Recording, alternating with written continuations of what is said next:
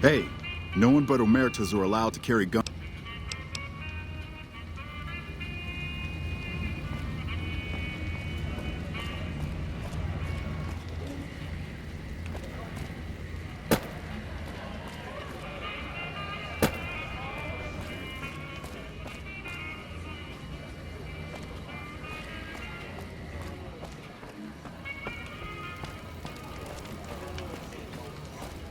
Hot damn, do I love this place.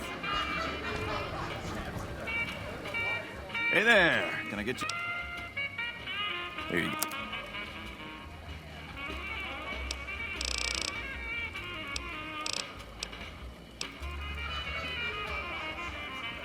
So...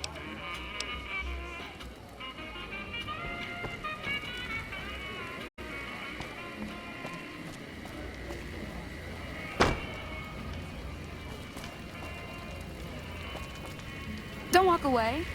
Let me show you the time of your life.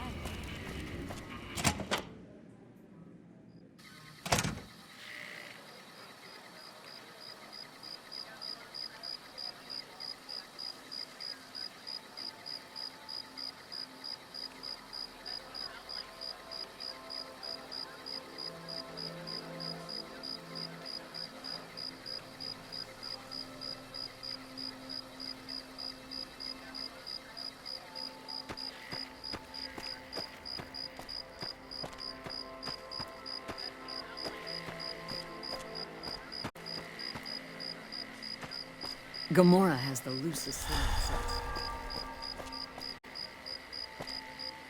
The NCR is fortunate to have your support.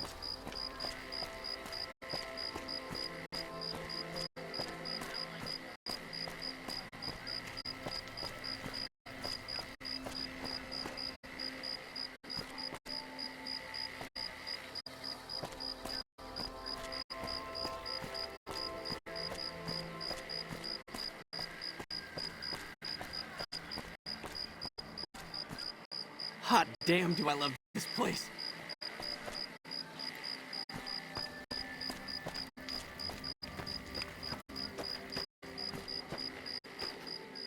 Back again? Well now, that's unusual. Normally no one cares enough to ask. To be honest, I don't rightly know. My mama was from around these parts. I can remember her face, but not her name. More than I can remember of my daddy, I guess. We lived in Westside before the Omertas bought me. As bad as it can be some days in here, it's better than living in that dump.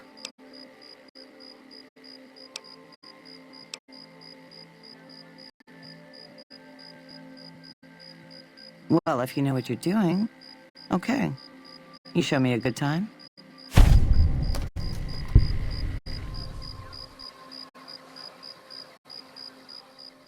Back again.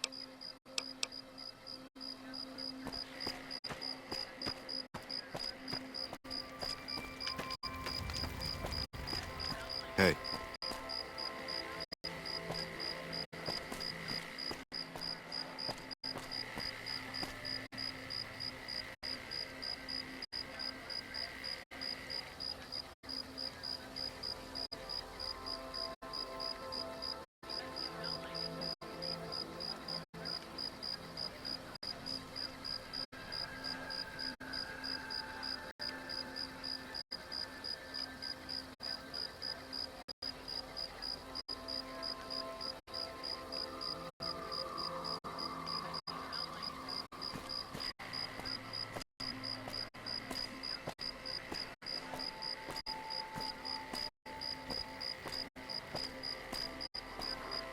You know you want a piece of this? Give me some shit.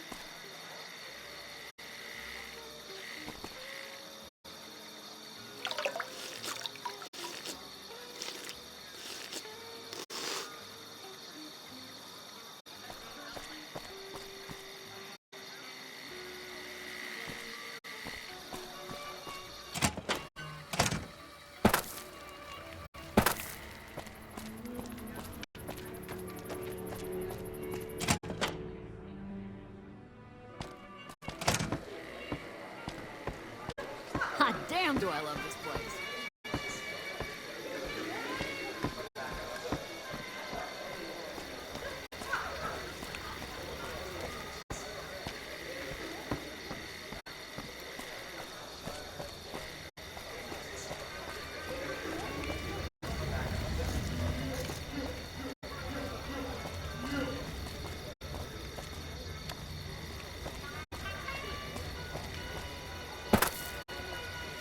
What the fuck are you looking at?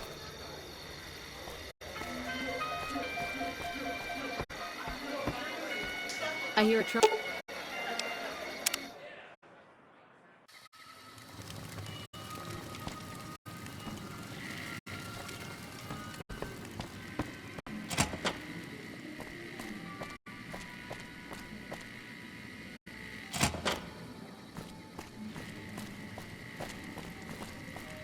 What the fuck is that thing?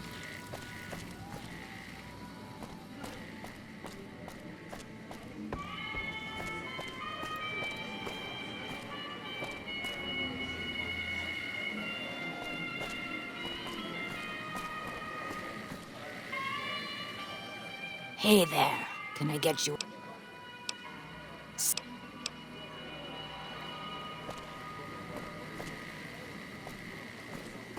I hear a troublesome Legion camp got razed to the ground. Hey.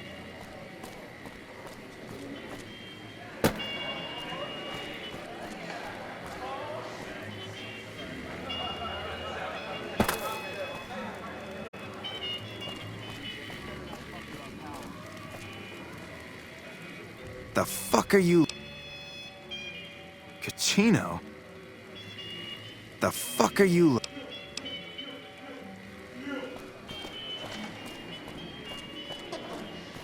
The Tops is a real snooze fest.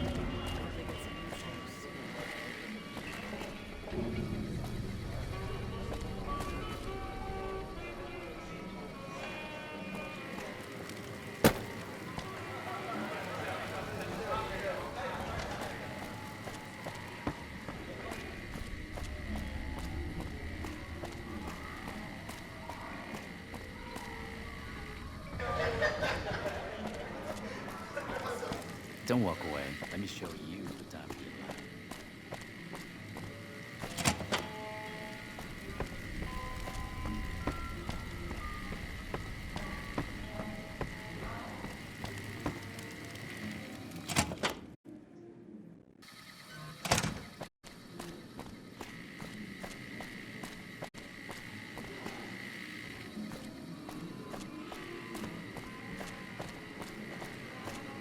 I hear you've been asking questions about me, dickweed. What the fuck do you want?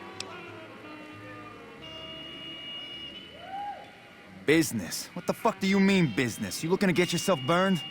Now you start talking real clear, and I mean fucking crystal clear, because I'm about to lose my patience. Joanna, that bitch spreading lies about me. I've got a lesson to teach her about loose lips.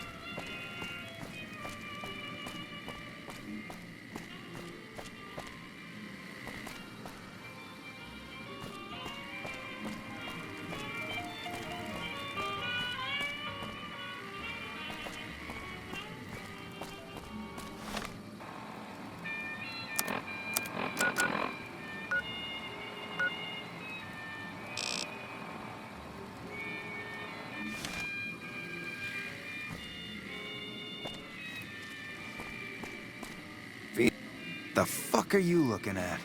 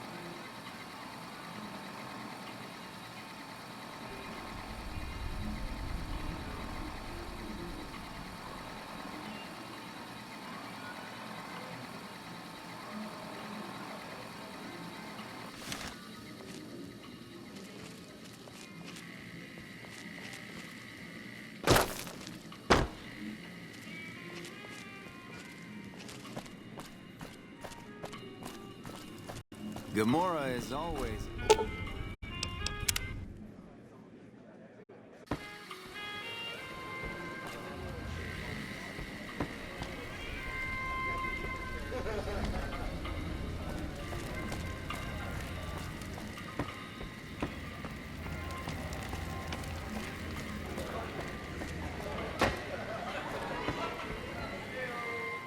You again? What the fuck do you want? Where the fuck did you get that? Okay, listen, buddy. That's some dangerous shit you got there. That book can get me killed if the wrong people see it. Let's talk. What do you want? What can I do for you?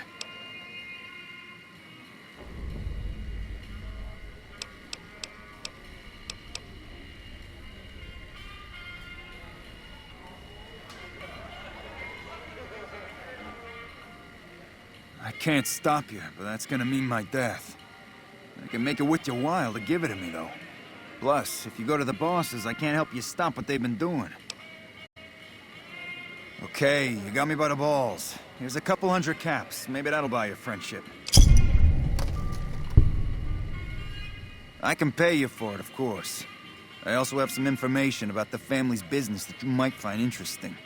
Between you and I, we can break up what they're planning, maybe save some lives. Mine included, of course.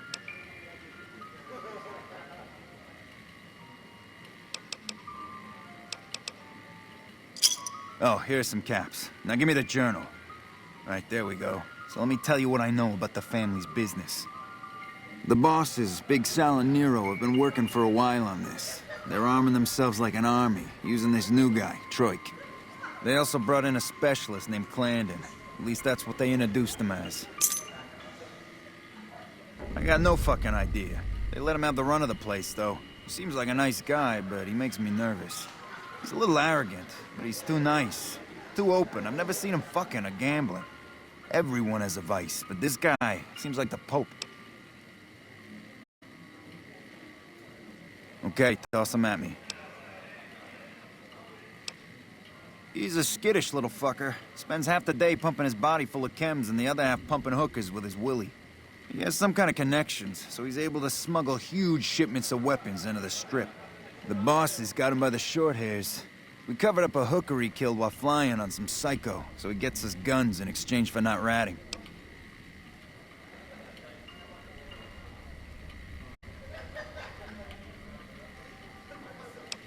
Okay, you can find me here or upstairs in my room. I'll let the muscle know you're a friend of mine. That should let you get around a little easier.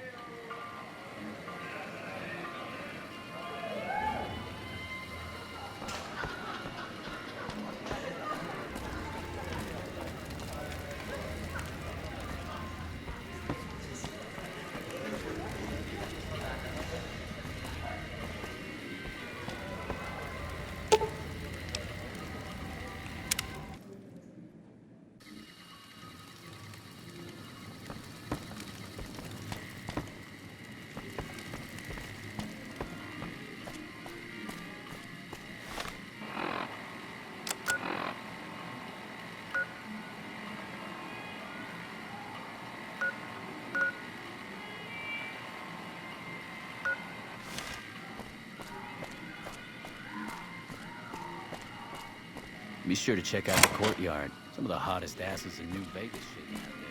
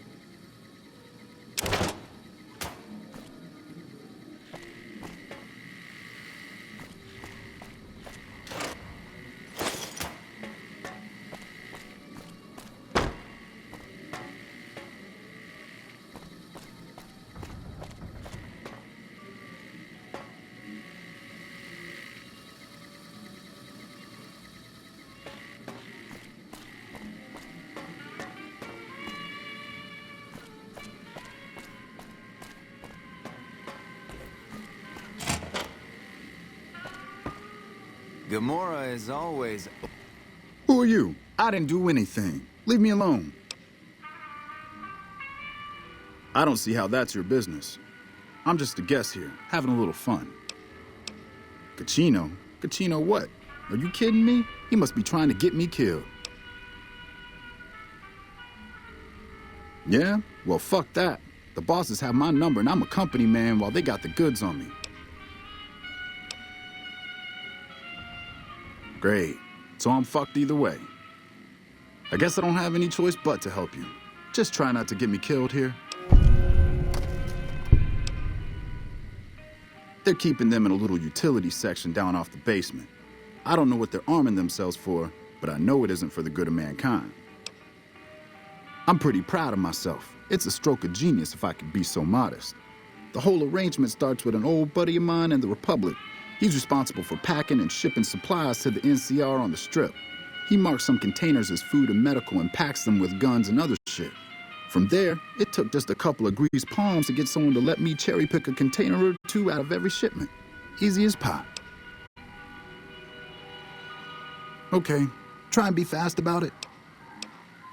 As a little pet project, I've been making some thermite. Thermite burns as hot as the devil's asshole and can melt through just about anything.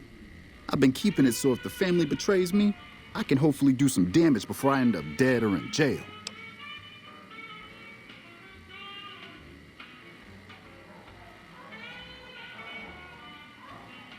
Hey, fuck you. All right, I'll place the fucking thermite myself. You get out of the casino for a bit. I'll take care of it while you're gone. Open for business.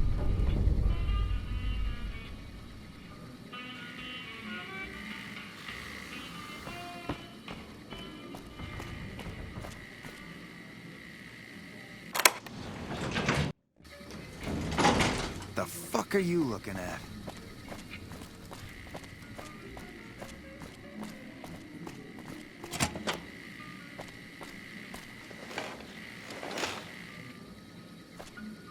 Hey, nice to meet you. Do you need help with something? A little bit of this and a little bit of that.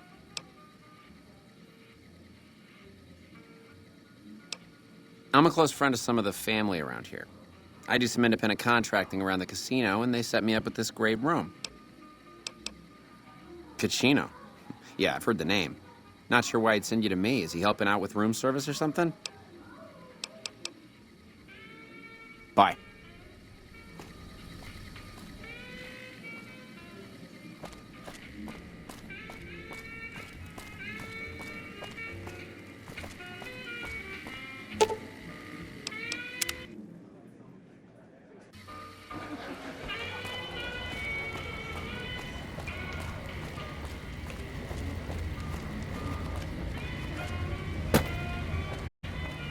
What the fuck are you looking at?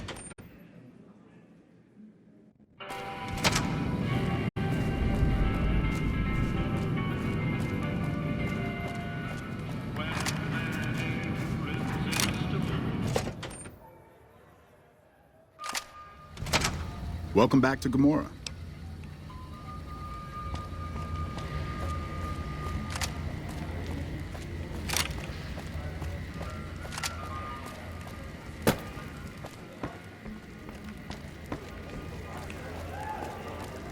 I hope my dad doesn't find out how much money those hookers cost me. Hey, what can I do for you? Yeah, poor fucker got himself caught after he melted all the guns. Bastard mentioned your name before they shot him in the head. Now the bosses want to see you. All right, let's have him. No, just that it involves guns and muscle. Also that it's big. Very big. Only Nero and Big Saul know everything, and they ain't telling.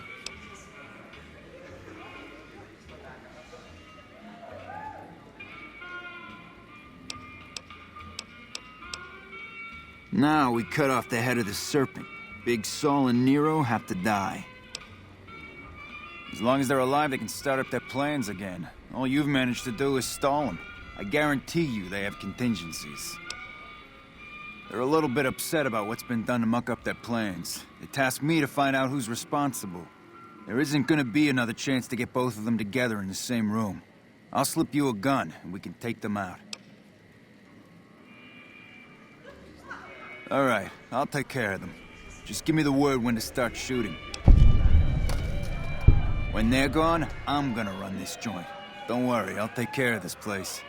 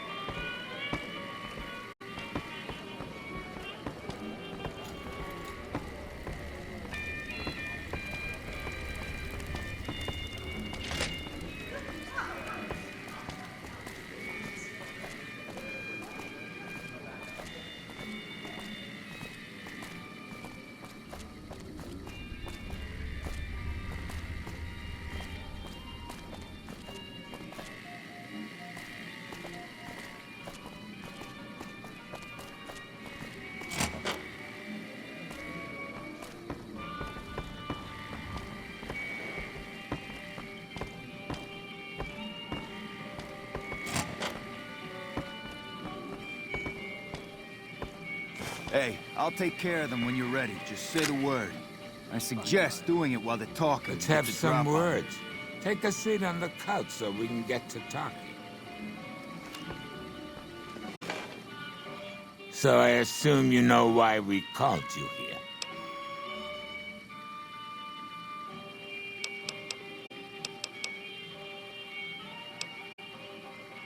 Yeah, we lost some guns, you little weasel. However, we can get more guns. You slowed us down, but you can't stop us. You're gonna die of failure. Are you shitting me? You didn't even know what the plan was. Yeah. As a last request, I guess we can give you that courtesy.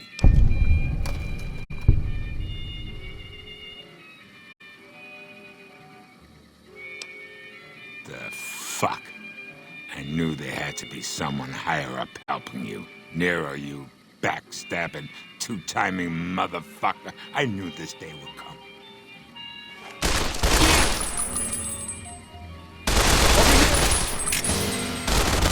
Had enough?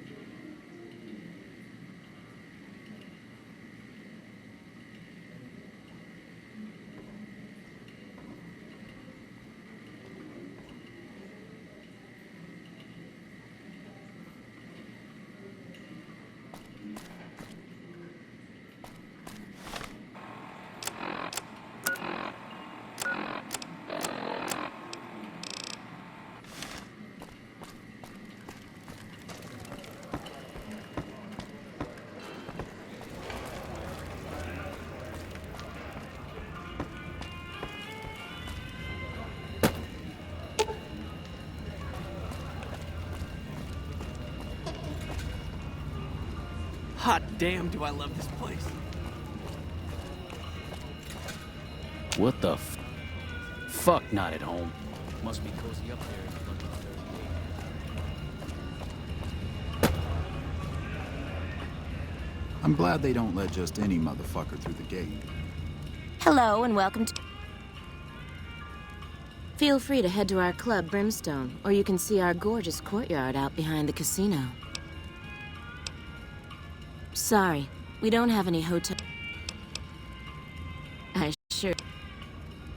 Alright. You look pretty trustworthy.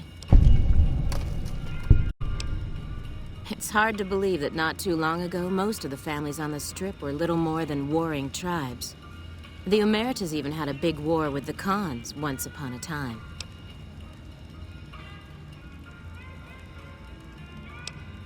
I'm not sure what's going on at Lucky 38. That place is weird. Nobody ever goes in. Nobody ever comes out. I've heard some pretty shady rumors about the Ultralux. I'm not sure what the deal is, but although they try to put on airs, that place is just plain creepy.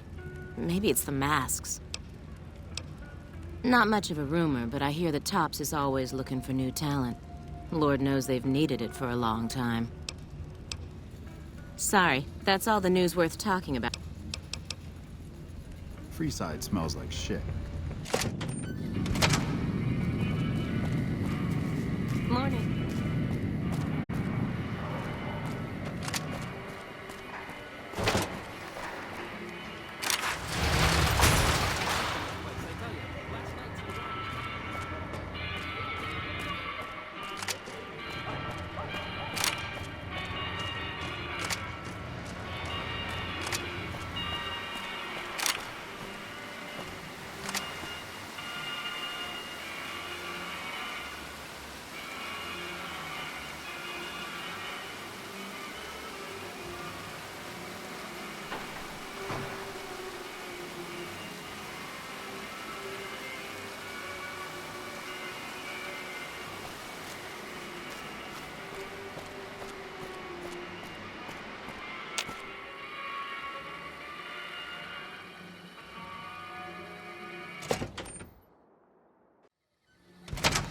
Beg your pardon, but...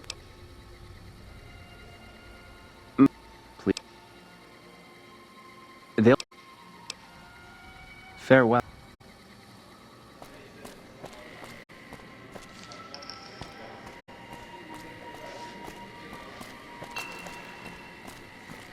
I hear a troublesome Legion camp got razed to the ground. Beg your pardon, stranger, but I'm looking for someone. You ain't seen a young man with dark brown hair and a white hat on lately, have you? Ain't nobody got one darn piece of news about my boy. Not one lousy speck of information. Ain't got one Brahmin unaccounted for across a dozen ranches. But I'm here for an hour and my own son just up and disappears on me. Yep, got a whole mess of Brahmins to my name. Bighorners, too. Used to just have the one ranch, but land was easy to grab before the soldiers moved in. Before I knew it, I was running one of the biggest ranching operations east of California. Now, everywhere I go, folks I never even met shake my hand and call me Mr. Gunderson. Don't quite know what to make of that.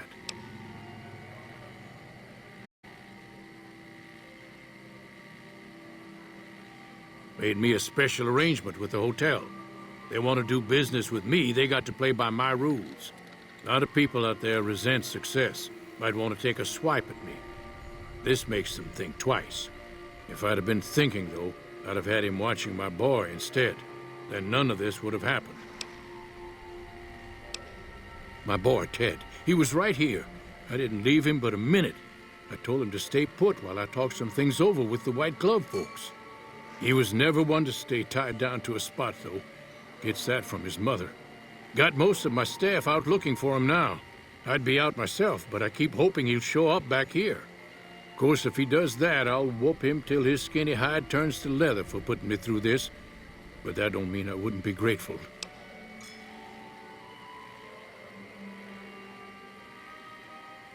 I'd be more than happy to have you. Heck, I'll hire anybody with a pair of legs and at least one good eye at this point. There'd be a lot of money in it for you if you can get him back to me safe. And if he ain't, you can bet I'll pay for the names of the sons of bitches responsible. That's between me and the White Glove Society. But let's just say they control the food supply around here, and I got lots of food to give. But that ain't as welcome as you might think. That's what they call themselves, the folk that run this place. They're the ones dressed all fancy with their bow ties and shiny dresses. Some of them got masks, too. Real hard to trust folks like that. A couple of them show their faces, and that's who I do my business with. I don't talk to none of the other ones. I'll be here. Hello?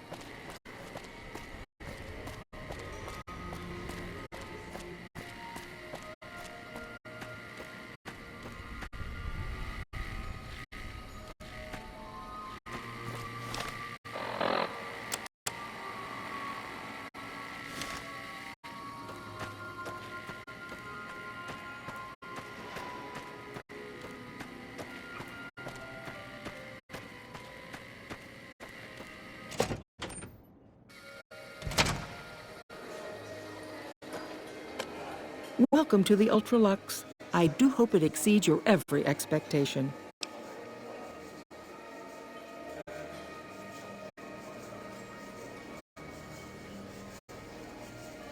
I do, but one can hardly call it work.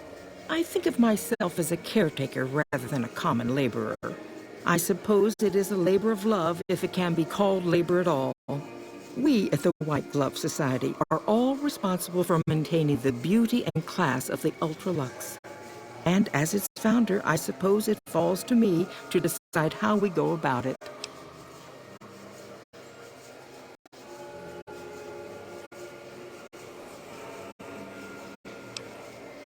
What else? Mr. Gunderson and I have been discussing his livestock.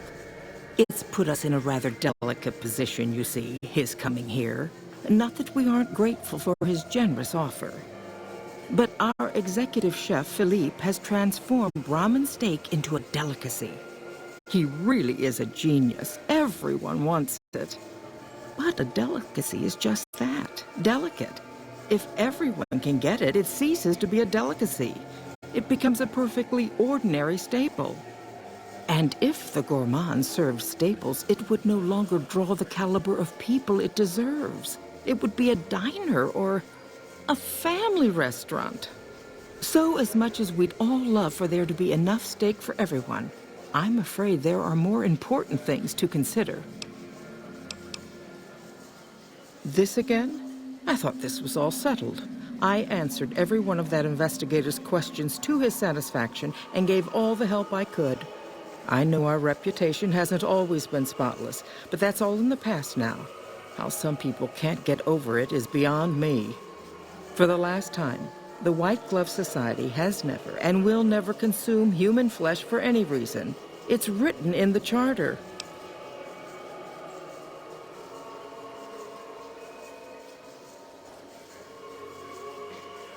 There was an investigator who came through here last week.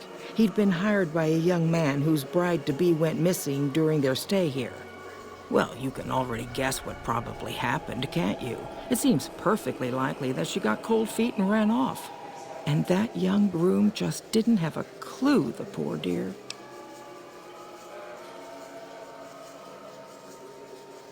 A man? Well, then this can't be. 2 disappearances in my hotel? What will people say? I'm going to have a word with my staff about security on the premises. Whether these people are found or not, our guests simply must feel safe in their own rooms. Why, yes, I think so, if he hasn't checked out yet, that is. I had our maitre d' Mortimer offer him a complimentary room for as long as it took for him to be satisfied. You see, the White Glove Society remains the very picture of courtesy, even in the face of such impolite accusations. We have nothing to hide here. Now, didn't I already tell you that we don't do that sort of thing? We do not engage in cannibalism here under any circumstances. Though we haven't always been the White Glove Society. There was another time, a dark time, when we went by a different name. But that's all changed now. We've evolved past such base impulses since settling into our new home. I've seen to it that those days are behind us. You disgust me. How dare you say such a filthy thing in my establishment? I ought to have you arrested. You'll kindly mind your tongue, or we shan't speak any further.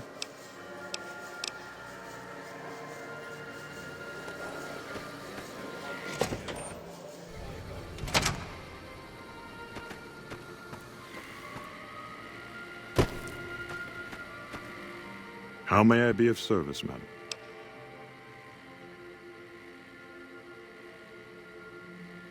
Private investigator. Ah, yes, I remember the gentleman. This was about the missing bride. Such an awful thing. I do hope he finds her whereabouts. If I might pry, have you found something that will help his investigation?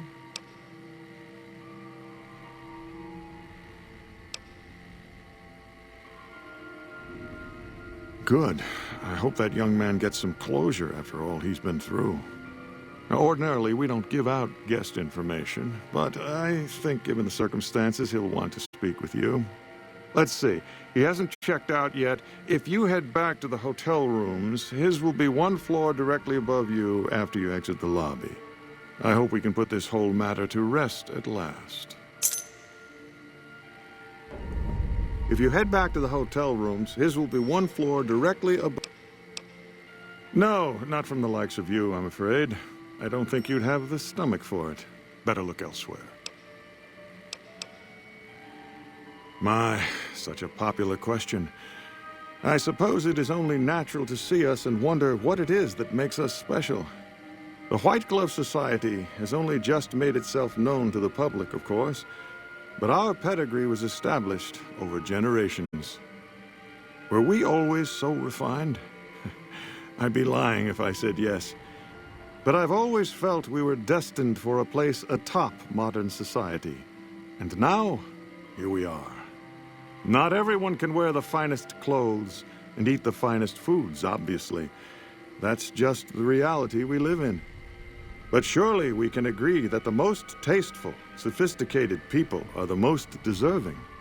And that's what the White Glove Society is all about.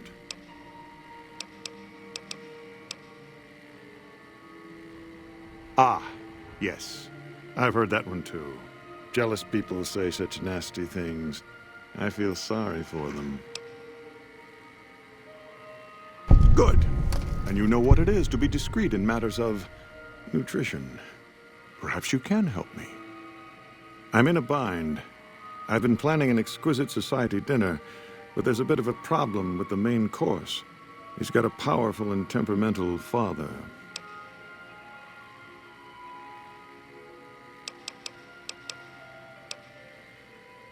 Yes, the wrong person. We scouted the right one for weeks. The heir to a mercantile empire, sort of a black sheep. He cut ties with his family and left their estate to wander. He was ideal, corn-fed and well-to-do, but no one to miss him if he were to disappear. Unfortunately, the trap my subordinate set for him failed, and as he escaped, he saw their faces. Now he's wary. I asked for a last-minute replacement, and they stole the son of the most dangerous Brahmin baron in New Vegas while he stayed at this very hotel. Needless to say, this could be a disaster if things aren't put back the way they should be. And I still need somebody reputable to serve for dinner.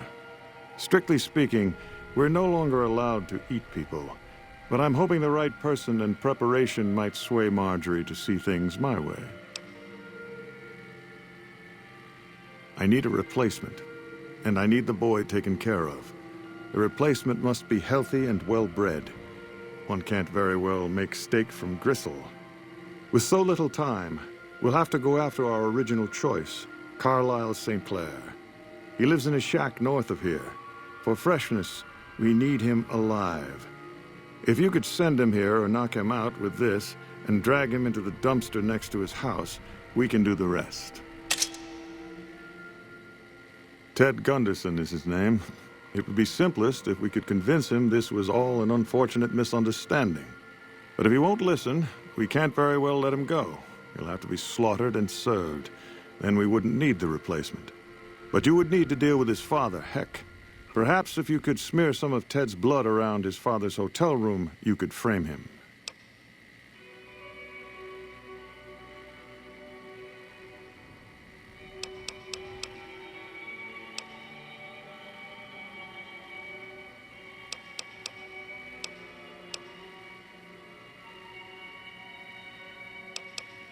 Splendid, splendid. The boy is being held in the kitchen beneath the gourmand. Here are some keys that will allow you access to him. The elder Gunderson is staying in our penthouse. I understand he's hired security, so be careful if you go up there. And our Mr. St. Clair resides to the north. He rarely strays far from his house, and he's surrounded it with booby traps.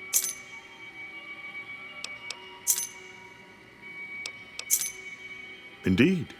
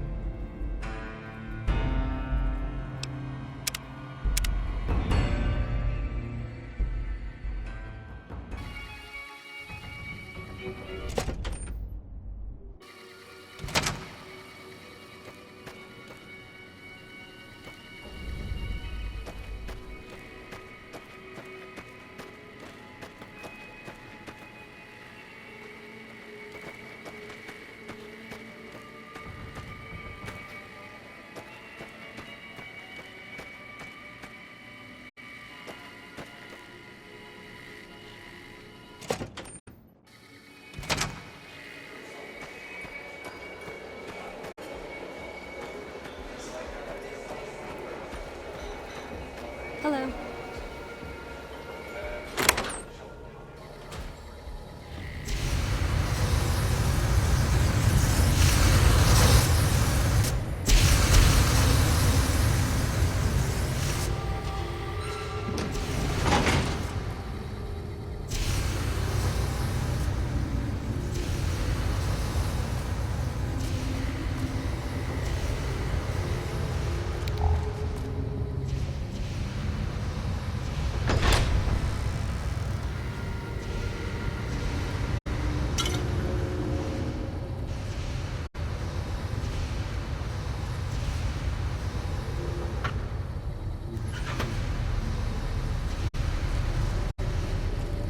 You, what do you...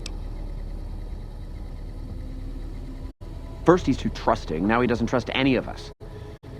It addles the senses. I suppose caution is the desirable course at this point. It's all of our necks if something goes afoul.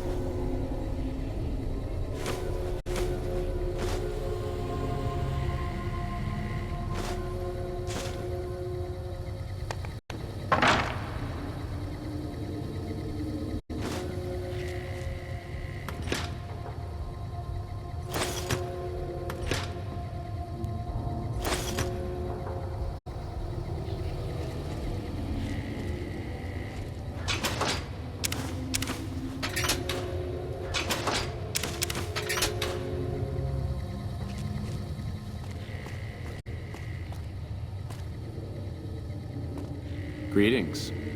Why are you standing still? Do you think the world waits for you while you stand there drooling? Get back out there and get to work. Oh, really? So despite your filthy face and your vacant expression and your complete lack of human dignity, you're telling me you're not a server?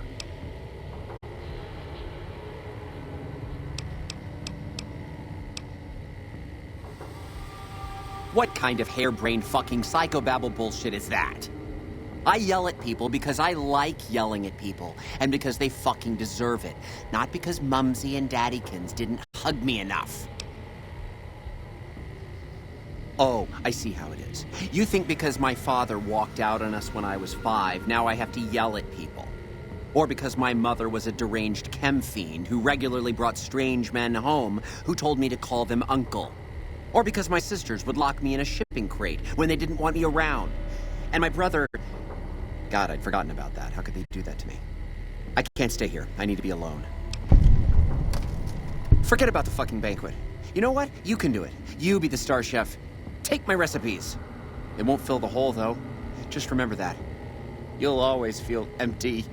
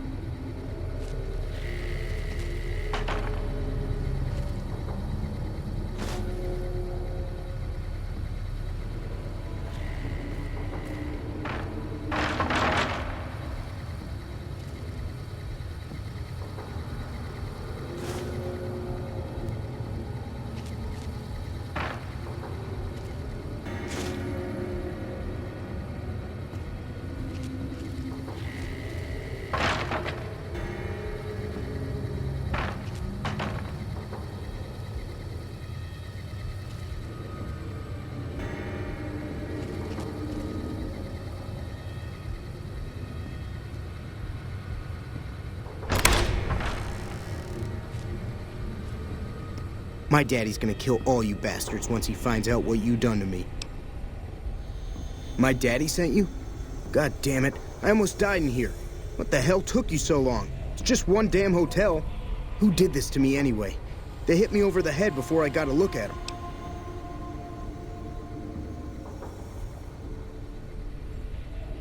All right, fine. I'm right behind you.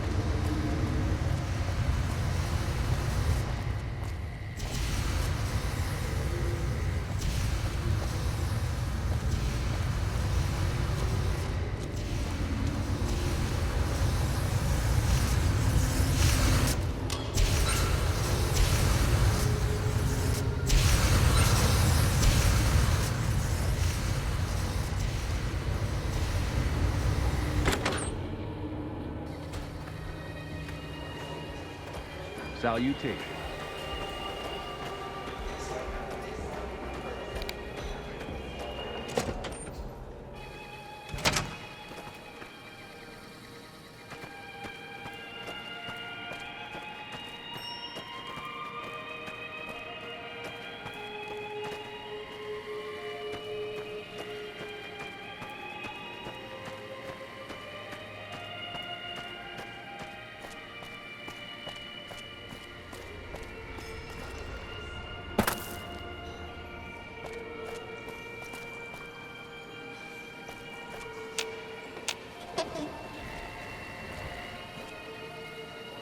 Oh my God. Ted, are you all right? Quit your hollering. I'm fine. You got me my boy back. I got no words. Now, I hope you didn't do no harm to whoever's responsible for this. I want to skin their hides myself.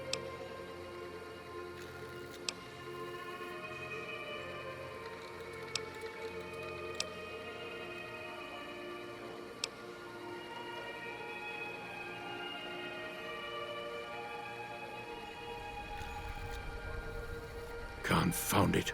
I just don't know how I'm supposed to sleep knowing whoever done this got away. All right. Well, I promised you I'd make it worth your while. So here you are. Try not to lose it all at the same casino.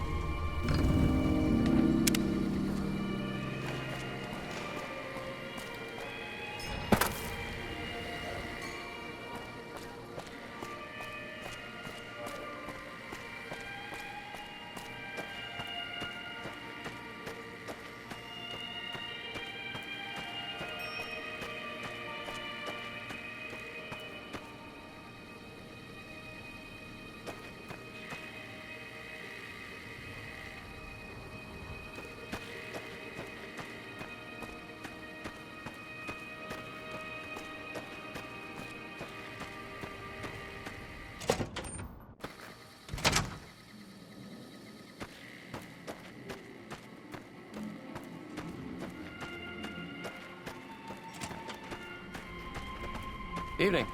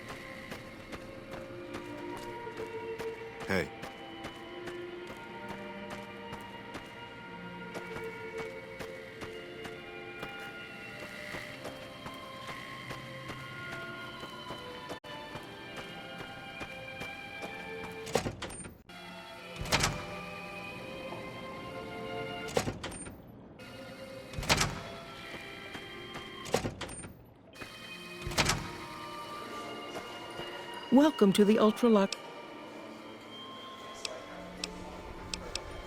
What else? But Adele. And if the gourmand, so is.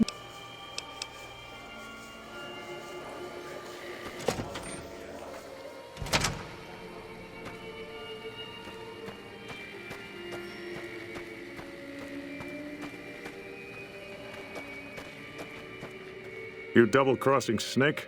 I have nothing...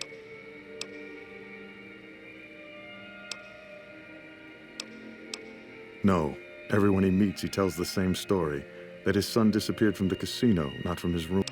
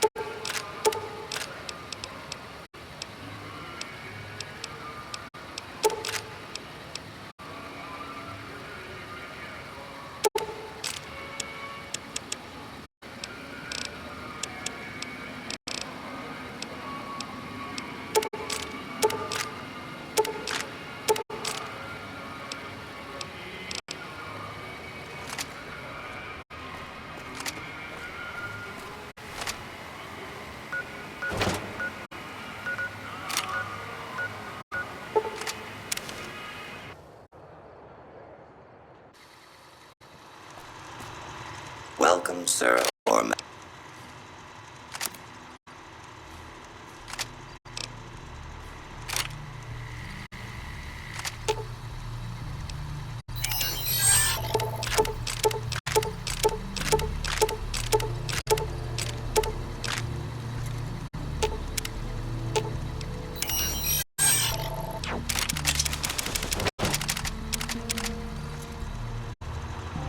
Welcome, sir, or...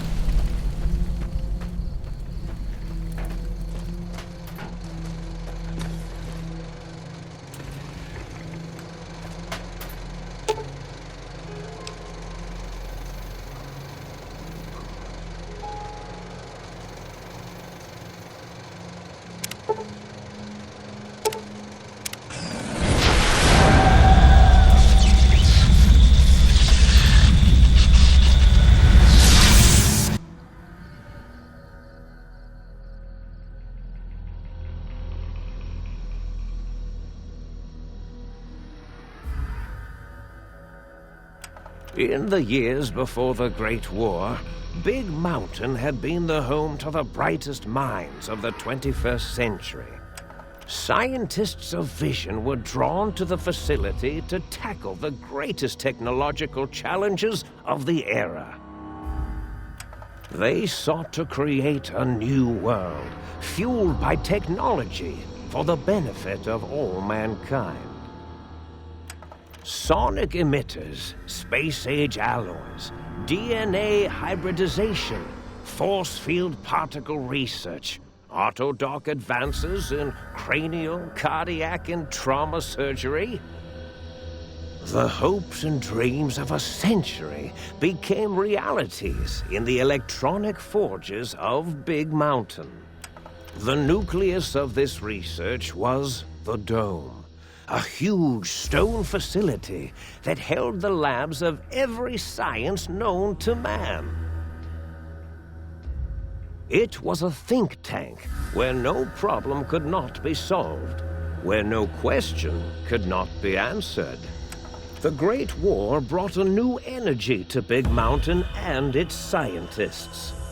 Although sheltered from the front lines, the scientists waged their own war, fighting their battles at the atomic level. Equations and calculations marched endlessly across chalkboards and computer terminals toward one solution: winning the war.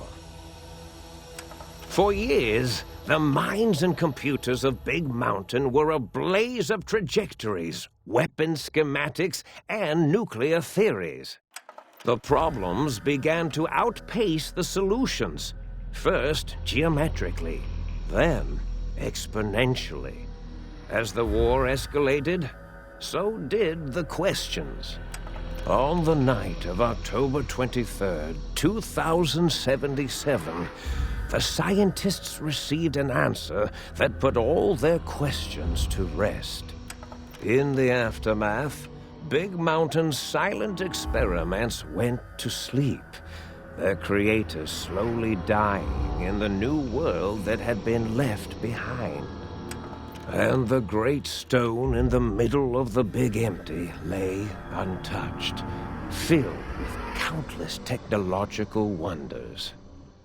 Wonders that, in the end, had been answers to the wrong question.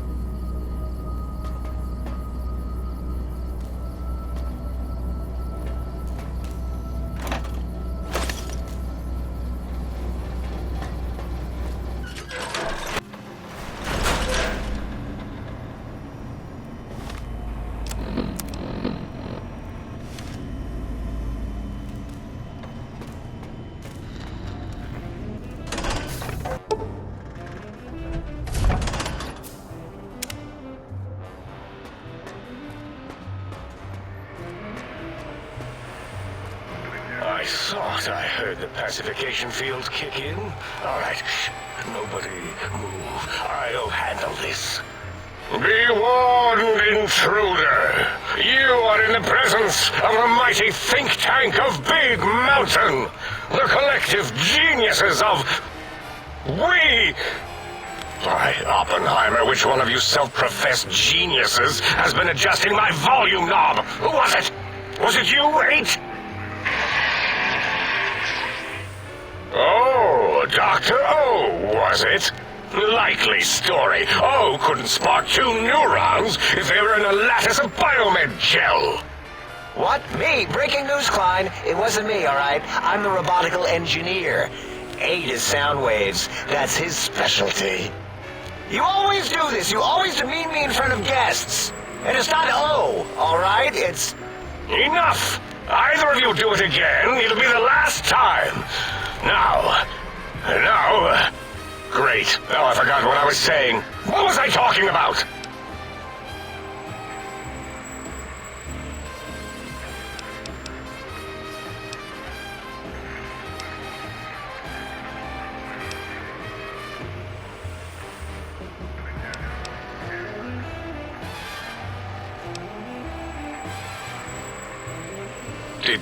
Did it just say something?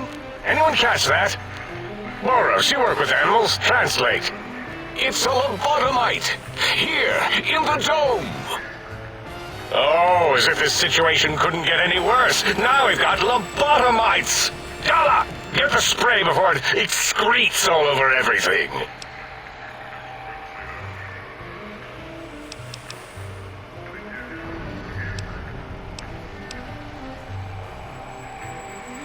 Dr. Klein, if my hypothesis is correct, this lobotomite is the repository of the brain we sent the signal to, the skin envelope once containing it. If so, it's proof that there may indeed be something beyond the crater. Just look at it. The way it blinks. It's like a big, hairless teddy bear. I know what it is, Dollar. I want to know why it's down here. With its limbs all over everything. And are those penises I see wriggling on its feet? Disgusting. I believe those are toes, Dr. Klein. Little teddy bear toes. Penises are much larger than those tiny extremities. Not that I would know. I don't recall the human penis ever being that large. It depends on one's own frame of reference, Dr. O. Look at its little nose with its 2 orifices for ingesting oxygen. Noses? By the great static. These lobotomites confound me with their sheer number of useless extremities.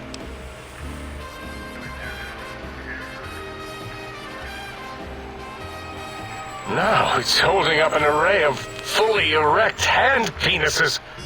If it tries to insert them, activate vivisectors. Dr. Klein, wait. I don't believe those gestures were random. Random at all. It's been following our conversation. The lobotomite understands us. I agree with Boros' histrionic findings. This little lobotomite is unusually attentive for something whose brain has been extracted. Nonsense! Lobotomites can't comprehend us! 8, have you been in the mentats again? If we slow down our oral processoreceptors to understand this excretion, we'll all be rendered ignorant. All of you, power down, shut up, and let me prove once and for all how wrong you all are. As usual. Lobotomite, do you understand me? Can you speak?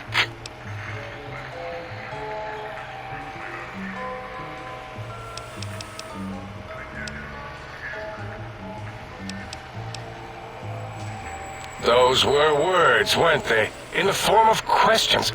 It's asking me questions. Is this some kind of trick? Our efforts have turned against us.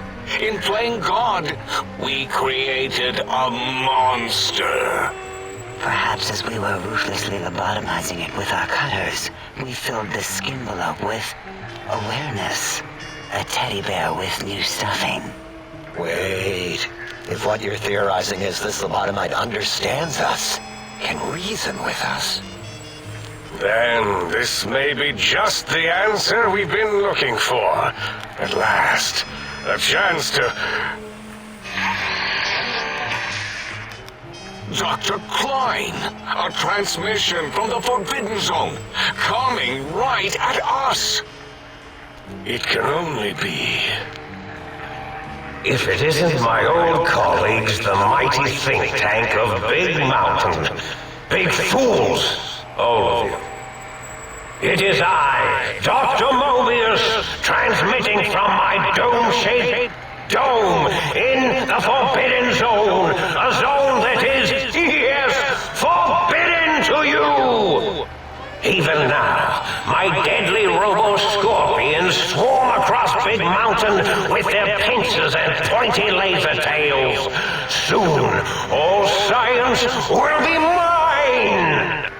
Even the technology sealed in the Big Mountain research centers cannot save you. So cower in your think tank. Wait for the end. That's all. Goodbye. Mobius. Always the same broadcast. He's clearly mad, driven insane by his flawed and imprecise kindergarten-level research methodology. What are we going to do? There's no way we can breach the Forbidden Zone. There's those robot scorpions everywhere. The Forbidden Zone, where no brain has ever entered, nor ever returned. Except Dr. Mobius and the technologies that could save us. They are out of our reach.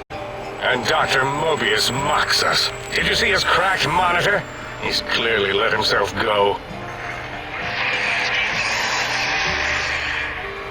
What? Ask the lobotomite for help? Hey, I think you need the fluid levels in your logic assist pumps checked.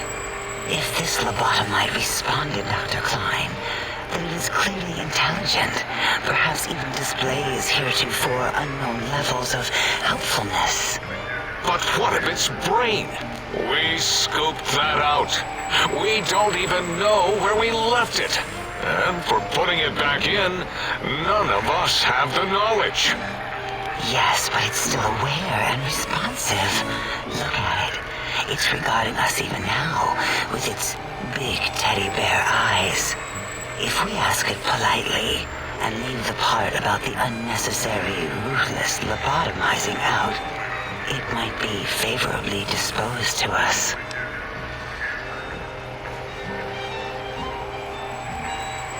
We removed your brain, yes. So soft, barely wrinkled, yet so flush with knowledge and experience. Brain extraction technology has been standard practice at Big Mountain for an immeasurable amount of time. Once the brain was out, then came the coils. The Tesla coils. The coils of Nikola Tesla.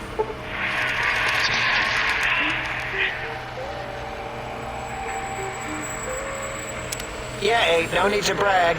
Wherever your brain is, it's transmitting thoughts to you through the Tesla coils in its head. This is fortunate in many respects. If your brain was anywhere in the dome, why, you could access your aggression centers. Circumventing the pacification field. This is a no-no. We have never been in a fight. We do not want that. Reminds me of my days in American High and Richie Marcus.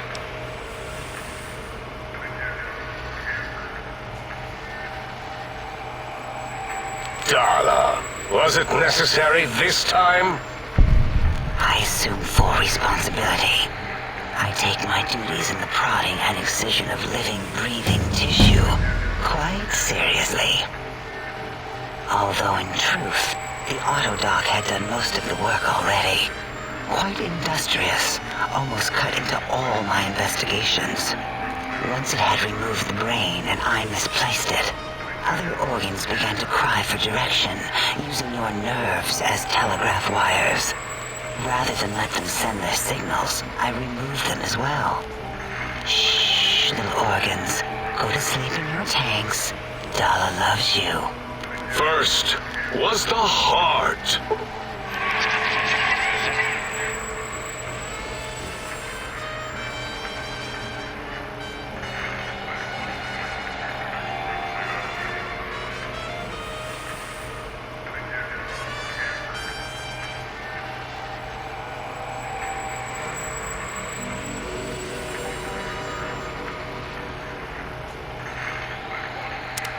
right. I mean, second was the heart.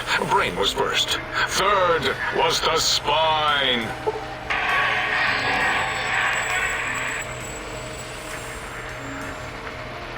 Spine.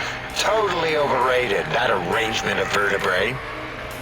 Look at me, with my lumbar and thoracic curvature. Never had a use for any of that. Spineless is what I prefer.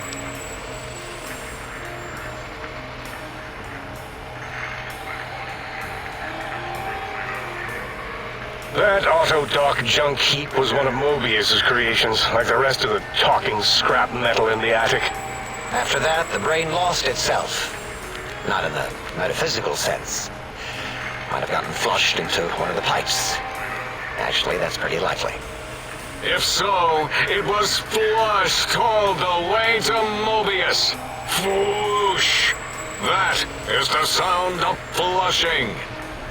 By the Fisher of Rolando, enough of this biological surgery talk. Lobotomite, listen to my voice. It denominates me to ask, but we need your help. In most probable of probabilities, our enemy, Mobius, has your brain. This is not good. He will most likely come after our brains next. We want you to stop him, somehow, with science.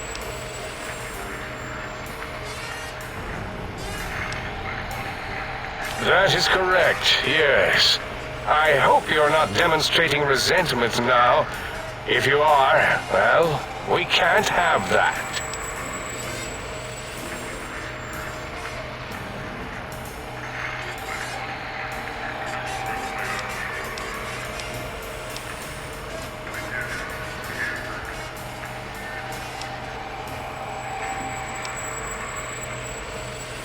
We have no idea. This line of questioning isn't important to us right now. Why are you asking these tangential questions? Stop it! We need these technologies. You need to get them. You must get them.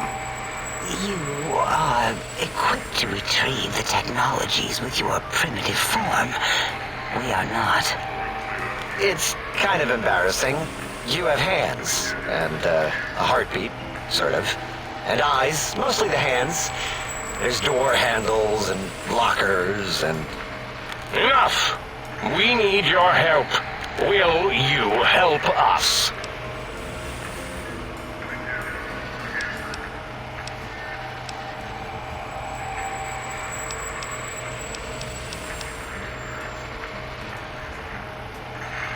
Excellent. This is turning out much better than the activate the retreat protocols and cower in my room idea I had earlier. Agreed. Oh, and I've used my robotical knowledge to, transmit the radio map waves to...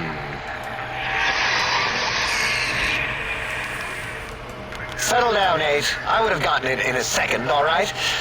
8's transmitted the last known coordinates of the research centers. They, well, move sometimes. Or get buried. Or blow up. 8 is correct. All we need are the schematics. This does not mean we do not want the cold, hard technology, however. So do not give in to your biological tired laziness and decide you would sweat too much carrying them. You have a new spine. Use it. And even if you die in the act of reclamation, simply reaching them will auto-transmitify the schematics to us. That is still good. For us.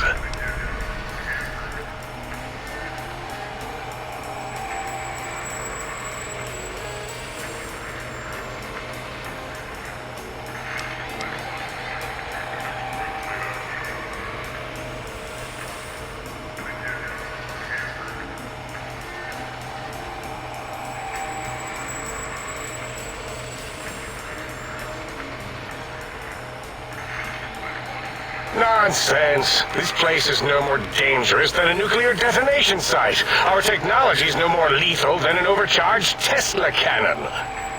The technologies are the X2 transmitter antenna array, used to focus coherent thought at excessively high frequencies.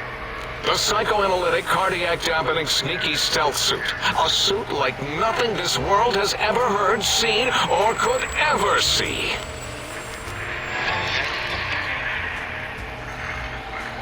And 8's sonic sound wave emitter projectile gun, able to broadcast sound at lethal frequencies.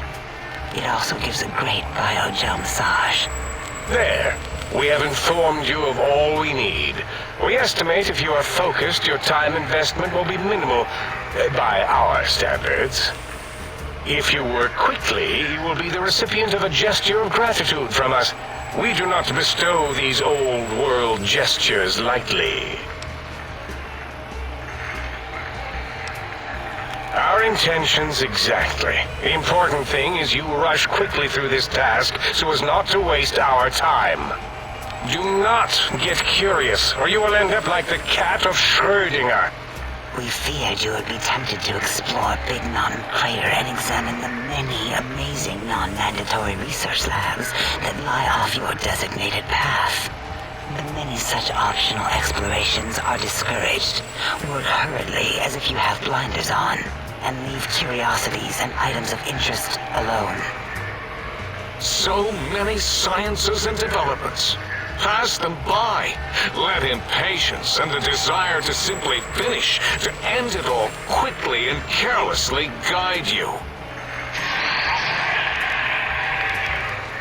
Right you are, 8. In our test results, we'll make a note about how quickly you ran our maze. Nobel challenge. After all, there will be plenty of time afterward to partake of the experiments once our bidding is done.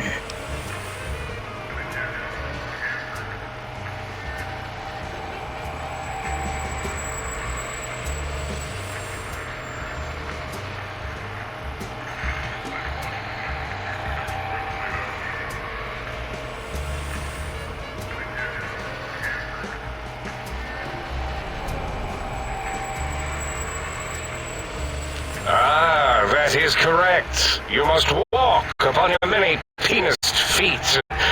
Much slower than our advanced hovering robotical frames. The little teddy bear could always run right into the pylon perimeter on its thick, turgid feet, returning it to us quickly and directly.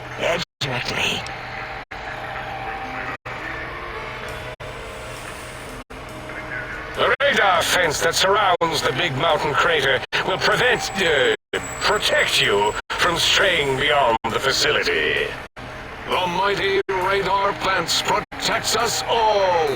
Get too close to the blinking posts, and the proximity warning shall be your warning. You are too close. If you get near it, your vision will blur as the electrodes in your head shut off one by one. Click, click, click. Possible memory loss will occur, along with long-term nerve degradation. It is tied to not having a brain attached to your nervous system, but the nerve degradation is nothing to worry about. Such degradation would take many lifespans to become evident, and all biology dies. Such tiny inconveniences are less than the greater convenience and conveyance.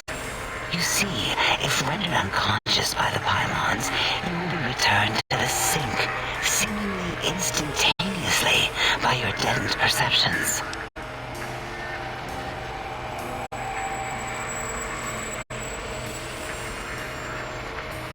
Oh, Dr. Klein? Dr. Klein? If I may intersect for a moment. What is it? The lobotomite is asking me things, and I'm trying to ignore them. My processors can't ignore you both at the same time. Well, you know how we asked it to fetch the sonic emitter thing? Turns out we already have it. What are the odds? What is this, a high school science fair? Get your act together. You're making us look like a collection of round earthers. You're always yelling. My receptors can't take it anymore. And neither can my feelings. I am yelling because you contaminated specimens can't keep your probes off the volume knob on my voice module.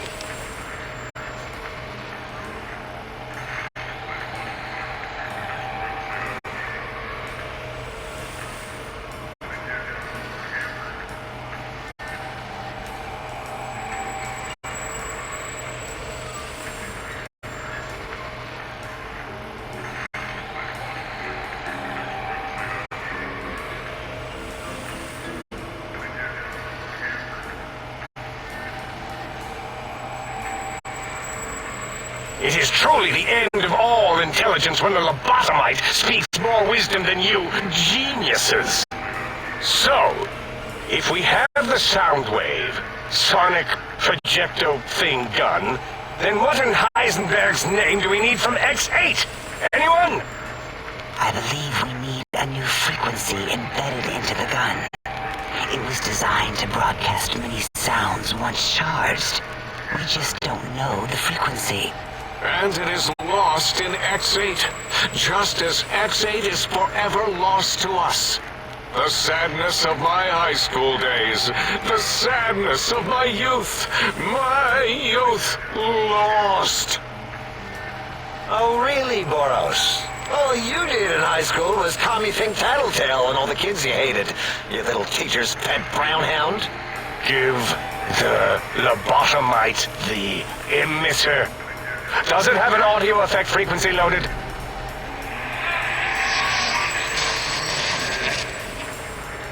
Oh, I don't think so.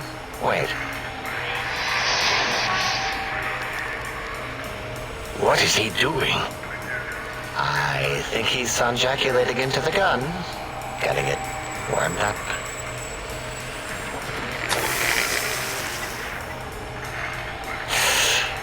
Ding. Turk is done. You give it to the lobotomite. I'm not touching that thing. Oh, I don't think so. I'll do it if you two are going to be ashamed of your own technological needs. Let me give a little sonic sterilization first.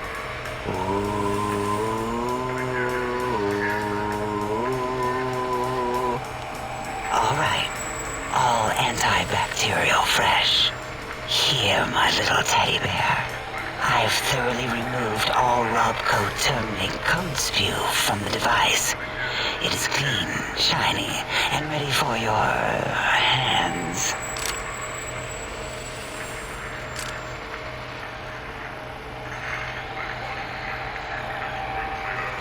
Yes, I believe Watt's electronics tended to make the battery shelf life on the low end. They certainly did. Batteries for my vivisectors would always come up short right before climax. I think Watts manufactured holodiscs. Or was it holotapes? Never can keep those two straight. Anyway, we're out of small energy cells. Dala. You have some? Why do we... Actually, never mind. I don't even want to know. And no, I don't want to handle your batteries. Just pass them on to the lobotomite yourself.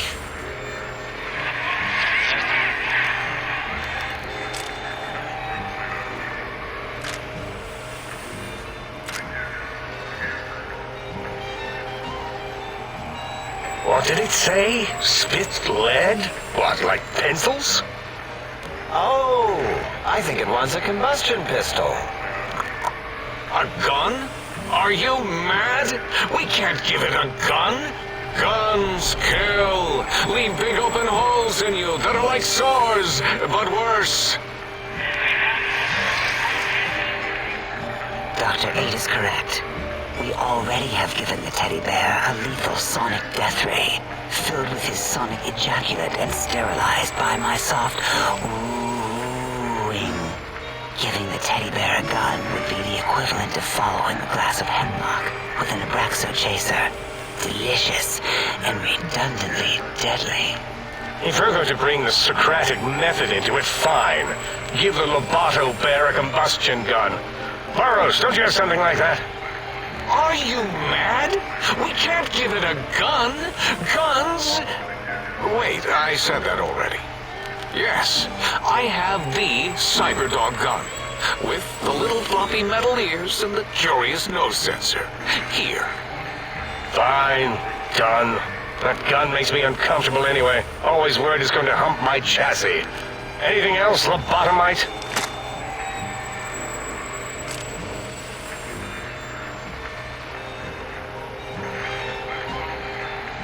Fine. Moros, more ammo. The good stuff. Top shelf ammunition. Let's see. Hollow Point? That's worthless, but tasty. Oh, and here's some JFP. As if bullets need jackets. The JFP might make it ill and poop a lot, but when you're hungry, you're hungry.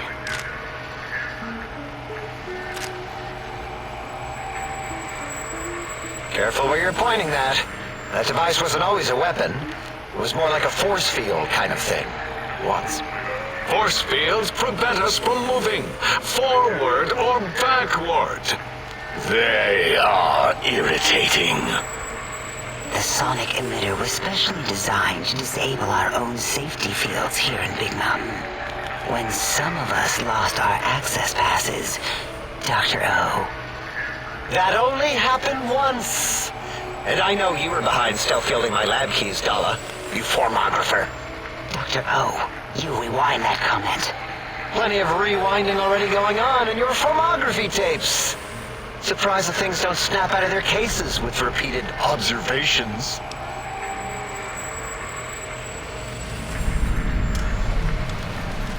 Yes. Maybe. Well, no, not currently. Yeah, we lost that part of the schematics. Or Boros did, in one of the stupid labs. Or inside one of the stupid pets. It is lost. All questions lead to this conclusion. The blue fields within Big Mountain shall be fielded with force forever.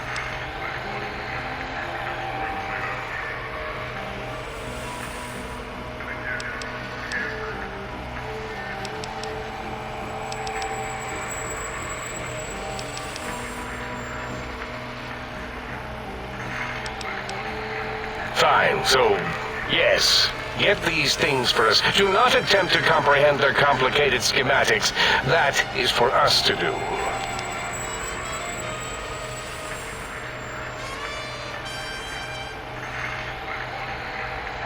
Well, good. What are the token words spoken in this case? Thank you? Yes. Thank you. Wait, is it leaving? But, Dr. Klein, the lobotomite will need rest, recuperation, things like that.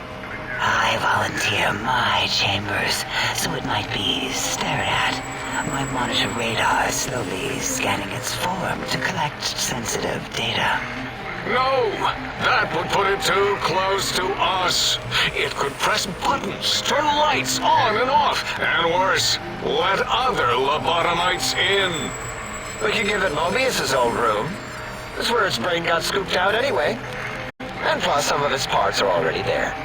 Might be more comforting for it to hang out with its spine and heart. Home is where the heart is, after all. See what I did there? Wet literal. I suppose. We'll have to move that couch out of there. Been putting that off too long.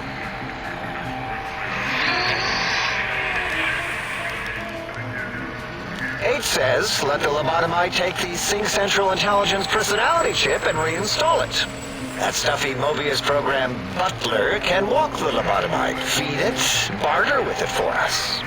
It would also prevent it from going to Higgs Village and taking up residence there with my teddy bears. And it would be nice to have it so close. Your logic combined with my desire to keep the think tank lobotomite free has swayed me. Here, I present the Sync Central Intelligence. Lobotomite, take this chip to the sink, plug it in, and make sure the chip is clean, or it could skip. Then make whatever crude biologic demands you need of the sink. It will cater to most of your hormonal whims.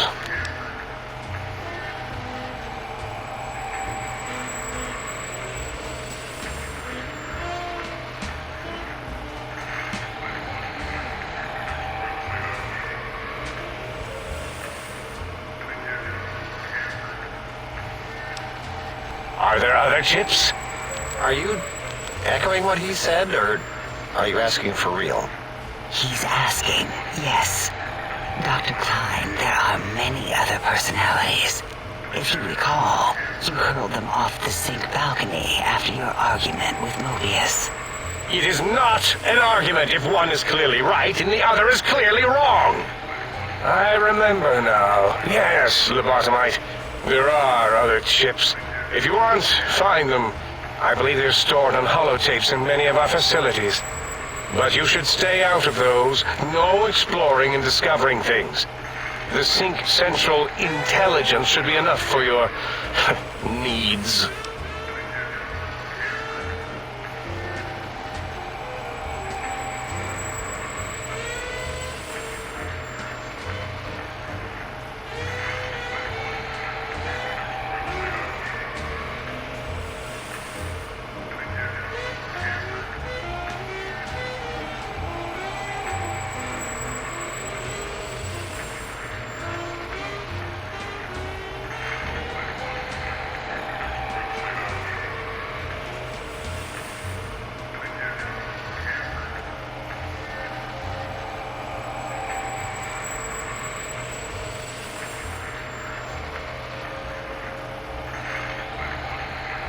I cannot dispute your logic. Do we have objects to activate the chip's exchange routines? What, like stuff? Things? Yes, things. I don't know. Might be some old Nuka-Cola or Sunset Sarsaparilla bottle caps lying around. It's not currency per se. Still might be enough to trigger the Sync's trade routines. Mobius put that test line for caps in the code as a debug command, I think. I don't believe that was Mobius's reason. His wild speculation concerning post-Holocaust economic systems was quite extensive and of high decibel. Enough! Surrender these so-called bottle caps, Nuka and Sunset alike. In their role as things, they will serve as adequate test subjects. All right, here, cap away. Hope that stupid chip chokes on them.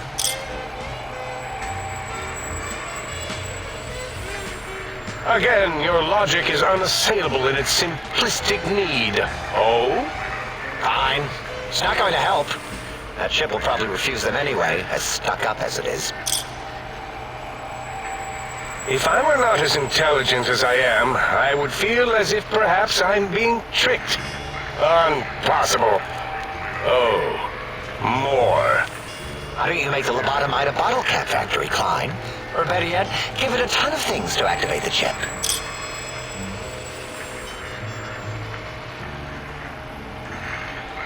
Again, the logic of the request is clear. Tonnage is not needed, only adequate weight. Everyone, display your things.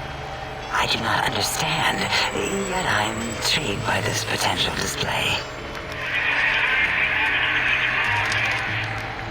No, wait, you don't need to fill up the emitter again, really. Klein means things for trade. Display for trade. All right, let's consolidate. There's gotta be some junk around here. Magazines, useless. More caps, medicinal supplies, useless. Here.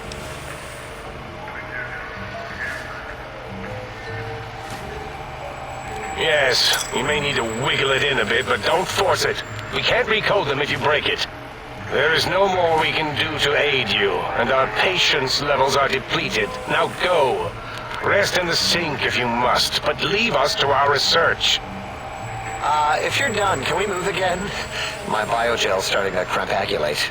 Of course! Go man your science stations! Go! I'm surrounded by children.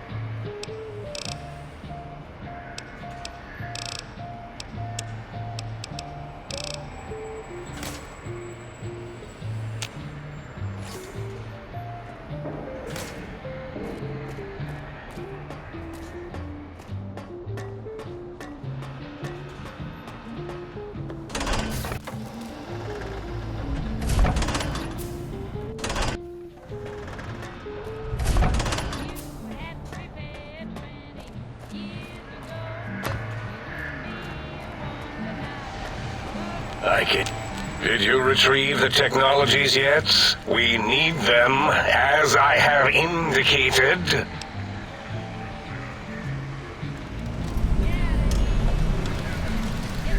Why, yes. We are filled with the knowledge you speak of. If you wish to know more, simply ask the others. They can help you.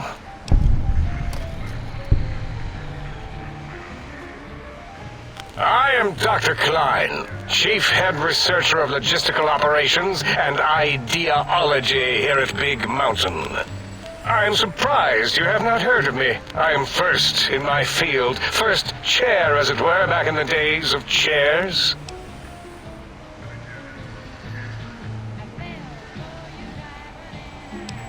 Dr. Mobius was not the horrifying creature you saw upon the screen, twisted by science. He was once one of us, a friend. He researched in directions contrary to the think tank. Brains, brains, brains, always about the brains. So we exiled him. He says he left of his own volition, but that was to save him the embarrassment.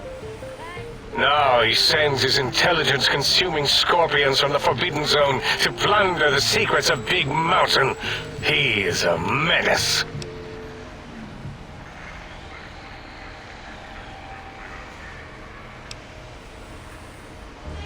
I'm not certain. Perhaps it only affects machines. If so, you may be immune. If it is chems, then we have nothing to fear. Since we are afraid, it must not be chems, and you need not fear, which means you can test it. Logical.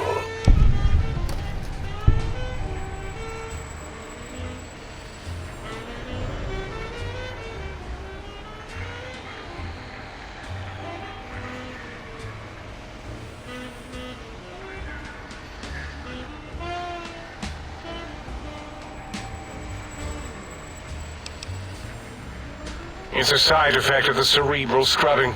It won't stop you from excreting, or asking questions, apparently. Have to correct that next time. Hormonal aggressive tendencies are actively suppressed, however. They are a no-no and not permitted in the think tank. The scrubbing also ensures your silence to keep Big Mountain safe. This facility is top secret, and you cannot speak of it to anyone outside of Big Mountain. Should have done it with the last batch, and the anti-aggression scrub. We had to take precautions after the last visitors. They caused a great deal of damage in a short time. Should have made sure they couldn't mention Big Mountain once they left. An oversight. Dr. 8 and Dr. O could tell you more. Dr. O more than 8. The battle against the visitors damaged 8's voice module. Suffice to say, those visitors are unwelcome. They stole a great many secrets and much technology. Impertinent. They also broke one of my trains.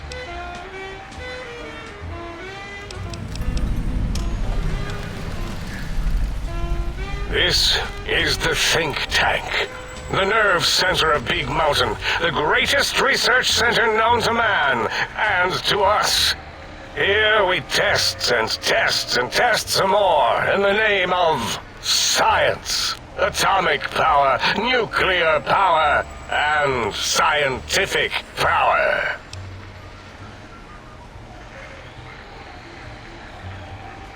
Yes, because the intellectually challenged see an M and a T next to each other and take Occam's razor to it. While you are here, you will refer to this place properly, and you will do the same with the other scientists here.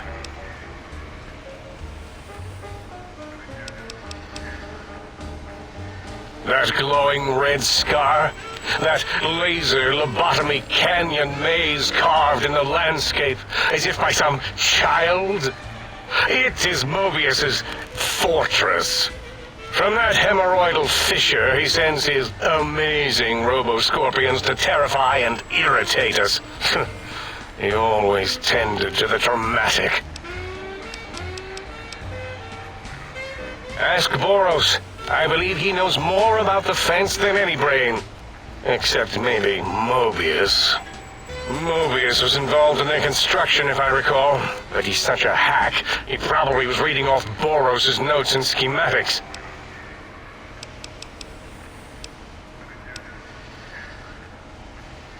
Well, we didn't actually do it. We tried to clean up after, as always, but usually the auto dock runs on remote. But we programmed it, or Mobius did. Still, this new wrinkle with the Tesla coils in your skull was unexpected. I mean, we predicted we'd have a breakthrough eventually, but Gala knows more. She supervised your spine peel and the heart circumcision, then dumped them both into the tanks in the sink above. Quite sanitary. Sure took her time. She always takes longer than projected with lobotomite surgeries. Not sure why.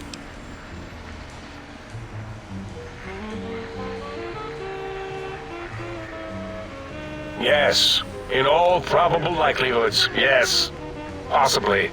That it may have gone to Mobius is merely an inkling. I don't know why, but it may be something involving the surgery code. Actually, I don't know. All I know is it misplaced itself, or it floated off. They get into robots sometimes and go on a tear.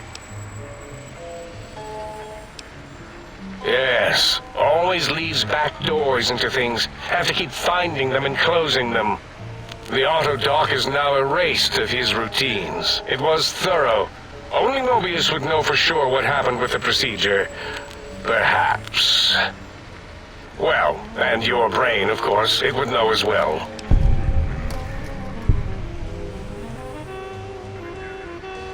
It can communicate the procedure when we examine it. It is conceivable to trace its surgical scalpel prints once we have the brain. Might take some time, but your brain has no pain nerve to scream at us while we dissect it. Convenient.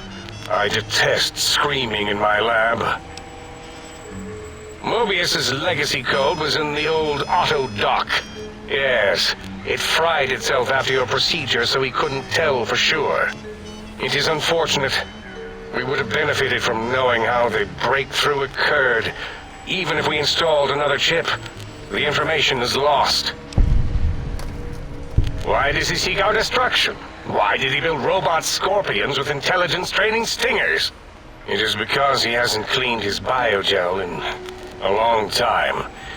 Clearly he's got some sort of psychological corrosion. He's mad. Dr. O is certain of his findings, and no one else in the think tank is willing to test the results. Loss of brainial power. Terrifying. O has said on many occasions his inability to comprehend Mobius's robo-schematics is because of repeated robo-scorpion stings.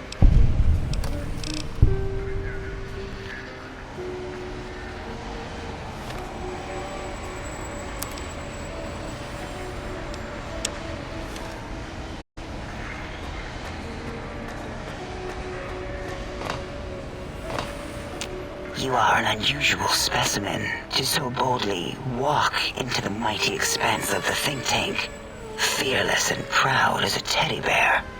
Between the extraction of their higher reasoning abilities and urination-inducing fear, most lobotomites dare not approach us, let alone speak to us. Yet you have no such fear, facing me. Epidermis flushed with blood, plasma running molten beneath, your face contorting with muscular expression. Will you indulge me? Say a few words. Face towards the monitors, please, so that I might record it for further examination. Yes, go on. Seeing your lips and mouth forming words, both revolting and somehow... How does it feel to have the flesh roll around in your mouth like that? To control each muscle and the tongue, like having a fish or extremely dexterous slug lolling and flopping in one's malval cavity. What nonsense.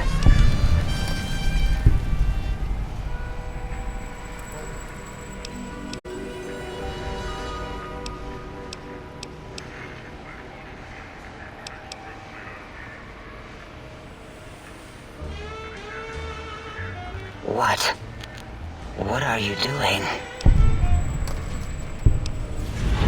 Stop it. Why? Why are you making me partake in this filthy formography?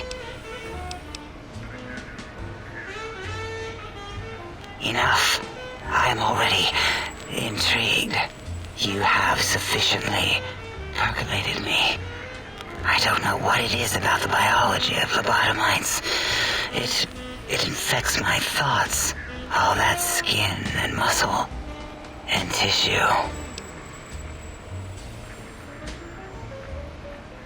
Perhaps there's value in what you say.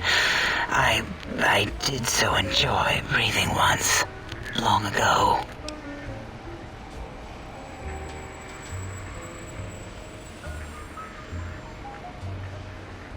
Would you?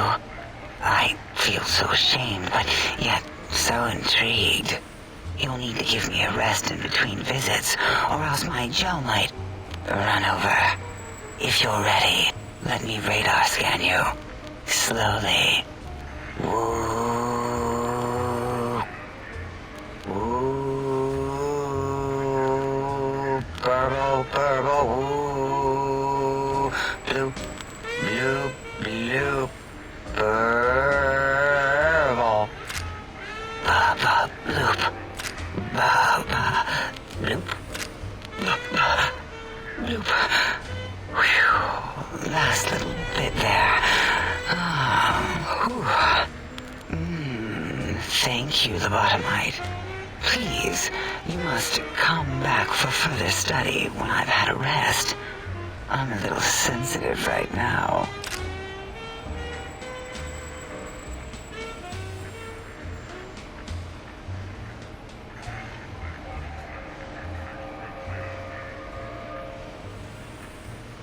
Why, my little bear of teddiness. I am Dr. Dalla, first head chief researcher of mineralogy and medicinal sciences. I have 211 doctorates in both applied sciences and techniques to apply those sciences. I also possess a degree in curiosity and advanced curiosity. That is merely schooling, however. When possible, I prefer fieldwork and observation to holotape eidetics. It has proven useful, especially now. I have become the expert on humanology and lobotomite behavior here at Big Mountain. My research doesn't descend into formography. It is only science. Why, we create not only scientific marvels here at Big Mountain, but new sciences as well. Everything can be quantified, categorized, and dissected until every group can be subgrouped or partitioned. What is a name without a title or suffix for the sake of hierarchy? It is a long-standing quantification of personality and importance. We could not do without it. Surely you must be aware of the gravity of such attached appellations, just as surely as you must have a title. Oh, a mailman. A delivery man. Someone who takes parcels from place to place using their primitive feet or similar conveyance. You are the second one I've met in recent times. Very different specimens. Of course. You must have met others in your travels. This one had met other couriers too, although it sounded as if he hadn't met the correct one. He asked us all many questions, and then he asked a most perplexing one. We had to segment the event out of our memories for safety. I do not know, nor should we try to access it. Perhaps Klein has the logs.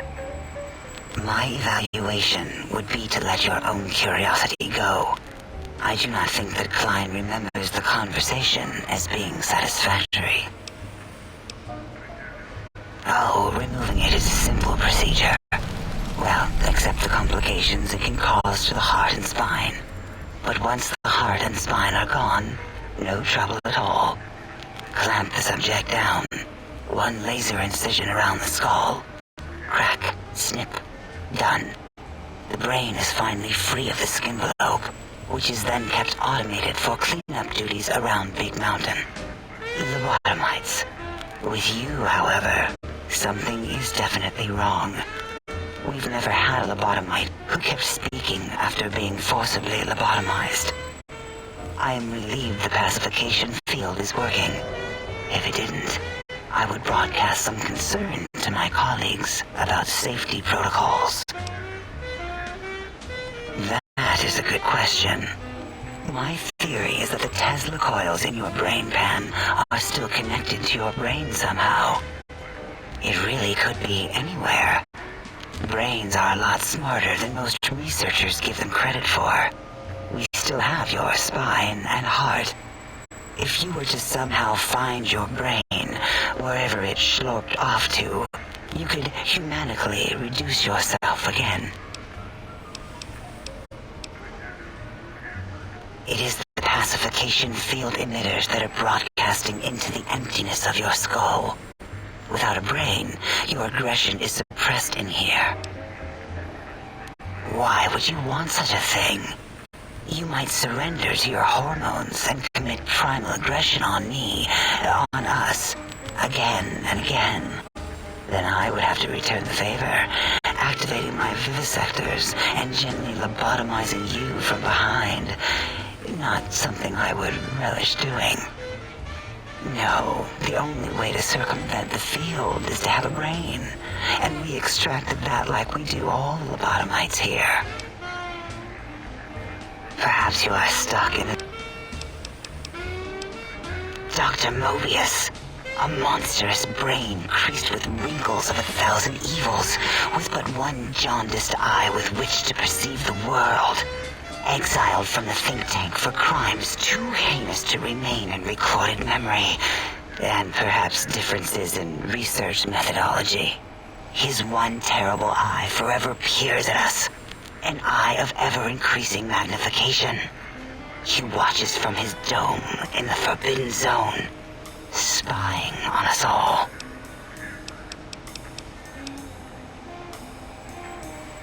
It'll all become clear. If not, at least we will have the technology here at the Dome, where all technology belongs. When we have all the technology, all the answers, we can share it with the world, piece by piece. All will be in order, and all will be like Big Mountain. This mountain, now crater, encompasses the sum total of knowledge of humankind. It is Big Mountain, where all questions can be answered. You'll see, no matter what your questions, Big Mountain will provide the answers, as it has done for so many before you. Oh yes, we've had other subjects visit. It's why we had to calibrate the pacification field and warm up our brainial beams and vivisectors. Only a short time ago, we had 3-1 subjects arrive, and they ruined several experiments, and even injured 2 of our staff. It is a shame their brains left with them. With you, however, we have taken precautions to ensure that problem won't repeat itself. We've conditioned you so you can't speak of this place, discuss our secrets, or attempt to use force against us in any way. Isn't that nice? Because 3-1 is 2. 2 spoke to us, one after the other. One mean, one curious. But there was a third we didn't speak to. The last one is the -1. It got traumatized, then taken to one of our medical centers for de-traumatization. A rather unsettling procedure. Ask Dr. O. And you could have asked 8 once, until he was severely damaged in the attack. We like him better this way.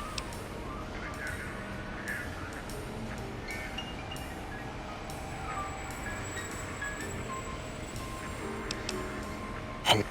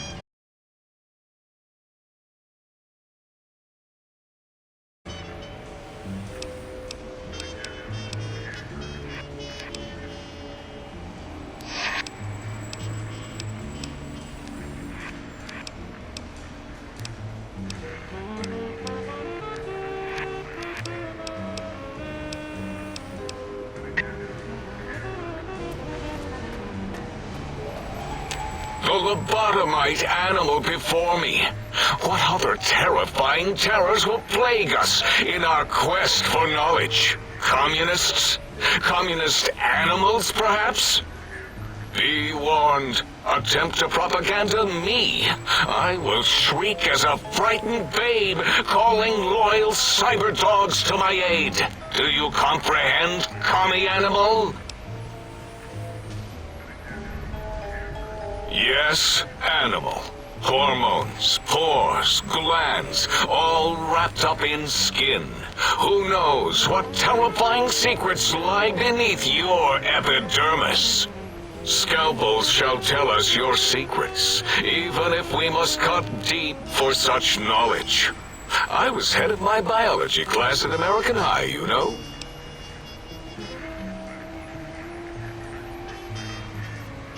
Before you is the brain of Dr. Boros, head of animology, beastology, and DNA scrambling technology here at Big Mountain. I lay the bones and hearts of animals bare beneath my searing gaze, especially the dogs. I did so love dogs once. Especially Gabe, that rascal. But there are many animals to shape. Industrious cazadors, the happy-go-lucky night stalkers. They are my living, breathing DNA test tubes. Indeed, docile, curious, safe, sterile. They are contained here at Big Mountain to preserve DNA and for observation.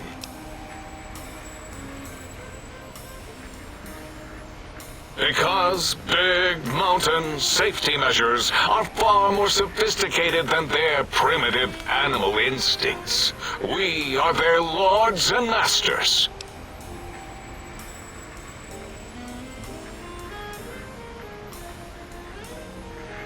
No, such creatures are found only here, for research purposes. They would no more be capable of escape than breeding.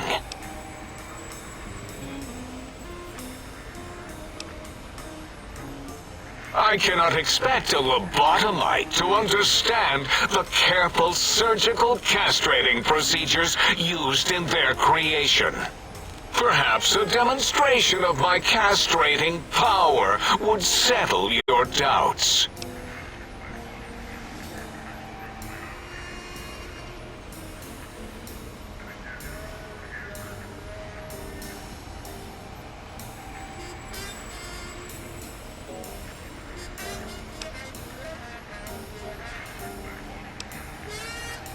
Oh, that's too bad. Perhaps we can perform a sterility castration some other time then.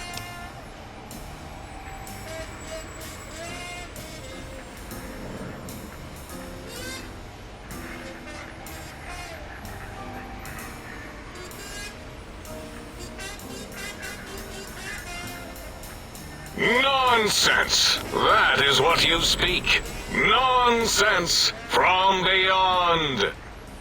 I was at the top of my high school class in American high school. I knew facts. I knew figures. I knew data. We would know if our research was flawed. It is not.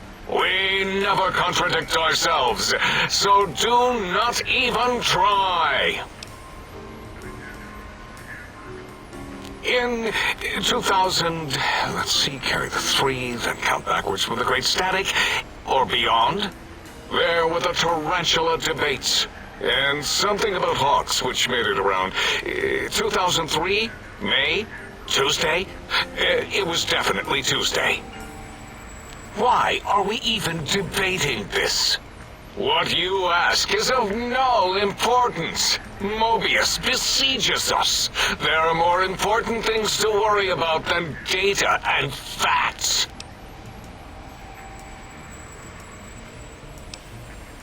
The malignant tumor that is Mobius plagues us all. His hunger for power, insatiable. From his lair in the Forbidden Zone, his terrifying robo-scorpion army clicks and whirs across the crater of Big Mountain, ever seeking, ever stinging. He must be stopped, or all of Big Mountain shall be destroyed. The radar fence protects us all. If evidence is correct, the one who built it is me. It keeps anything with a disembodied brain inside, like us, and anything without a brain also inside. It is the ultimate defense against communist aggression. There'll be no infectious ideas on my watch.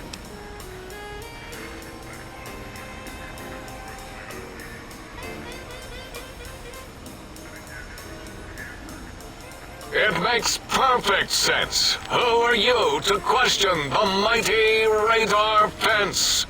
Ever since my anxiety-filled days of powerlessness and being bullied in American high school, I have dreamed of such security as the fence.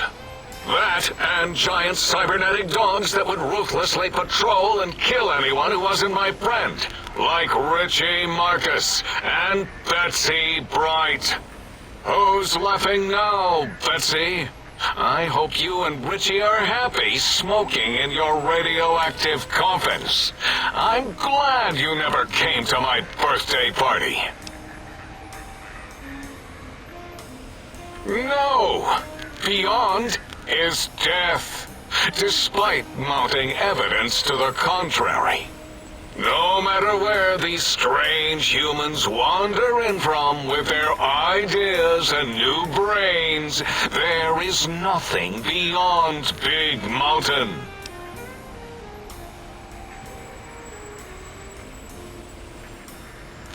Enough! Stop filling my precious brain cell units with irrelevant data. You sound like the other visitors, making wild claims of a world beyond, where there is a war beyond war. It is unproven and unthinkable. Bother the other doctors with your crackpot theories. I have no time. None of us do.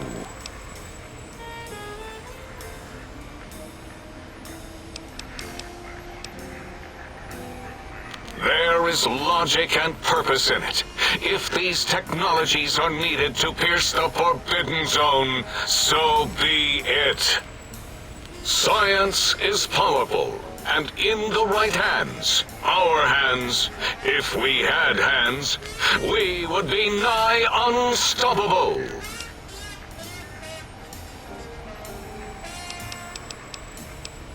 It is our home, threatened by the horrors of Mobius.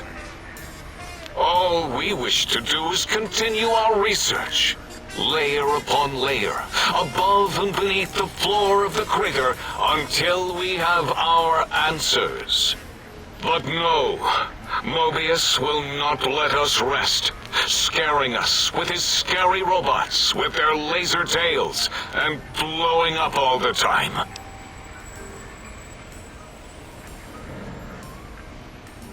It was not our first choice of testing grounds, but we no longer have the luxuries of our test cities. Then we lost the mountain. After the explosion, we couldn't find it anymore, so the crater became our testing grounds for science.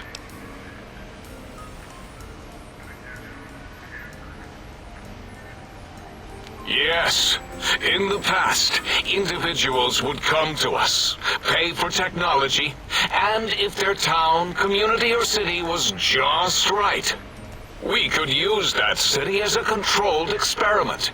Vault-Tec was much better at it, of course. We had to make do, get permission, sometimes. If only we could have used commie cities. But capturing whole cities was hard, so we captured enough commies to make cities of our own. So we had a group of Chinese prisoners to experiment on. Those were the days. But the true test was science on unsuspecting Americans. Whether it was holograms, new autodocs, toxins, vending machines, we wound them up, let them go into tiny, isolated towns. Then we observed. Boom! Yes, quite unexpected and embarrassing. All better now after the landscaping, though. Much more pleasing to our monitors. And the crater helps keep everything inside, because it is bowl-shaped. Submit your questions. I shall respond with deadly and...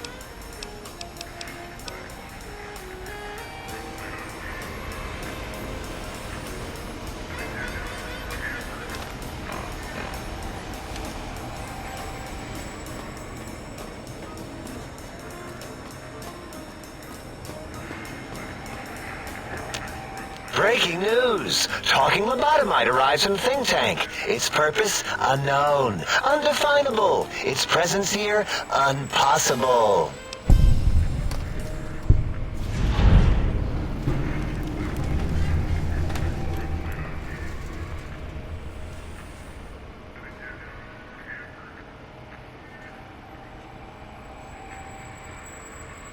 Oh? Oh, yes. I'm not going to bother correcting you. At least you got the doctor part correct. I can be grateful for that, at least. Stop the presses! Just in from my eye monitors. Is that Rob Kotek on your arm? It is! What's your agenda bringing that in here? How dare you bring Rob Kotek in here? What are you showing off? How great Robert House and his big company are? Oh, we can make Securitrons better than any robot those geniuses at Big Mountain can make, and they'll last 1,000 years. You're lucky I don't have hands to tear that dip boy off your arm, or feet to stomp on its stupid metal guts. Ugh. Damn Robco.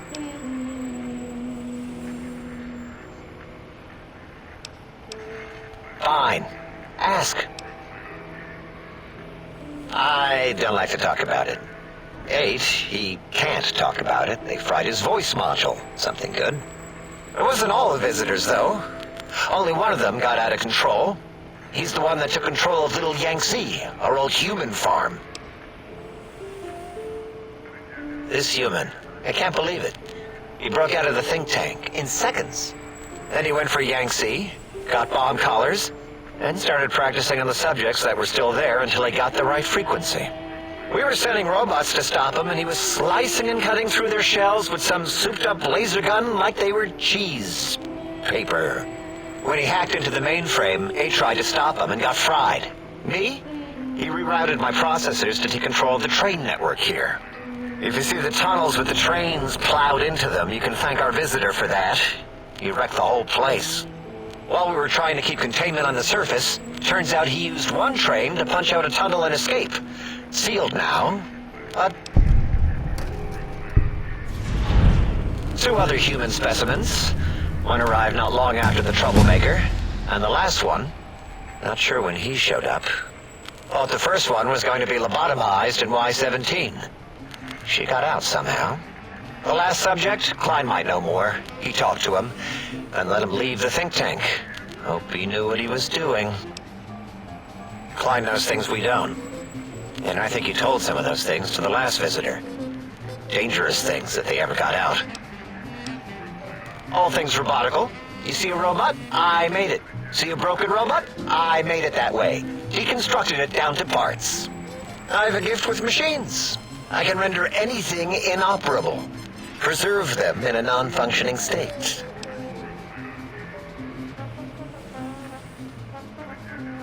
Who asked you?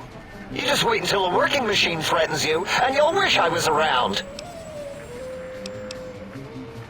Yeah, I do. It wasn't always, oh. I just took that one by default, because sometimes it's easier to accept a mistake as long as the purpose works. I don't want to get into it. It's a sore topic with me. Makes my gel ripple. Great. Psychology. Clearly the worst of the sciences, right after colostodiuretics. Okay, so my name is an O. Never was. It was circular, a single character, digit, but not O. But even with enhanced sensors, no one here could get it right. Always kept seeing the letter, not the number. Yes, thank you. 0. I am 0. How hard is that? A narrow, thin 0.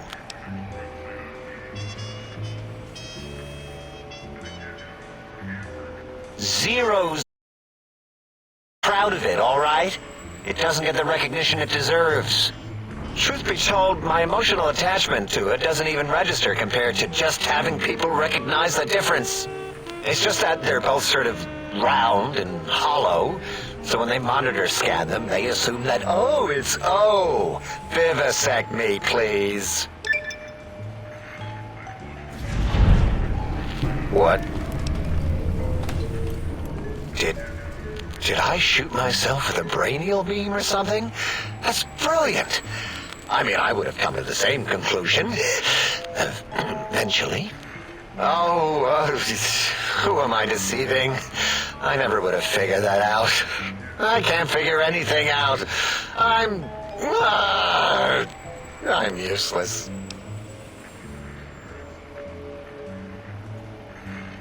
Exactly. At least the old name was indisputable. O is more like surprise. Oh, look what I stepped in.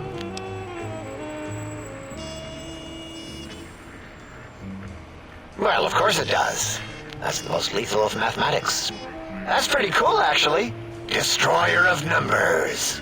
I already wreck every robot I study. Why not basic arithmetic? I like your solution. With that kind of slash in the middle, I can set myself apart. If I wanted to. And make a 0 in all the think tank. They won't be able to escape it. That diagonal slash right down the middle. Thanks.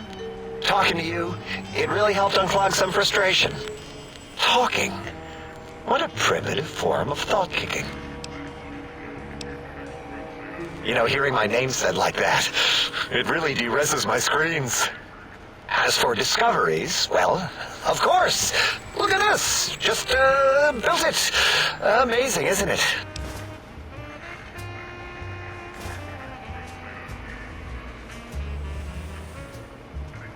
You know what? I'm not even gonna pretend. I broke one of the monitors, and those innards start falling out everywhere. If you could just hold on to that for me until, well, forever, that would be welcome. That genius Mobius somehow cobbled together these really impressive-looking robot scorpions with spare parts. Even painted them. Tried to see what makes them tick. Can't even examine them without them detonating all over me. Left with shrapnel and burns.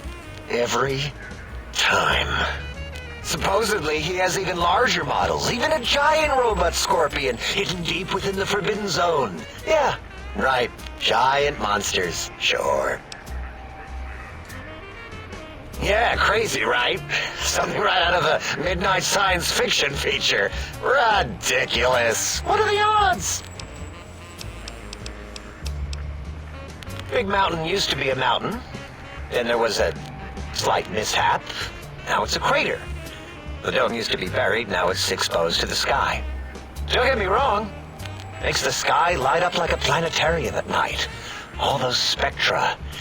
So soothing.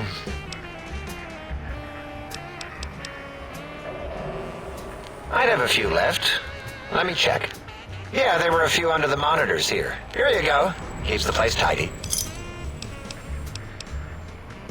Until our next scheduled audio transmission and reception, then.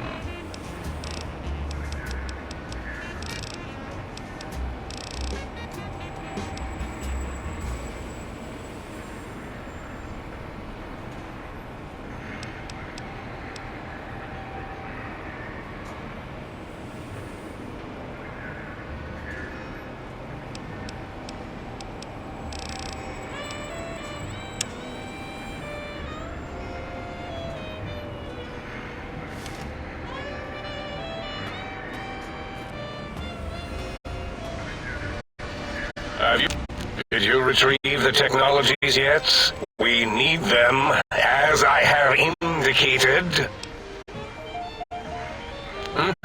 Oh yes, the last visitor. Well, the one just before you. An interesting name from some language that's almost impossible to speak. What did we speak about? Melancholy fellow. Had questions about history, but our conversation got interrupted twice, I believe. Once when the trains got derailed, and then a second time. Oddly enough, now that I'm accessing my databanks, I don't recall what the second time was. Mobius's incessant transmissions keep distracting me. Also, we didn't brain scrub the visitor. He may have left with some knowledge he shouldn't have. I believe, maybe. Oh well, I'm sure it's of no consequence. I don't make many mistakes in calculation or perception, so probability favors me.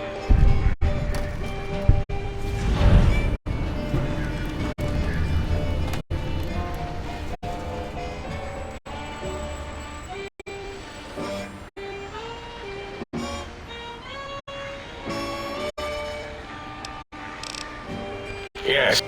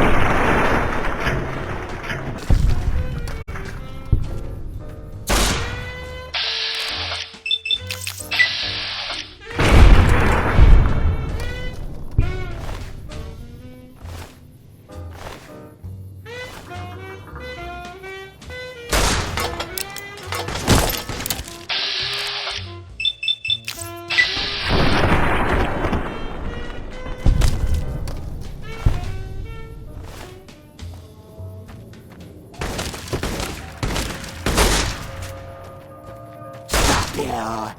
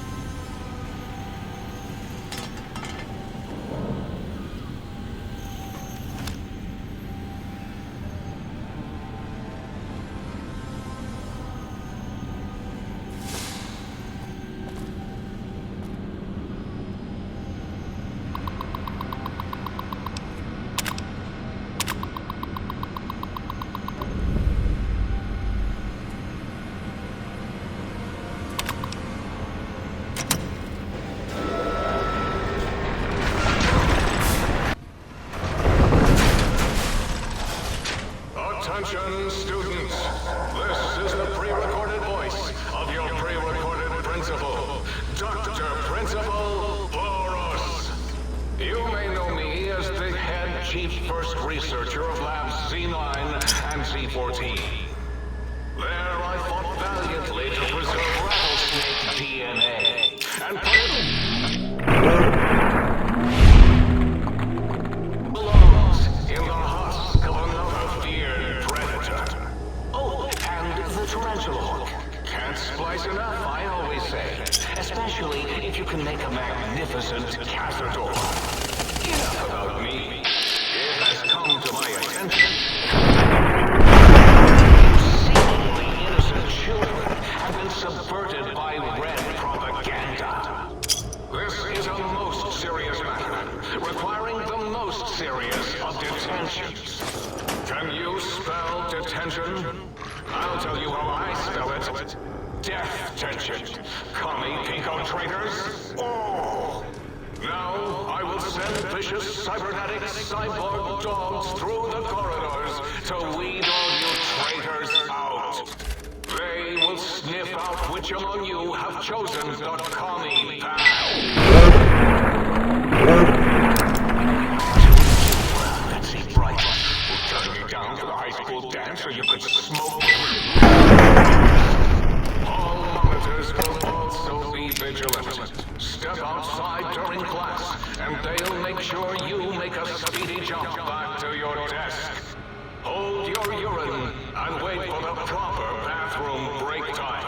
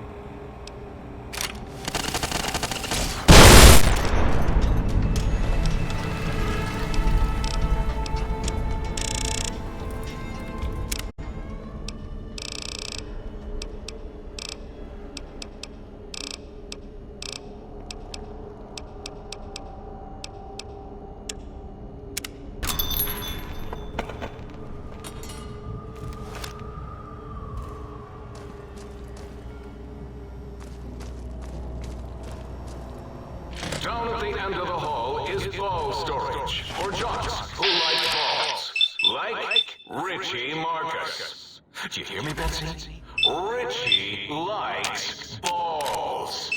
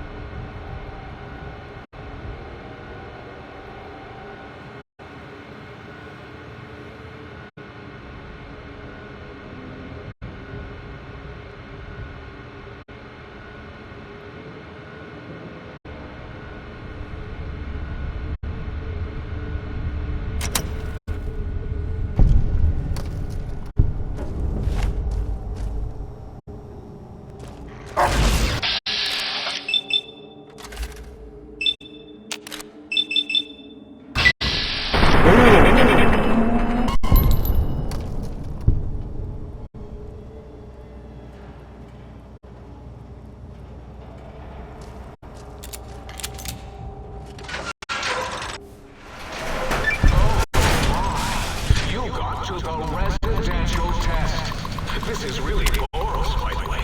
Hello again. None of us thought you would get this far.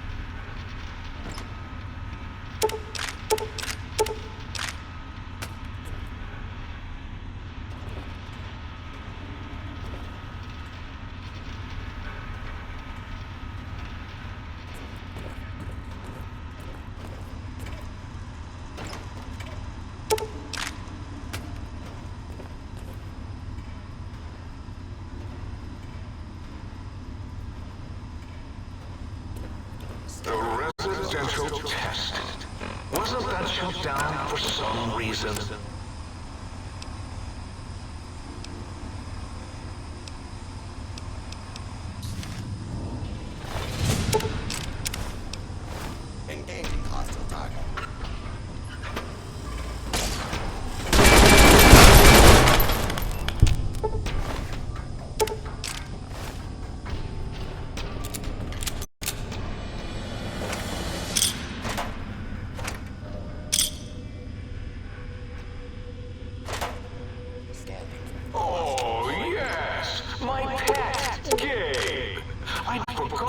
grumpy old boy, and the count back at his. Gabe? Gabe, you're about to have your favorite treat. A visitor. Won't that be nice? Don't. Don't, please. Gabe would bark and snarl and bite whenever anyone came to visit. That's why I replaced his legs with spare parts and fed him a steady diet of psycho-laced dog chow.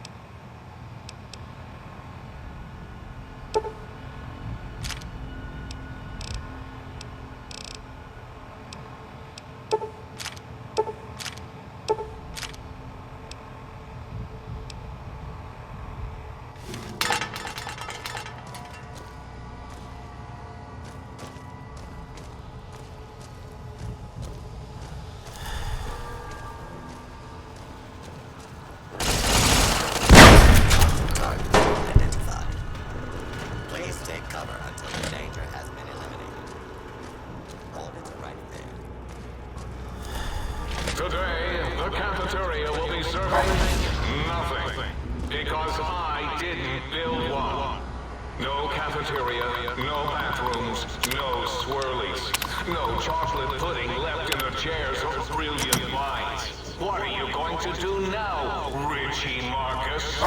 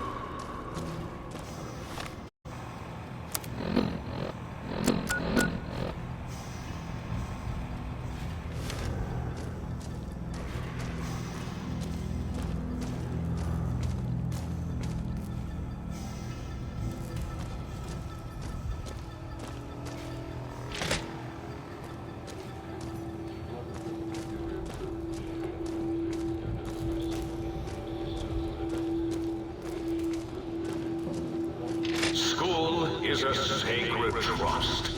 Even though I am a long-ago graduate of this hated facility. Now I see its worth, and see it was corrupted by fraternities and girls. Yuck.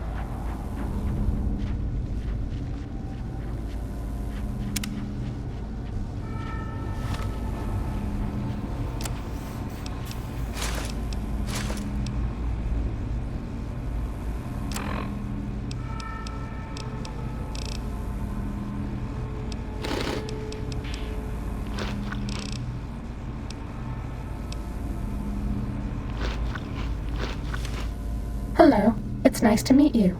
Who can I hide you from today? Stimpack reserves adequate.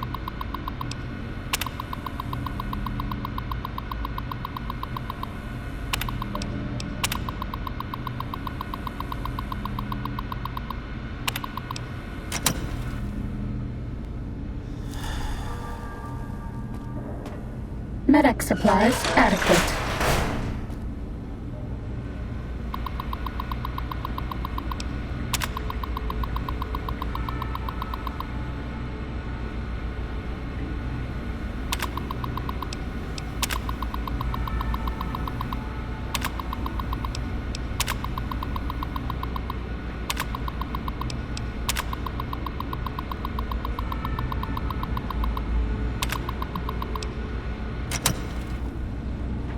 Who do you think is cuter, Dr. Klein or Dr. Boros?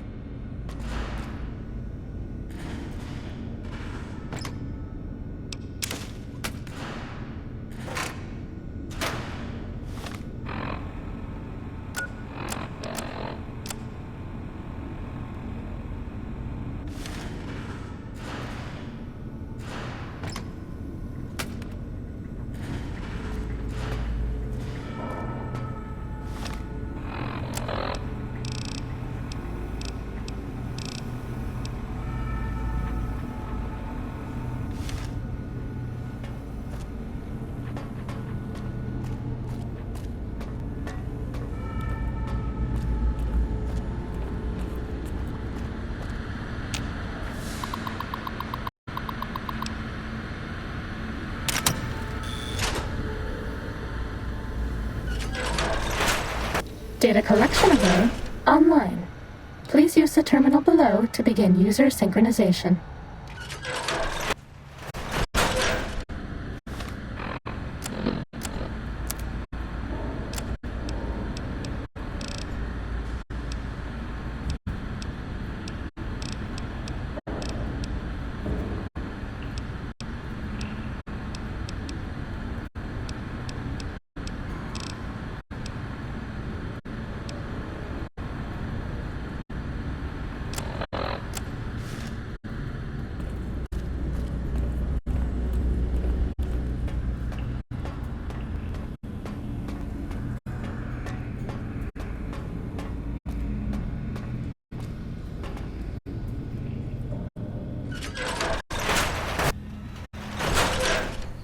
Technically, it's impossible to overdose on painkillers. Ready, steady, fighty.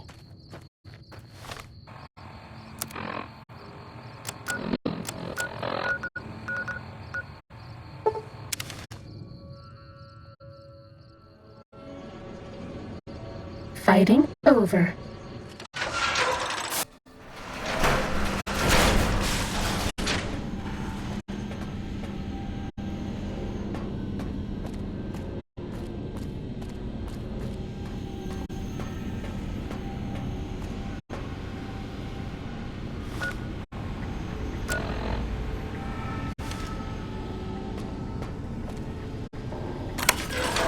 Ready, steady, fighting.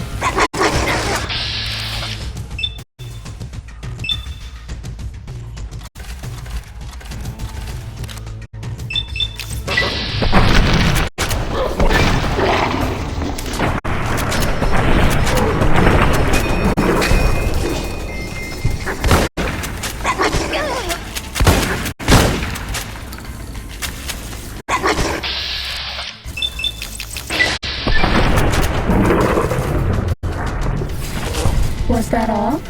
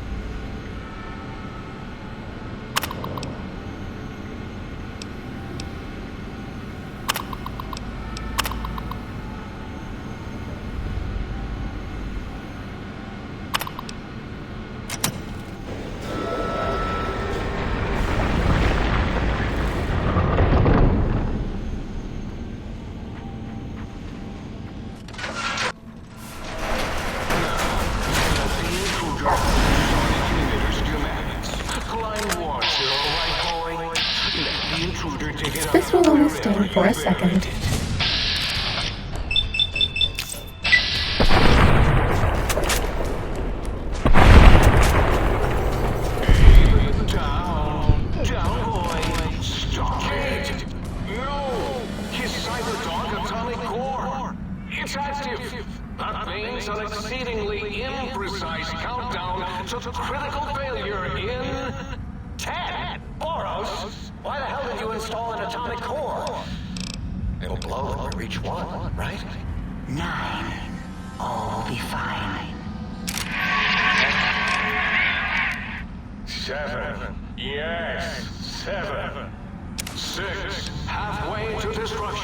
measured in clicks. 5 by 5. Someone's coming in line. 4, as in 4 men. Do you hear me, think tank? It is I, Mobius, hacking your freaquinosity. Mobius. 3, as in we. As in we are in trouble. That didn't rhyme.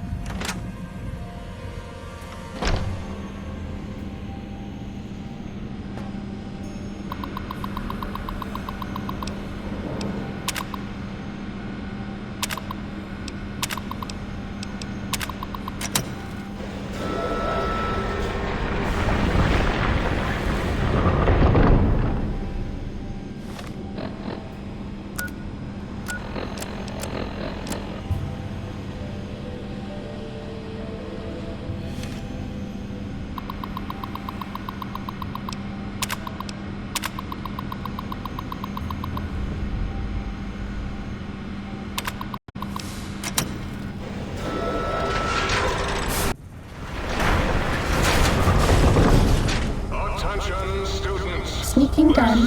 Fighting now. Voice of your pre-recorded principal, Dr. Principal.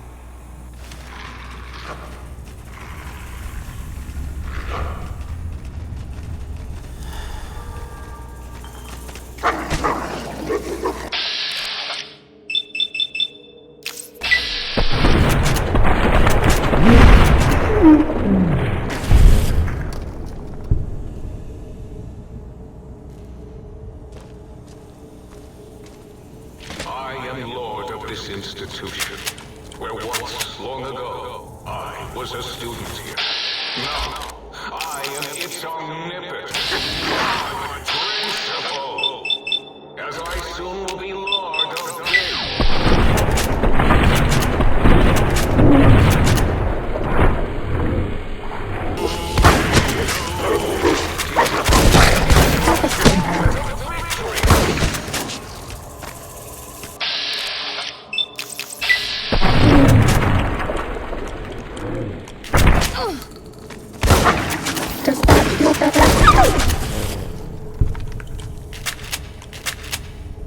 Have a stim pack.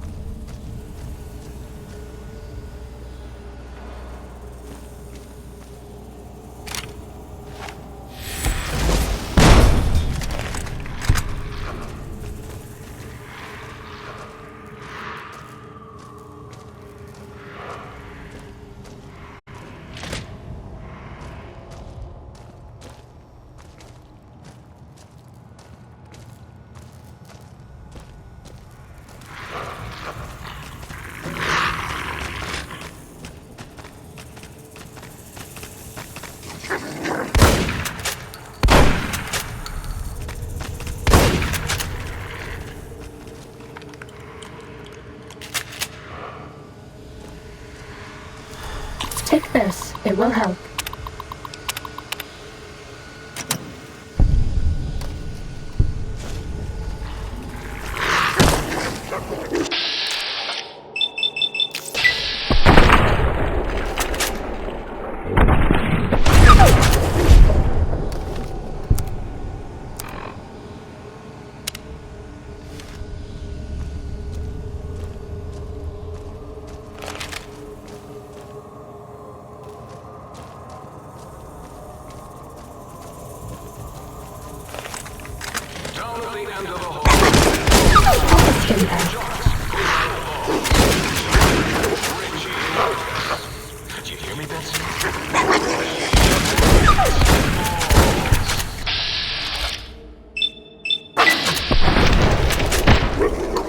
Injecting Stimpack.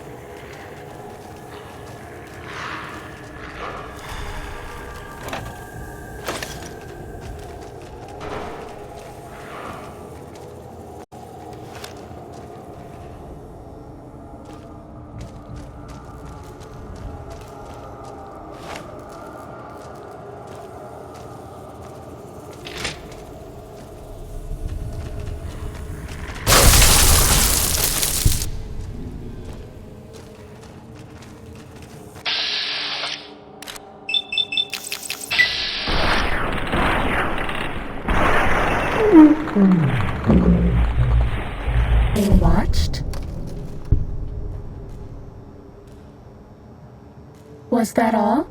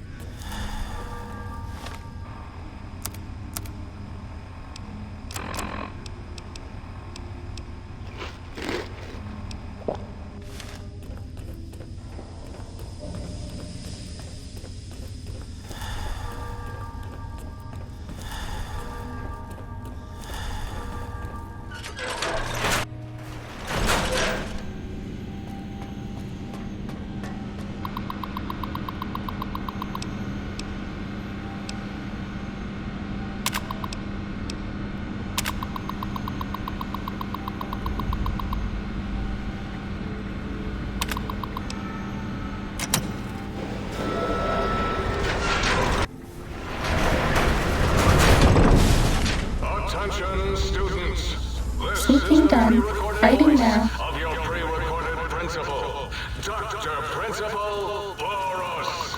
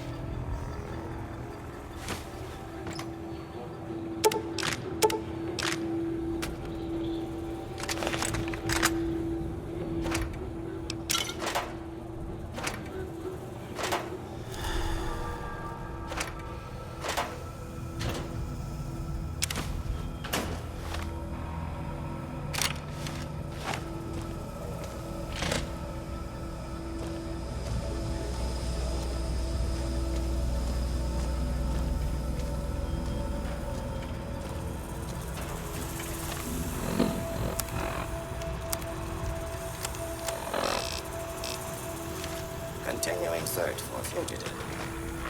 Please clear the area until order has been restored.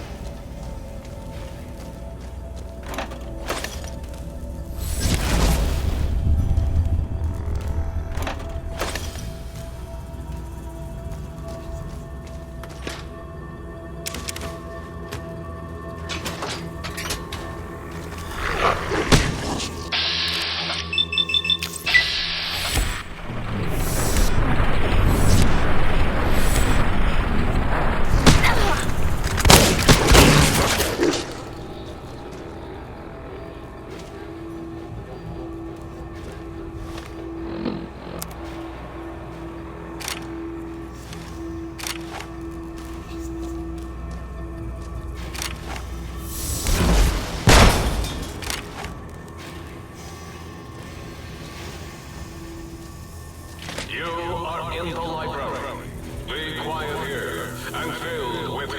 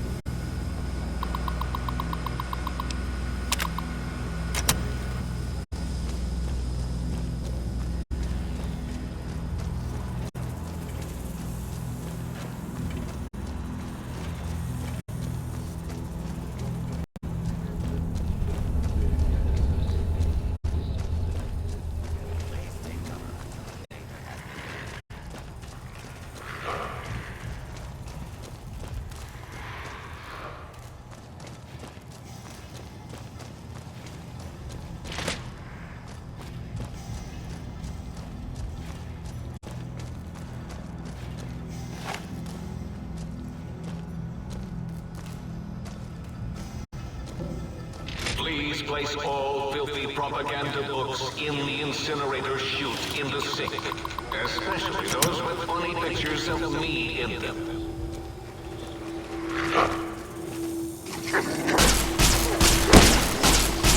This will stop the pain.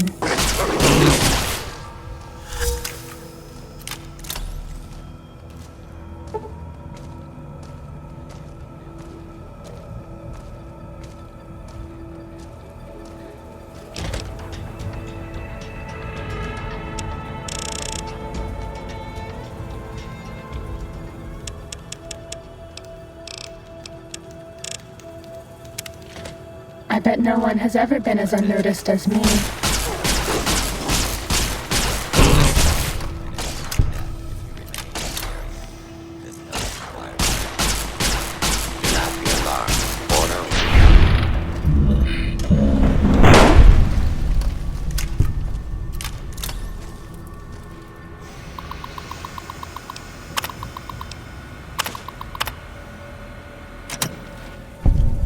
Sneaking done. Fighting now.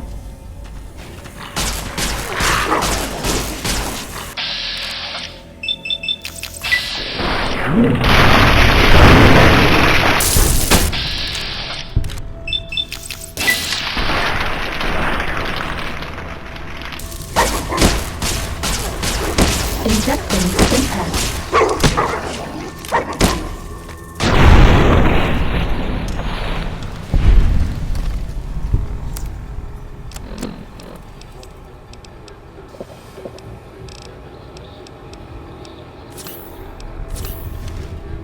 That's all.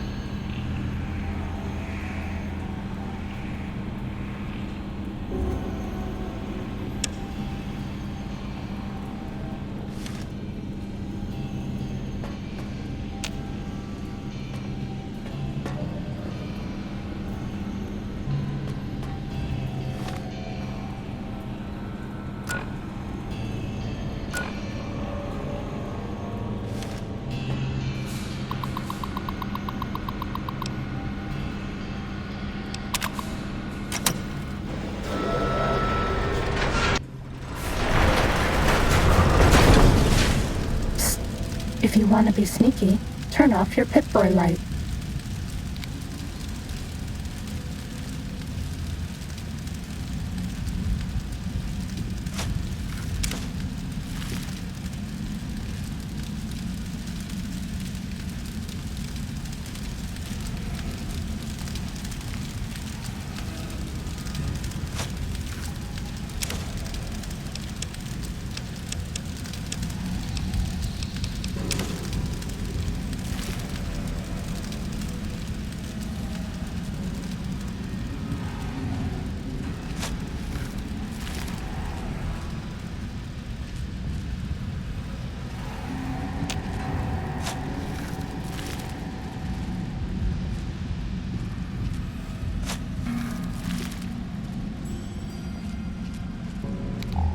Nobody ever notices me, but they notice the Pip-Boy light.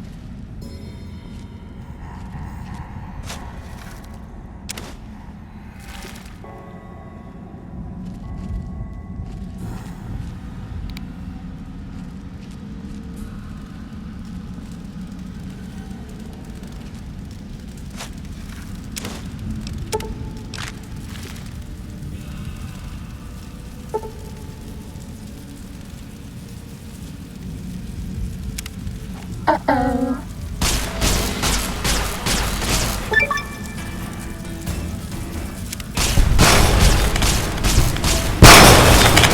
Destroy this one, I'll make more. You're no match for science.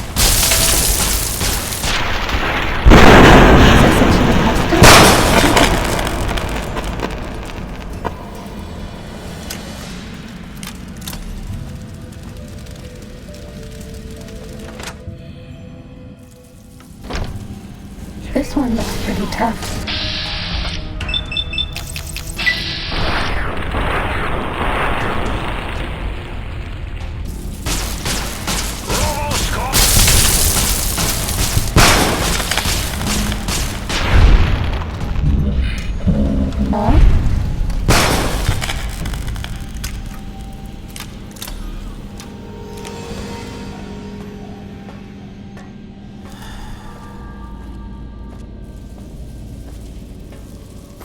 this. It will help. This one looks pretty tough.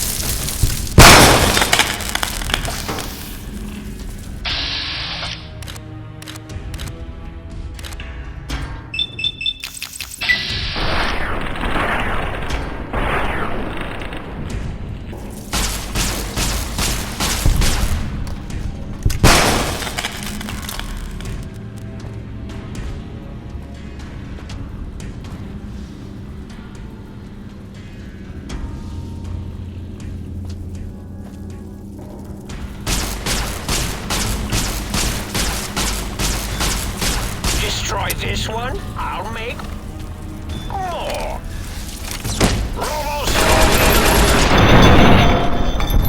Bad guys, justice.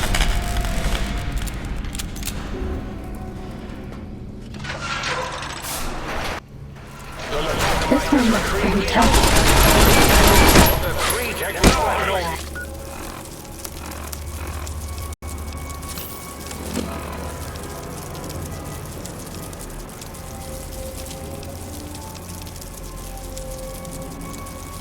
Match for science.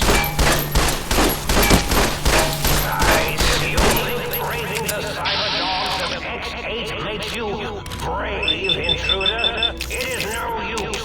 All cyber dogs are under my command, and they will bite you.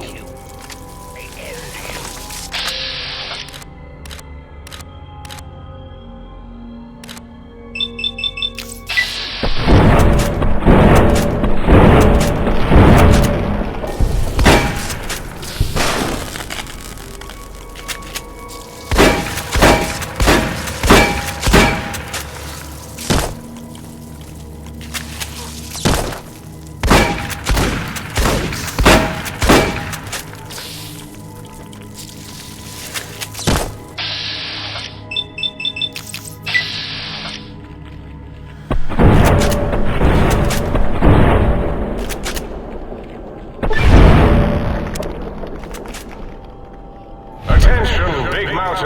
This is an urgent message.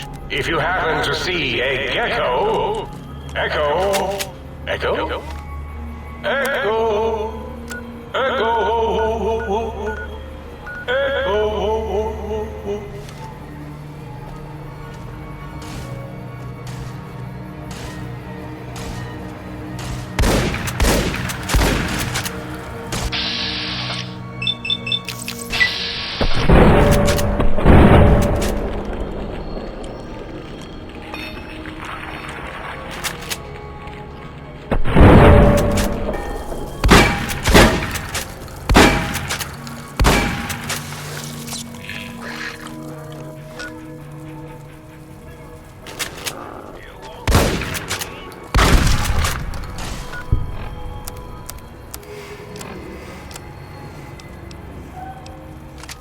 Does that feel better?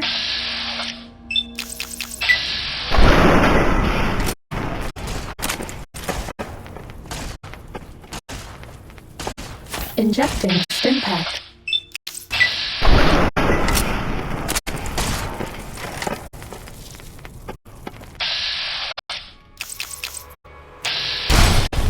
This will keep you on your feet.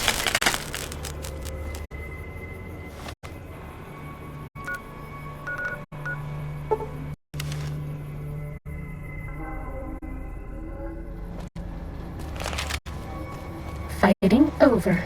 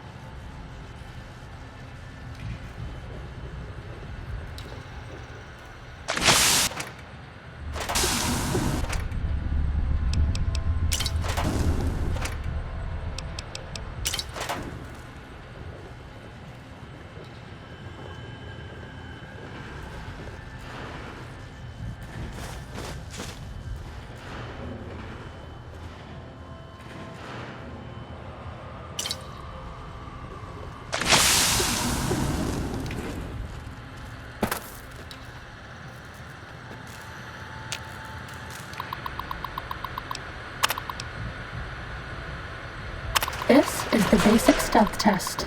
The robots will be looking for us, but we won't let them find us.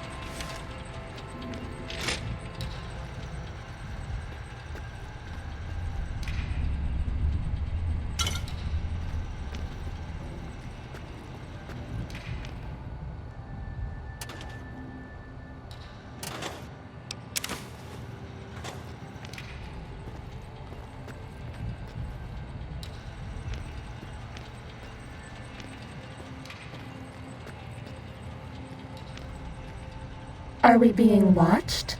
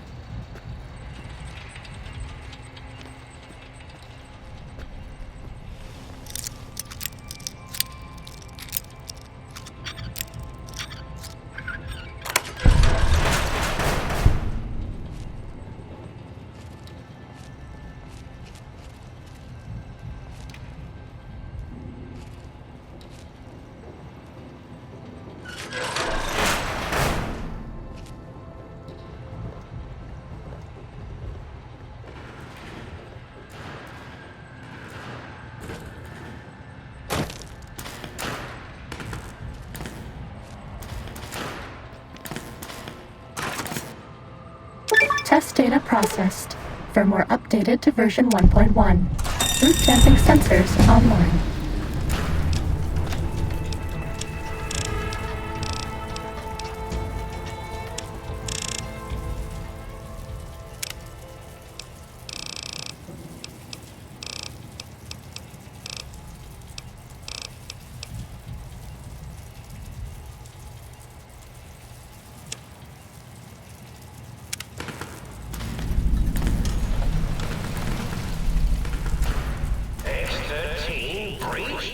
No, even that stealth suit won't hide you from my Robo-Scorpion army. Sting the intruder, my pets. Sting them until they are stupid.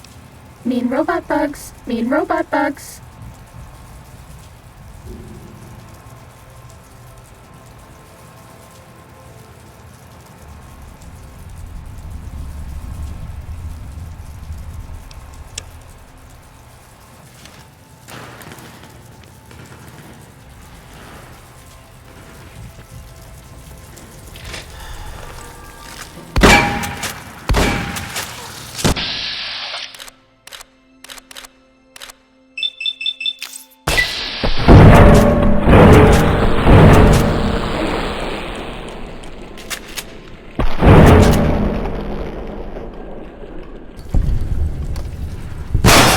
Pretty tough.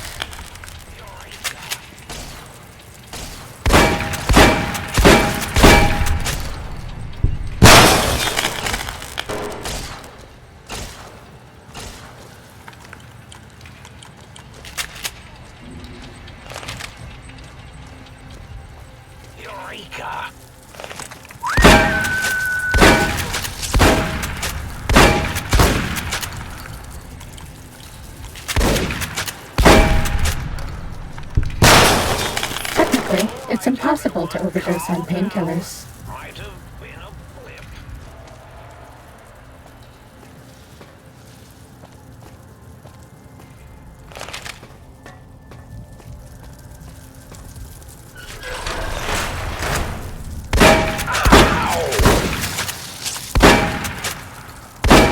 You're no match for science!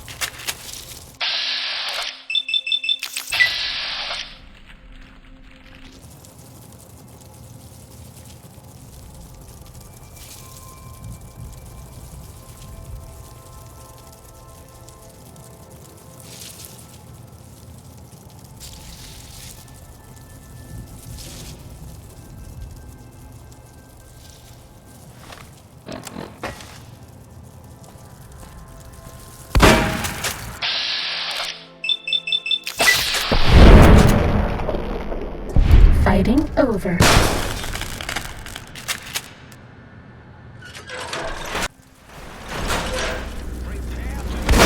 Breaking down. Fighting now.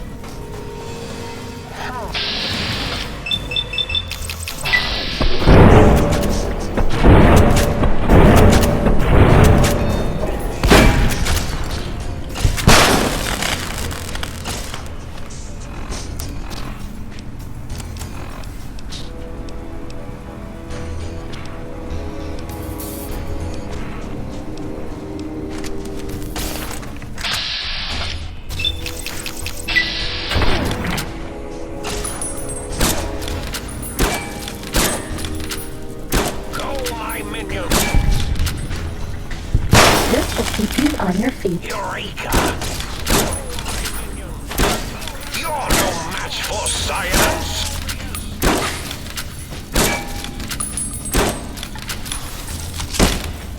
Injecting stim pack.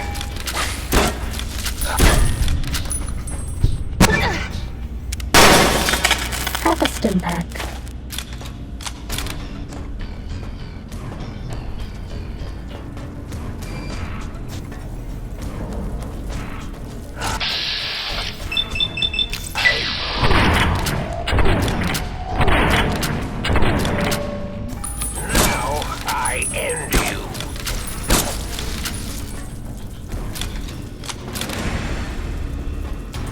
Won't escape me!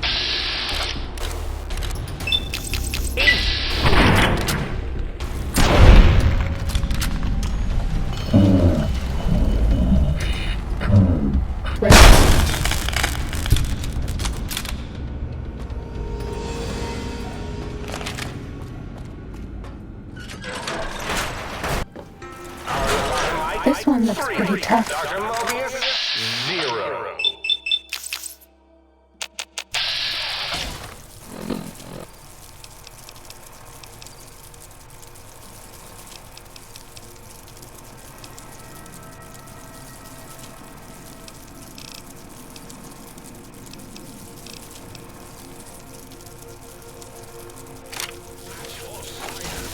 You think that will keep you hidden from me? Think again!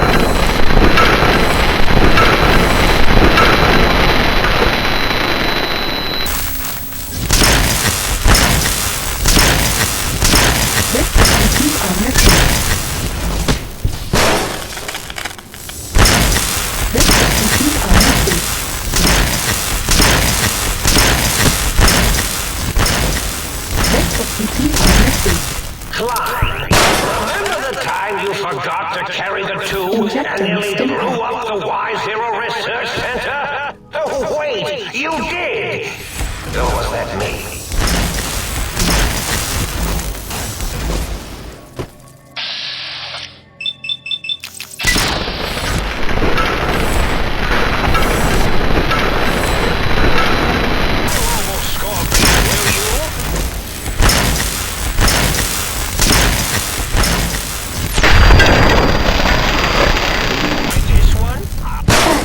Dealt with.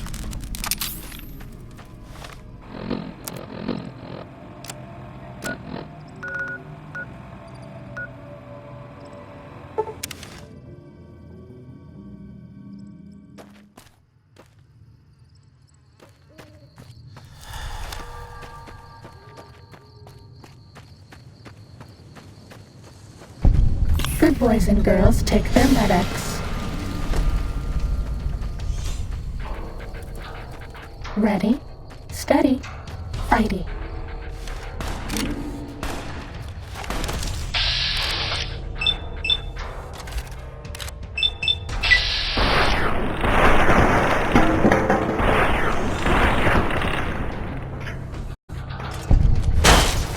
Half a stim pack.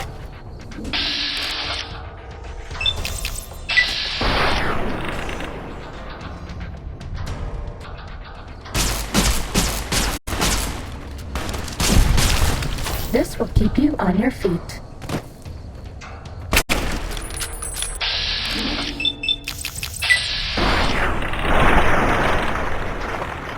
Bad guys dealt with.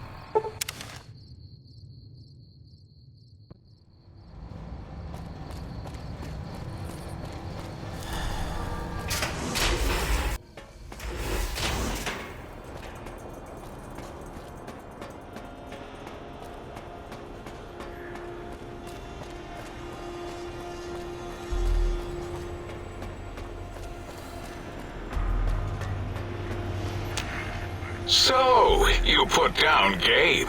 Thank you. A scamp, but really, his highly augmented combat programming could have proved meddlesome. In any event, thank you for putting him down. One less test subject to catalog and sort. Clearly a failure of Doggy's cybo-engineering. What? Why, yes, it is. I used to leave it outside his doghouse, chock full of chems, before the cybernetic modifications, of course. And no matter how chemmed the food, he would always eat it, and his tail would wag, even while you know, I'm having the most perplexing feeling squiggling through my biogel. I can't quite pin it down. Why, yes, Gabe. No matter how awful my day had been, he was always waiting there. How odd. My gel is decoagulating. And when I would talk to him about Betsy, and how Marcus would beat on me and call me Smarty Sissy Pants, he'd just sit there, head on my knee, and...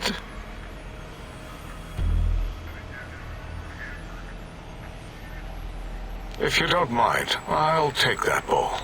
Just need to remove it. Put it away, somewhere out of radar range.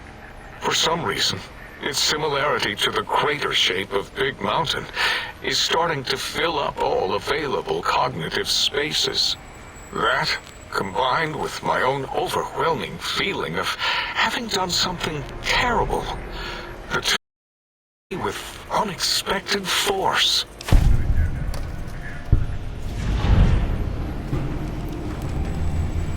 As odd as it is, I believe that is the conclusion. And I wonder why it didn't hit me before, until I saw that memory in your hands. This sensation is unpleasant. I don't care for it. I don't care for this place either. And I feel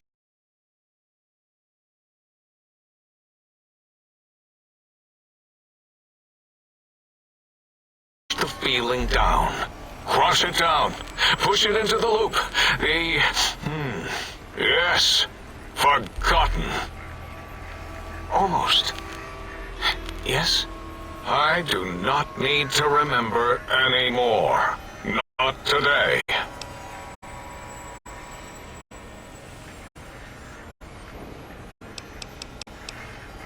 Until next time, then.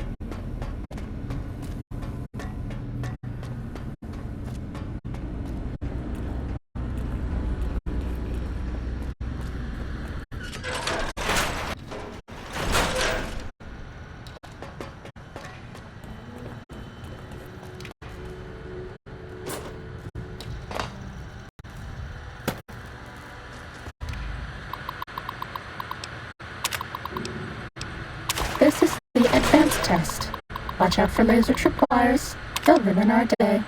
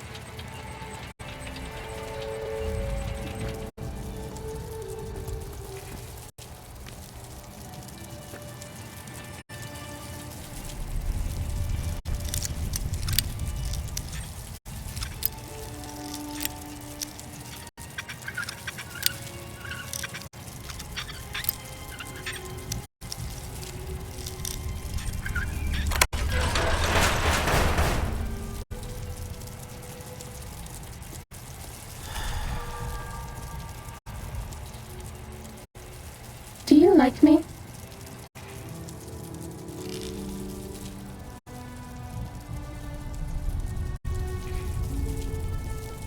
Technically, it's impossible to overdose on painkillers.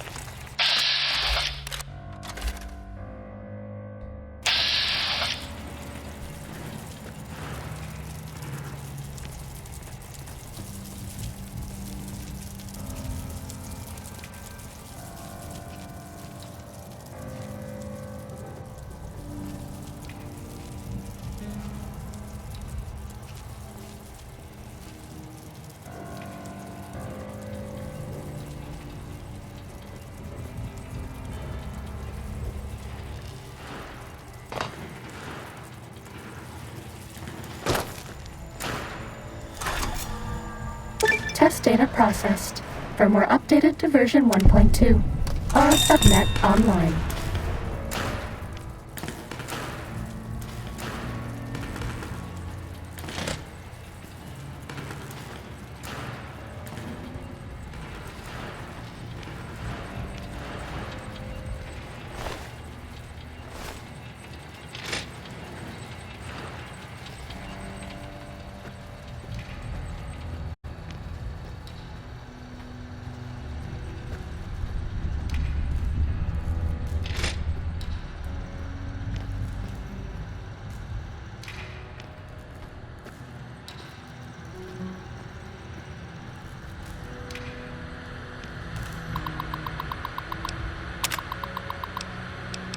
This is the expert stealth test.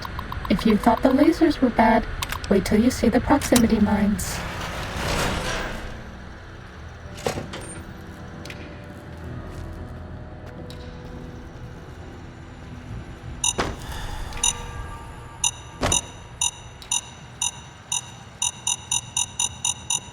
Too bad.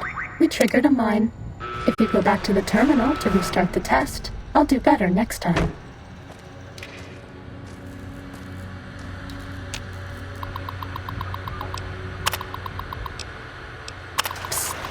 If you hack the mines, this will go lots faster.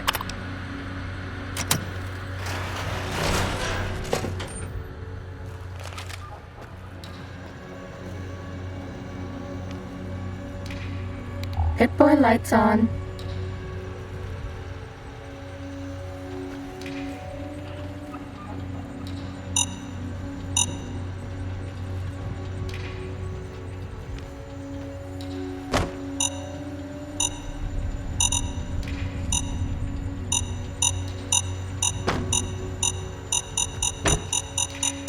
Maybe we can disable the mines quickly, or find another way past.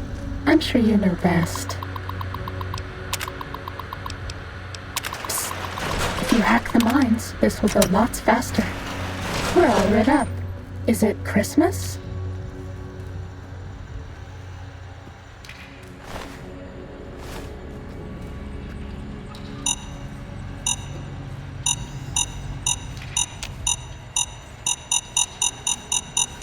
Maybe we can disable the mines quickly, or find another way past. I'm sure you know best.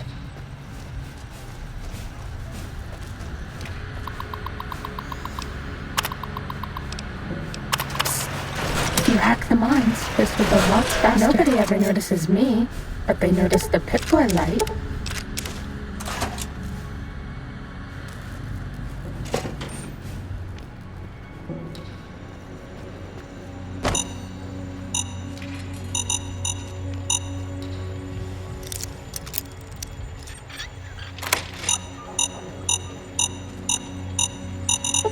bad. We were spotted by robots. If you go back to the terminal to restart the test, I won't mess up again.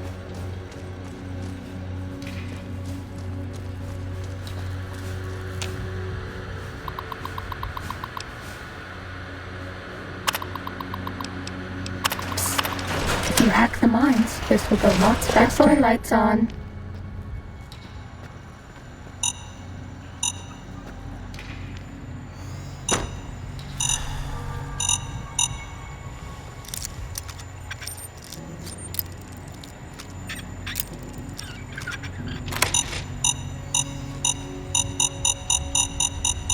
Maybe we can disable the mines quickly, or find another way past. I'm sure you know best.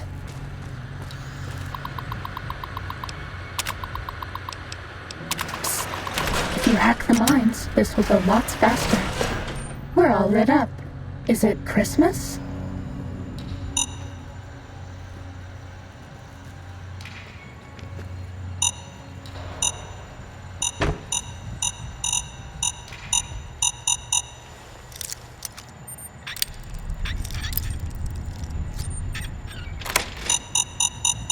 Maybe we can disable the mines quickly, or find another way past. I'm sure you know best.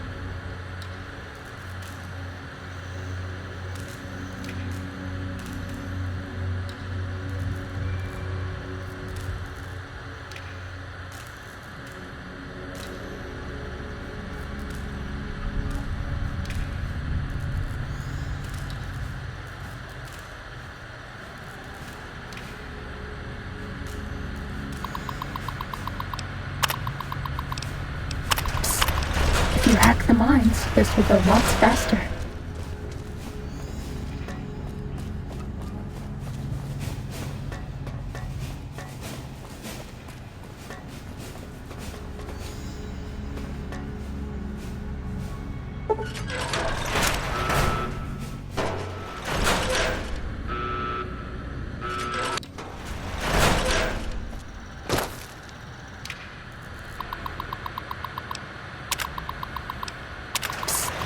If you hack the mines, this will go lots faster.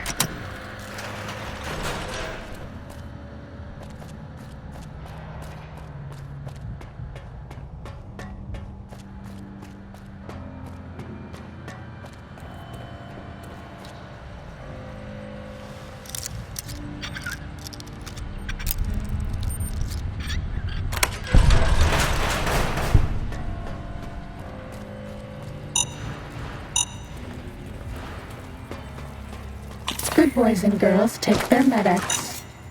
Test data processed. Firmware updated to version 1.3. Torso fitment synced to user's physiology. Sneaking done. Fighting now.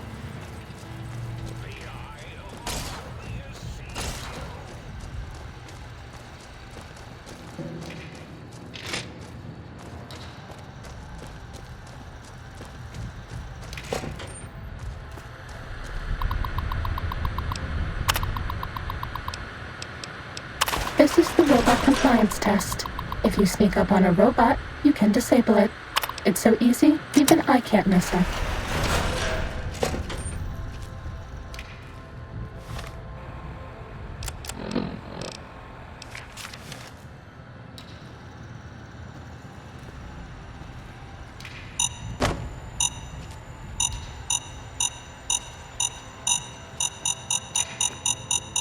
Maybe we can disable the mines quickly, or find another way past.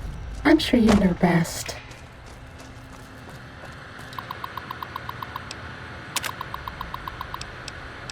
This is the robot compliance test. If you sneak up on a robot, you can disable it. It's so easy, even I can't mess up.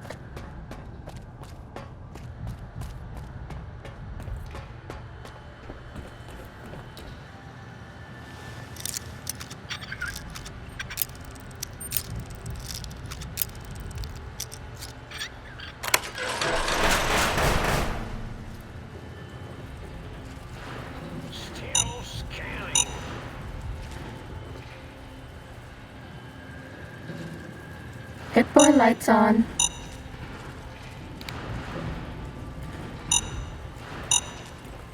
Fighting over.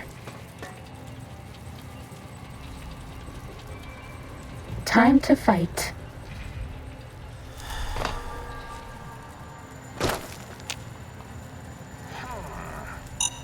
Fighting over.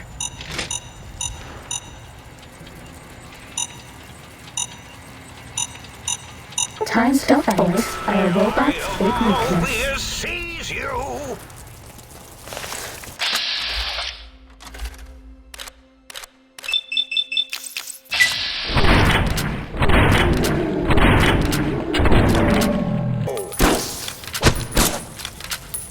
Yawn!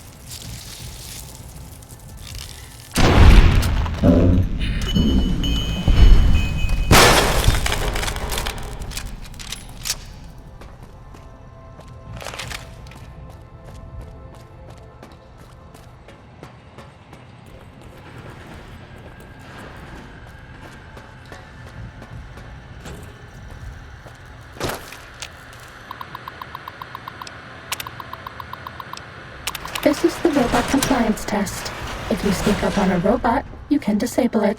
It's so easy, even I can't mess up.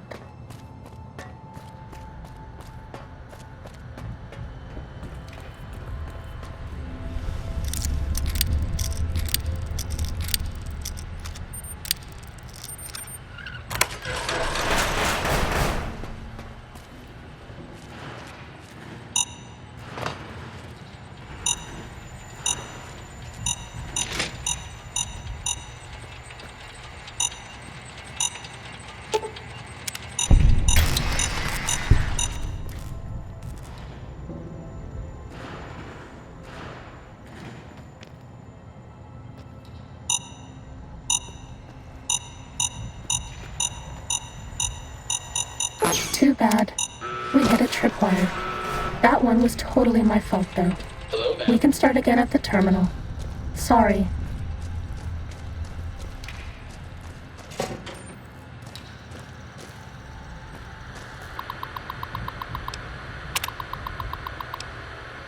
This is the robot compliance test. If you sneak up on a robot, you can disable it. It's so easy, even I can't mess up.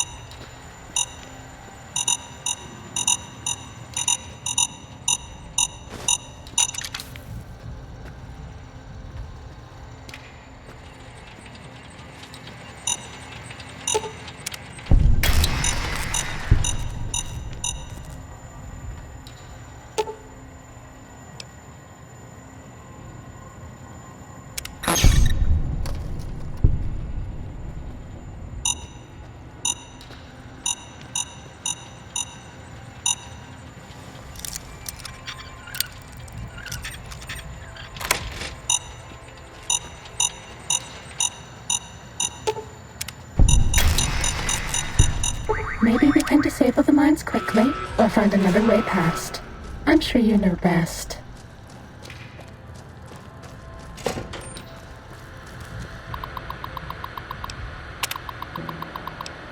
This is the robot compliance test.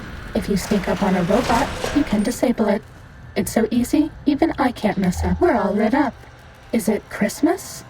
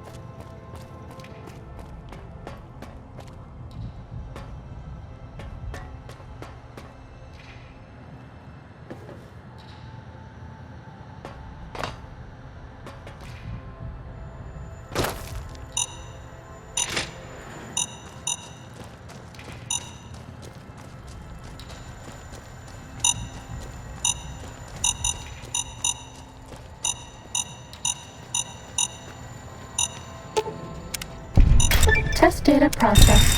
Firmware updated to version 1.4. Impulse accelerator online.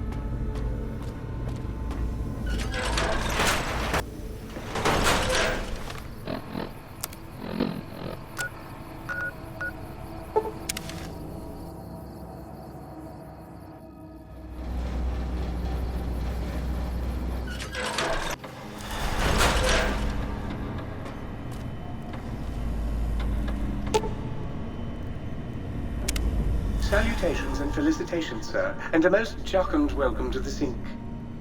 I am your electronic valet and household central processor. May I be of service, sir?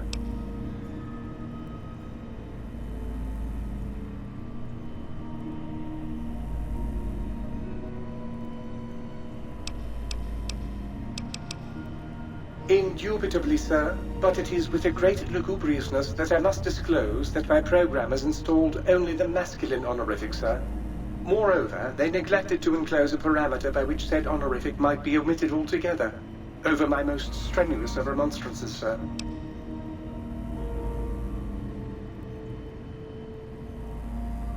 Regrettably not, sir. All modules in this habitat are synthetic personalities atop a mundane operating system.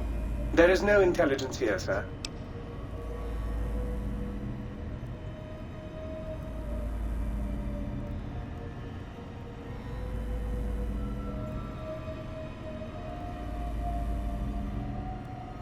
Indeed, sir. Though if Sir's aim is to activate them, I lament to inform Sir that most have been offline for some years.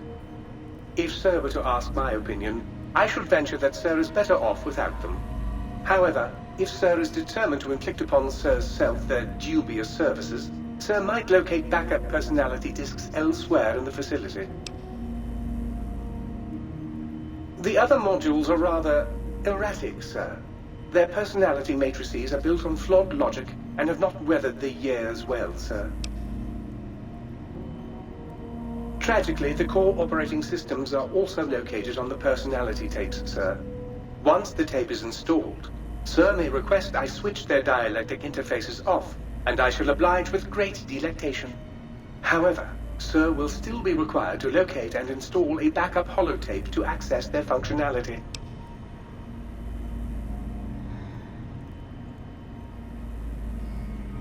As I am given to understand, sir, this facility was once the property of a Dr. Mobius.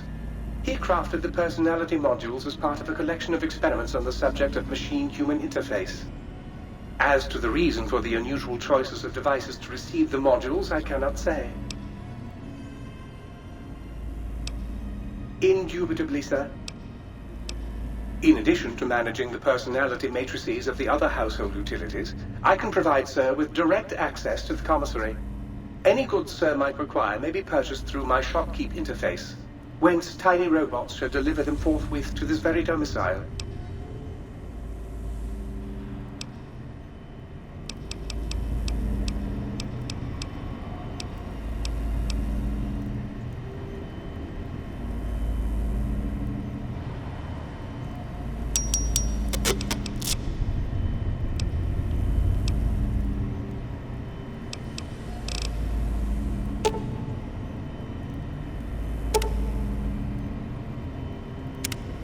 Might I be of service, sir?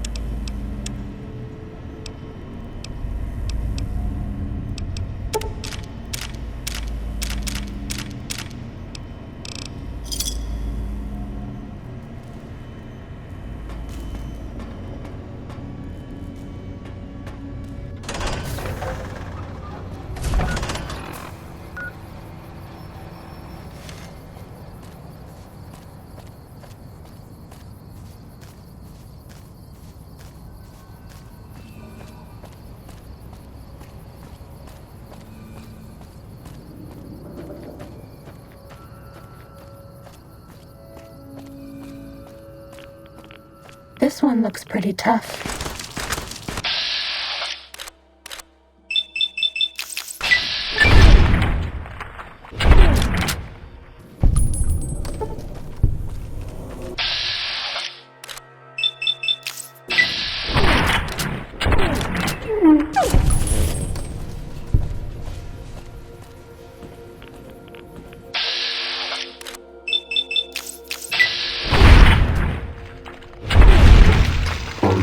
Over.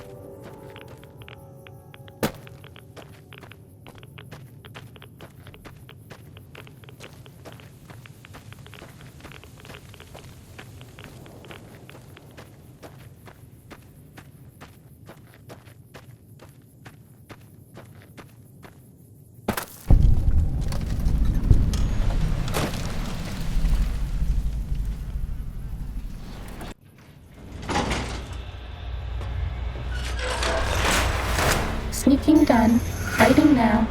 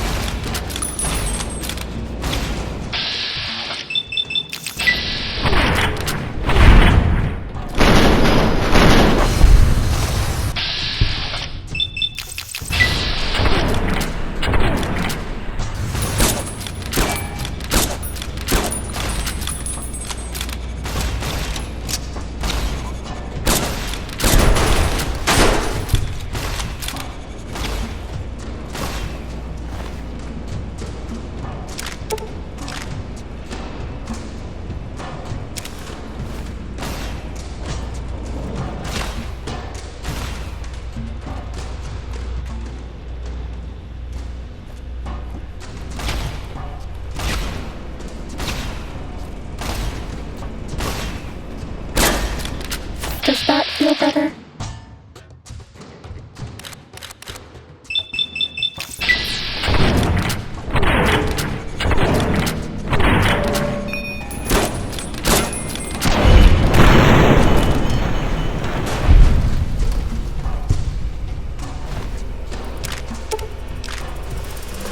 Bad guys dealt with.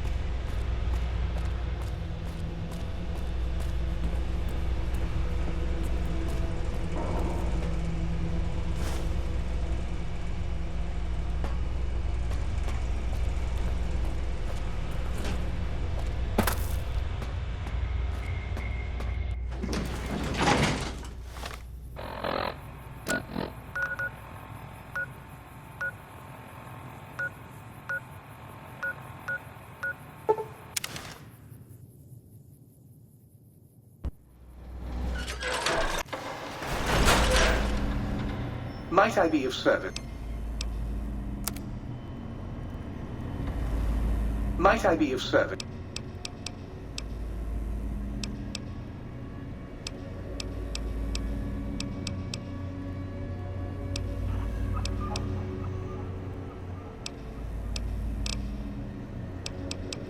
Very good, sir. Should, sir, be in...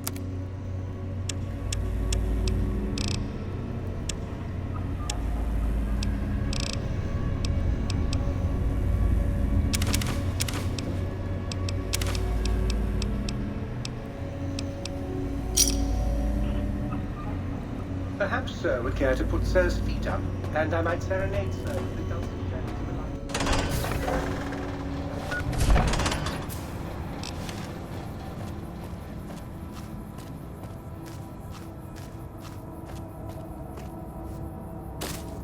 Anyone who can understand these messages, you do not belong here. We will find you.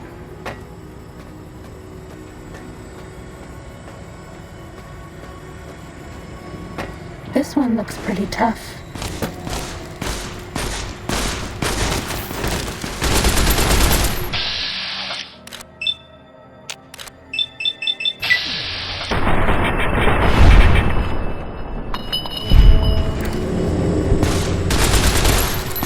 This will keep you on your feet. Have a stim pack.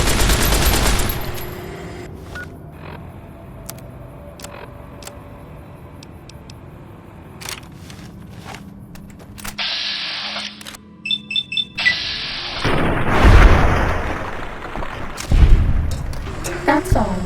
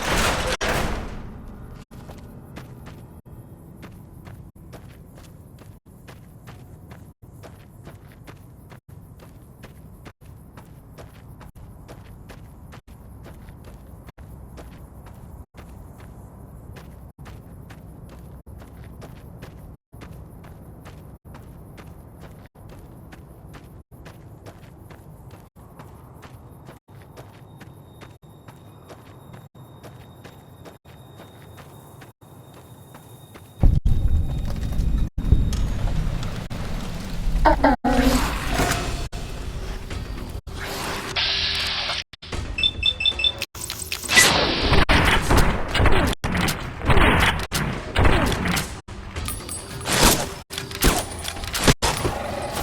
take this. I don't want you to die.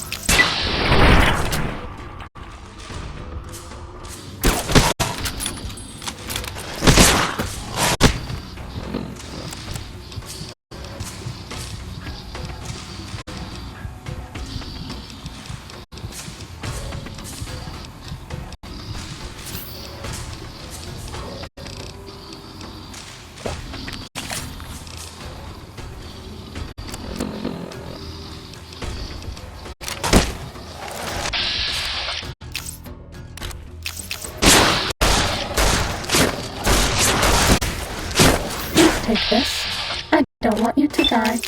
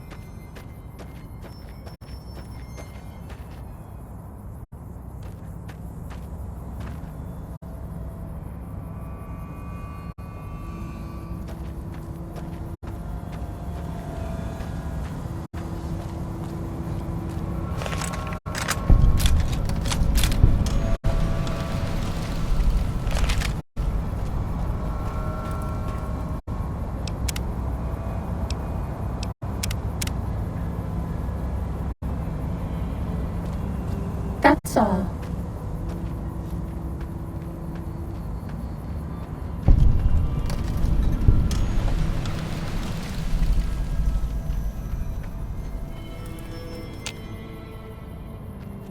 The Cazador and the Night Stalker splicing facilities are strangely quiet.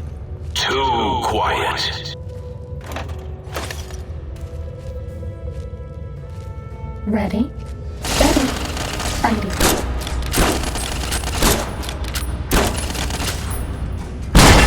Fighting over. I bet no one has ever been as unnoticed as me.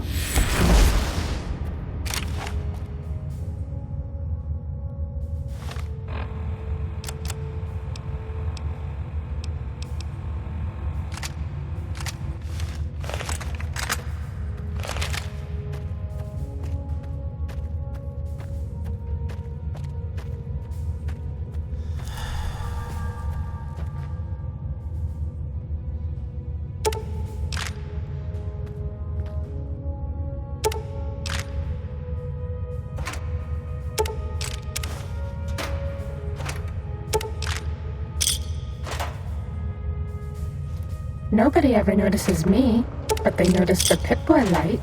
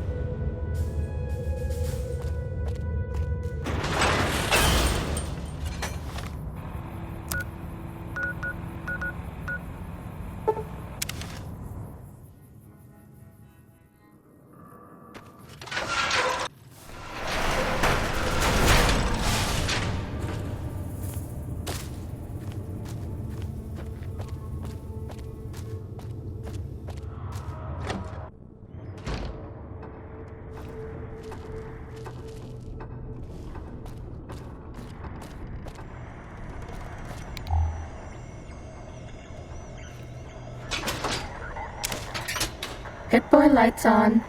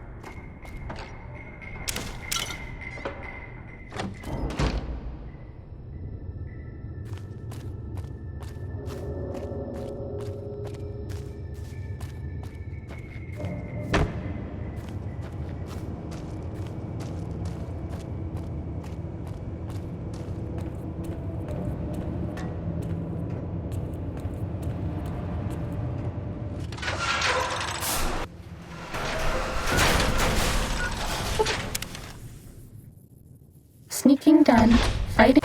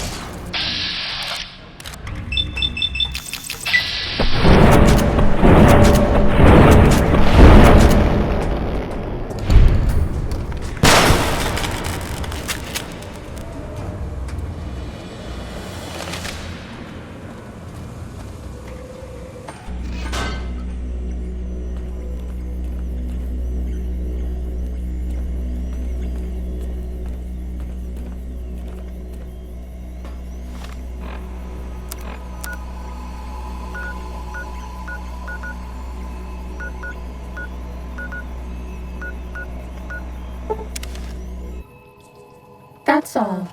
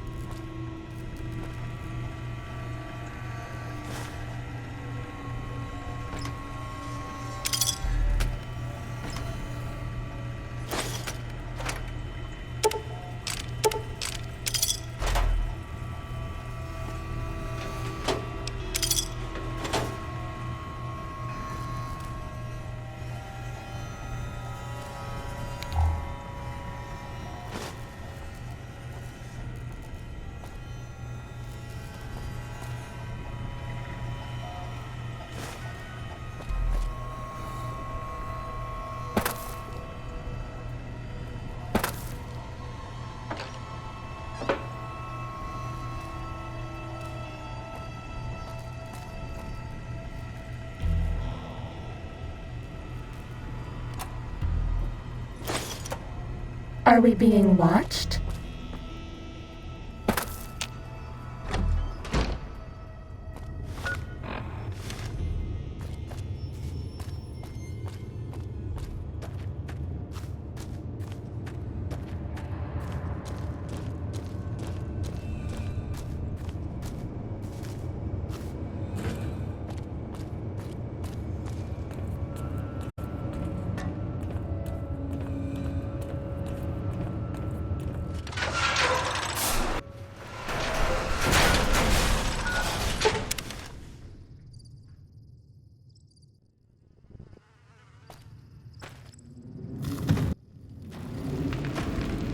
This one looks pretty tough.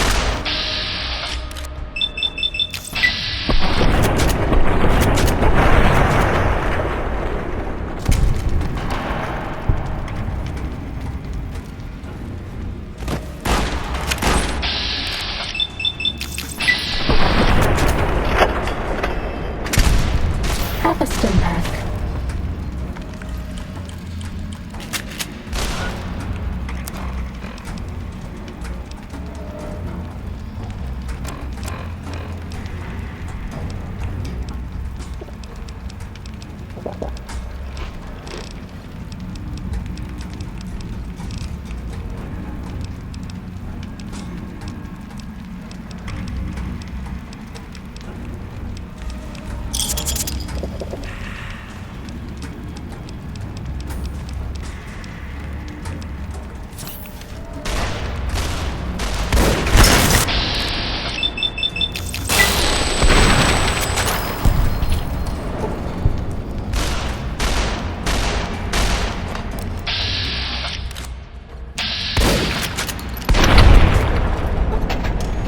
Bad guys dealt with.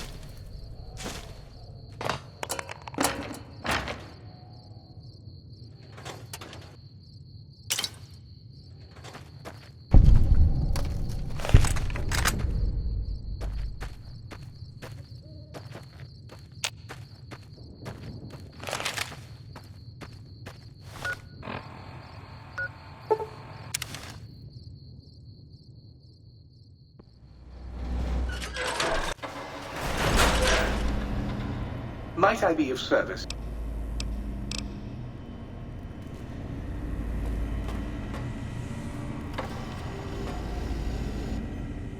Oh my! Partial functionality restored. That's less than optimal.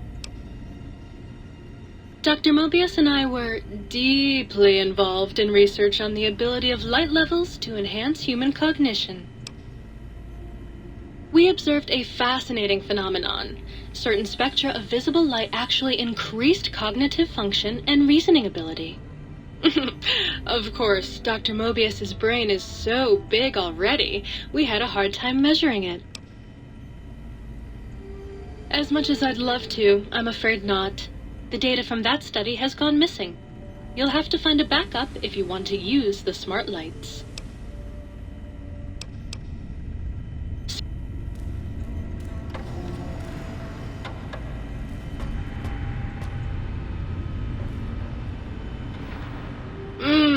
That was a nice little cat nap. How long was I out?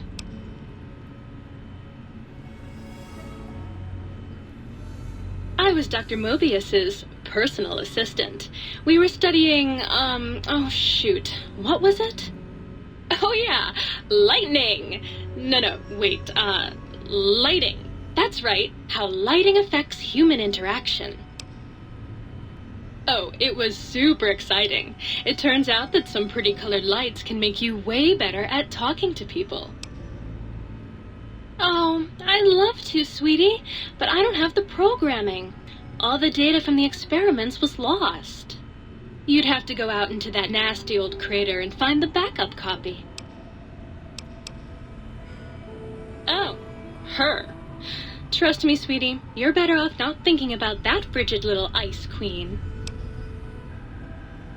That bitch, she thinks she's so much better than everybody just because her processors are bigger. Ooh, she makes me so mad. Sure thing, sweetie.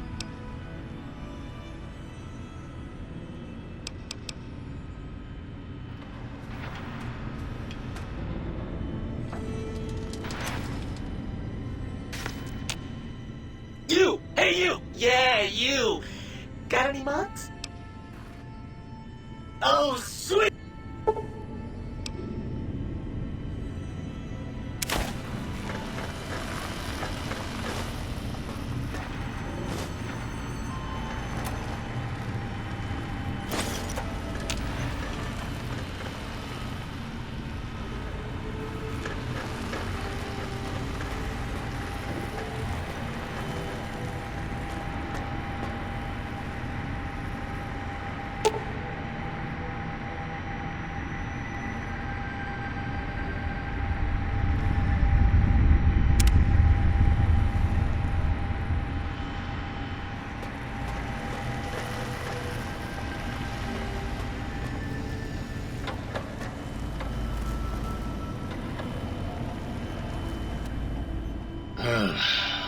How about that? Old auto dock's back online. Well, all right, come here. Let's have a look at you. And rightly so, I should think. All right, then. Let me just fire up the old interface for you.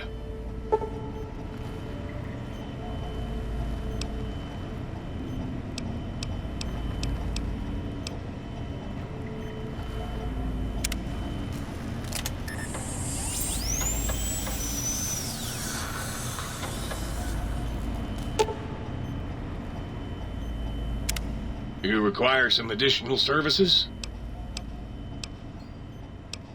Well, firstly, I would say providing wholeness of the body is service enough, but if you must know, I'm also programmed with cosmetical subroutines. Diagnostics says they're offline at the moment, though. Something about corrupted data files and all manner of such foolishness.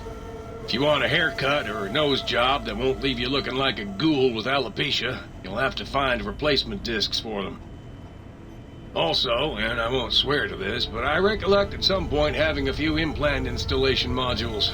Can't speak to where they got to, though. Concerned about the state of your mind, are you? Well, such things ain't my specialty, but I'm happy to tender my opinion as to your mental health. I should make you aware that the benefits of such a procedure are exclusive. That is, this only... Well, you require some additional...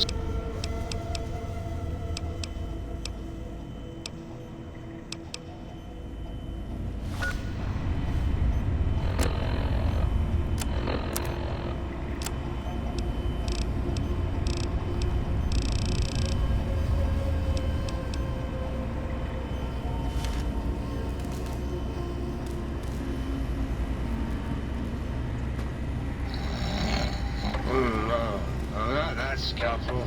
The fish... I am online once again! Tremble, world, before my electric heating coil of doom!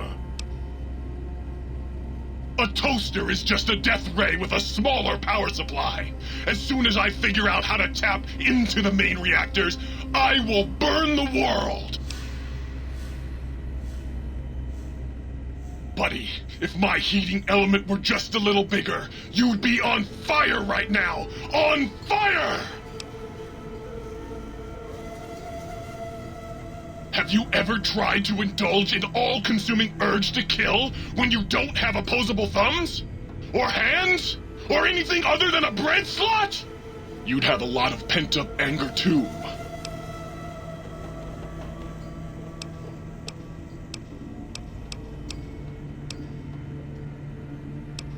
You should be afraid! I am the scourge of all small appliances, and the boogeyman that keeps lesser toasters awake at night.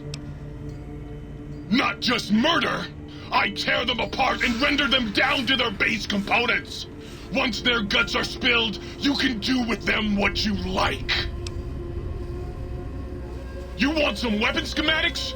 I can show you some fucking weapon schematics. You want a superheated Saturnite power fist? I can hook that shit up.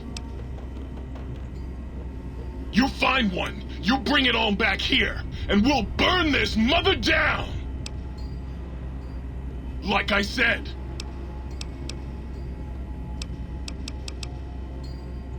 Scalpel.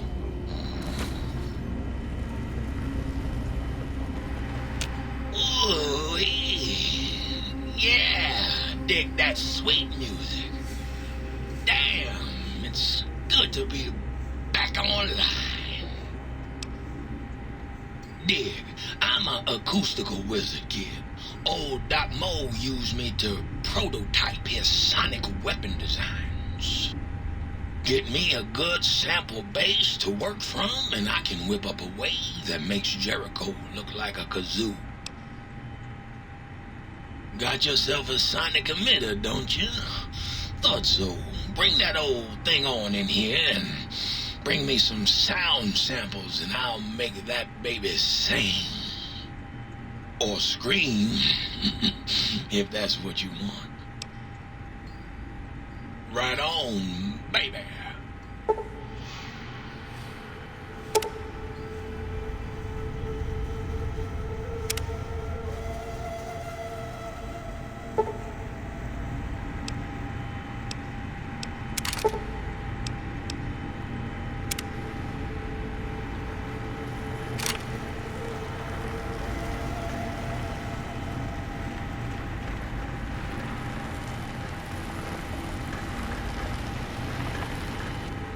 What's the haps?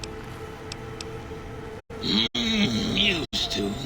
Long time ago. Then old Doc Mo ripped out my music drives and stuck in more acoustical processors. Guess you could say I got the blues, even if I can't play them no more.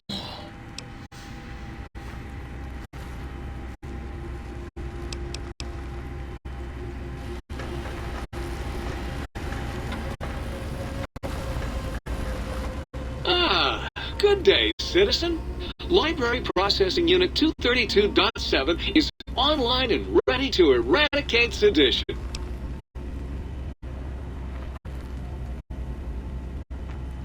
Of course, citizen.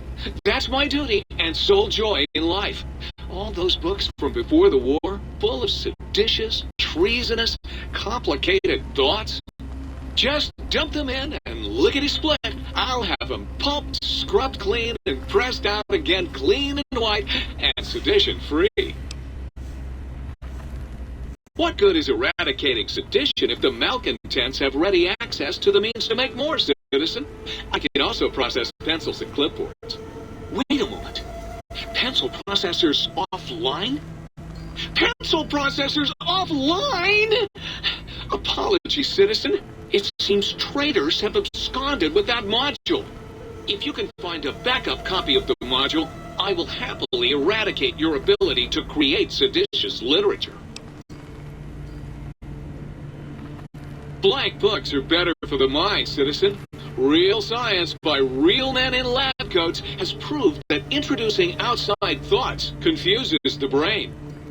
Blank books encourage the reader not to question, but to blindly and zealously accept what's put in front of him. Also, I suppose you could use them to keep a journal.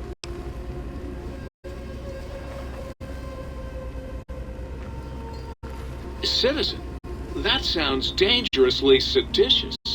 If my re-indoctrination module was installed, I'd take care of that for you. Sadly, that system was cut for budget concerns, so you'll have to perform your own indoctrination. Now, to begin with, you'll need a cage that can fit over your head and a sack of mole rats.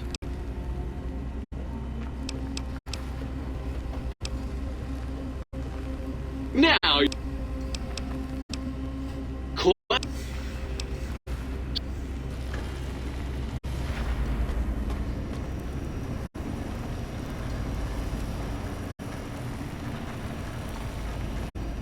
oh, God, look at you. You're filthy. I suppose you'll want to clean up, then? Oh, it's just so unsanitary. Do you know how many germs are in 1 cubic centimeter of dirt? 70, 100 gajillion. Would you want that getting washed down your gullet day in and day out? I didn't think so.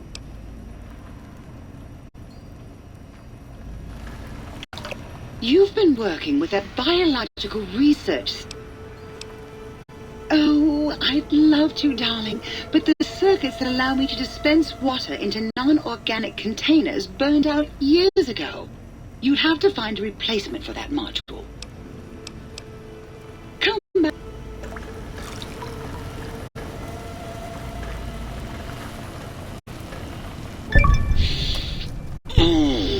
Oh, yeah, baby. Feels good to be online again. Yeah, all circuits online. Ready to receive your seed. Nah, baby. I'm all about biology. I'm the original, certified, rarefied, testified GS-2000 biological research station. I'm a seed cloning machine. You got seeds? I will clone the shit out of them. It's the miracle of life, baby.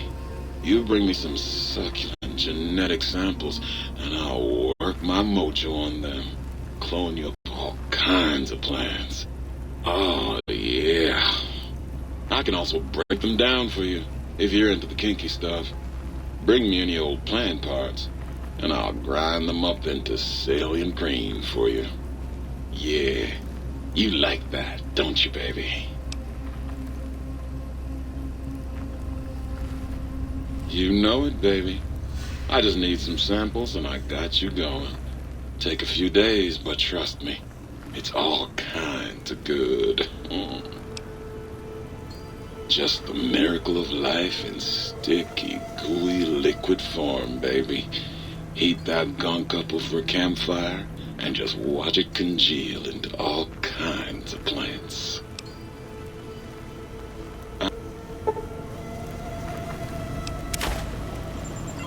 Well, hello. Still waiting for that seed. It's the miracle.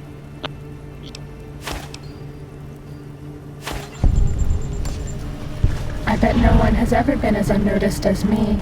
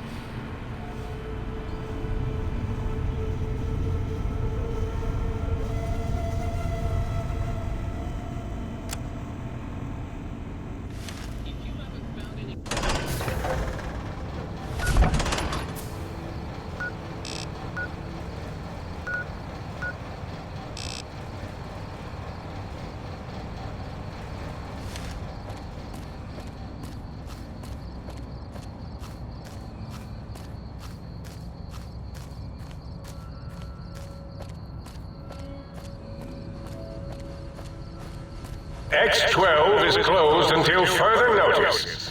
On an unrelated note, whoever closed X-12, please report to the Dome.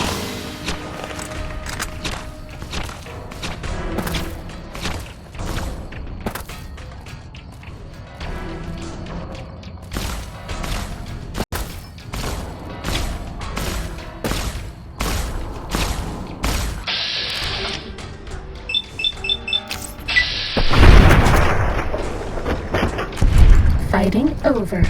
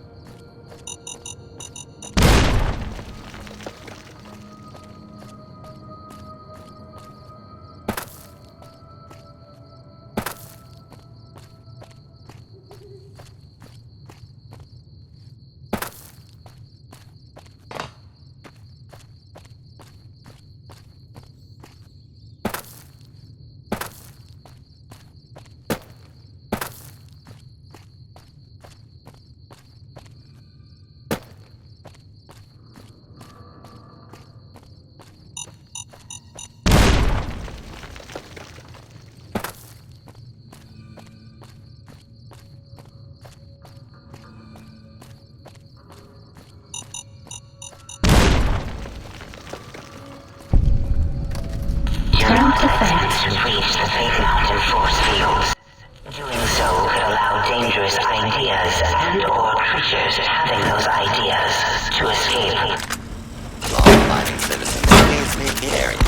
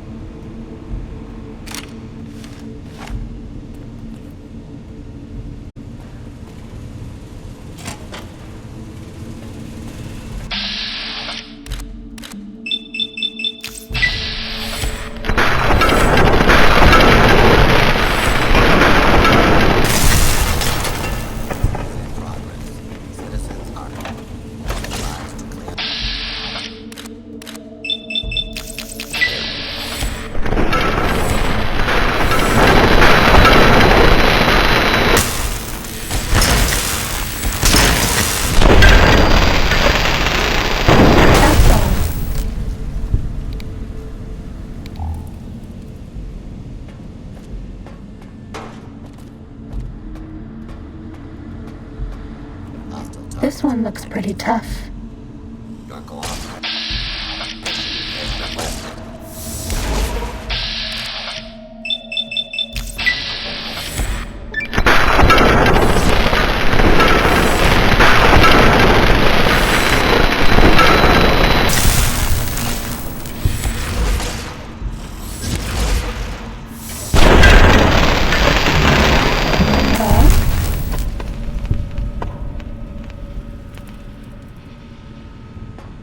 I bet no one has ever been as unnoticed as me.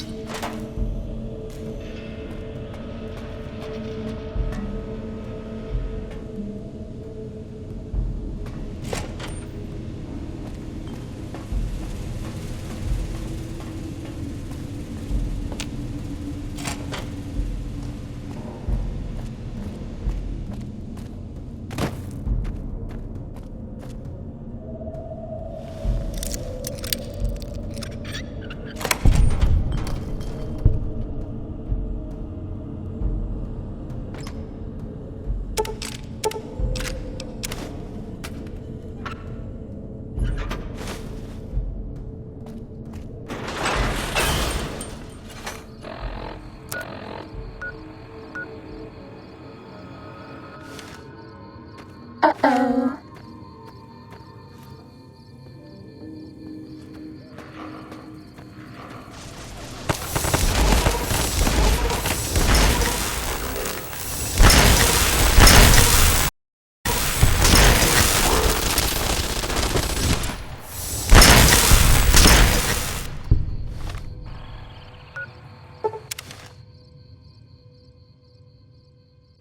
That's all.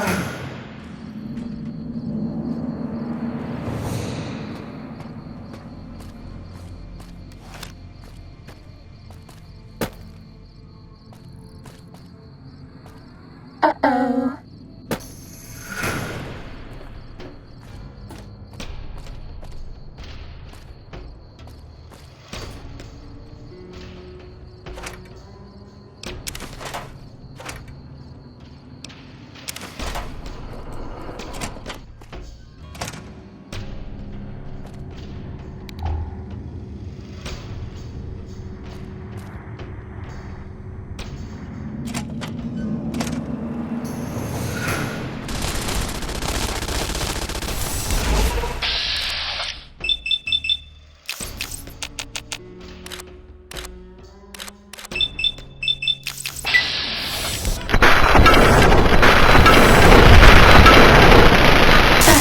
Dealt with.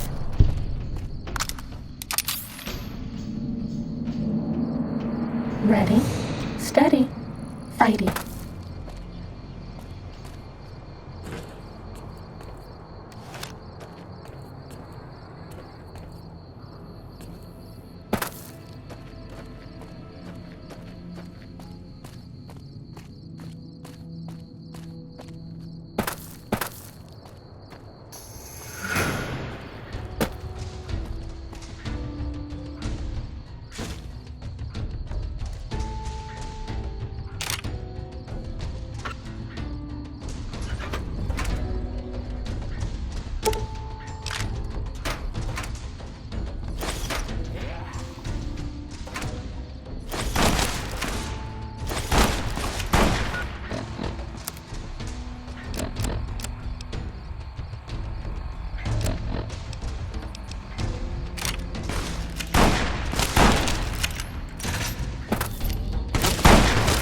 This will keep you on your feet.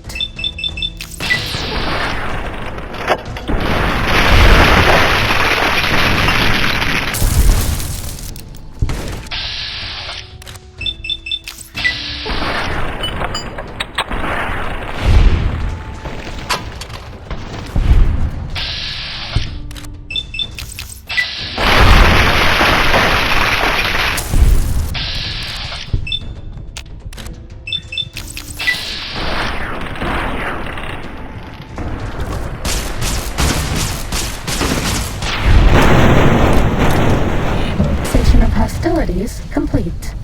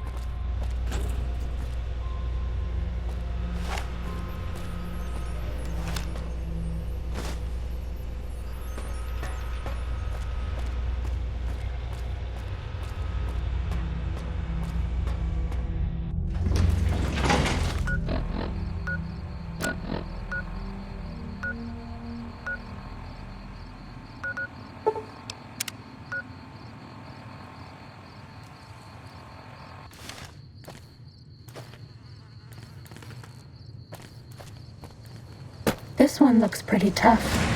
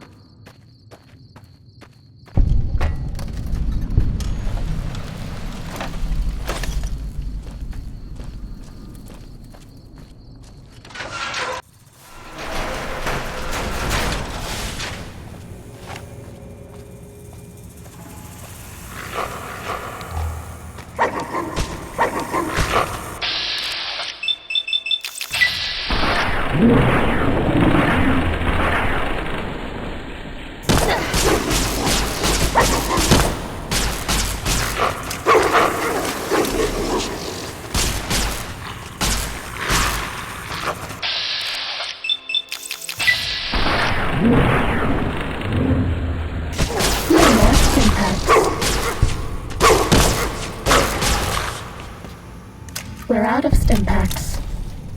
Maybe you'd be better off with an autodoc suit.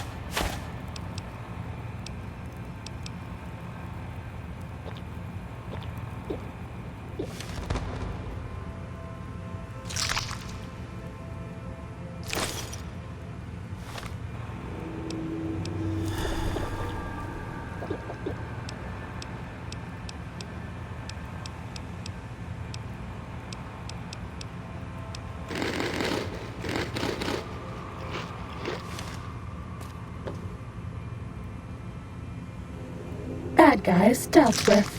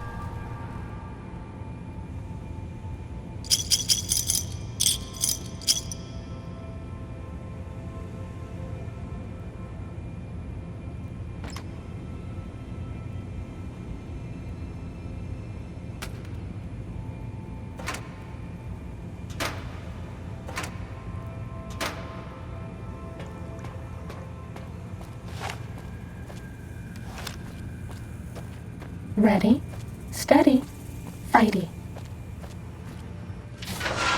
Think tank. I wouldn't even use binary to describe my exponential hatred for you.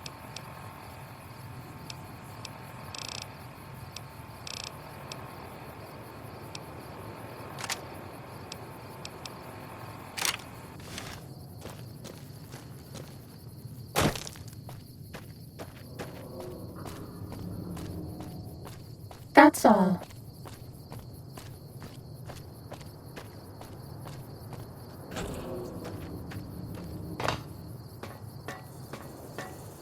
Sneaking done. Fighting now.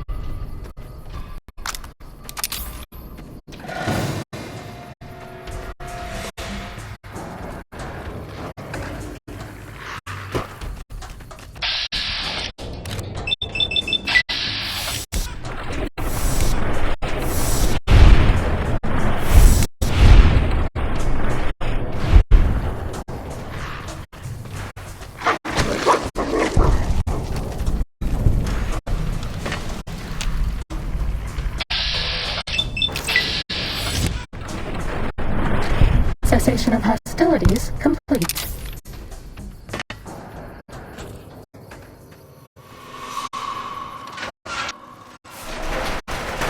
Time to fight.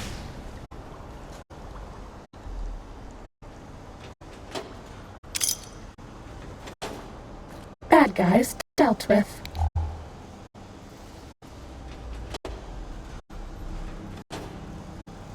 Uh-oh.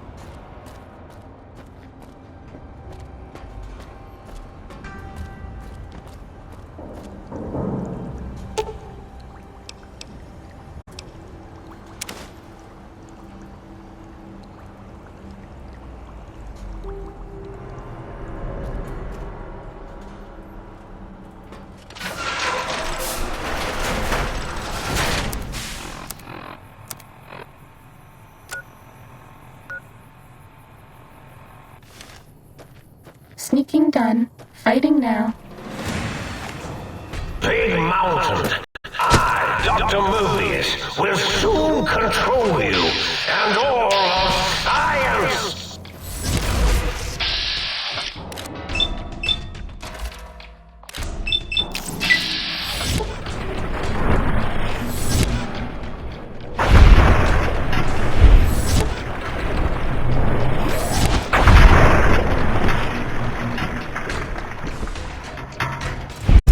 This will keep you on your feet.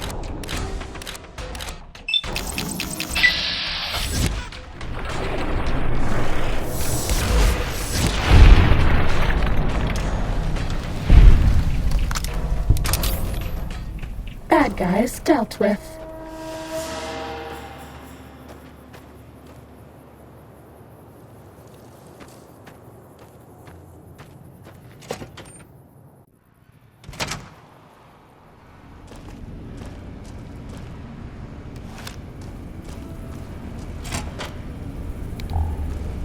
Sneaking done. Fighting now.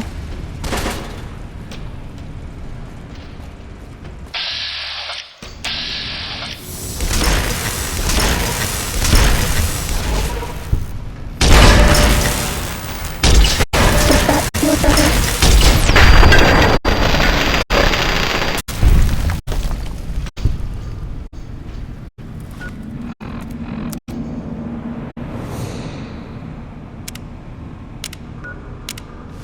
Bad guys dealt with.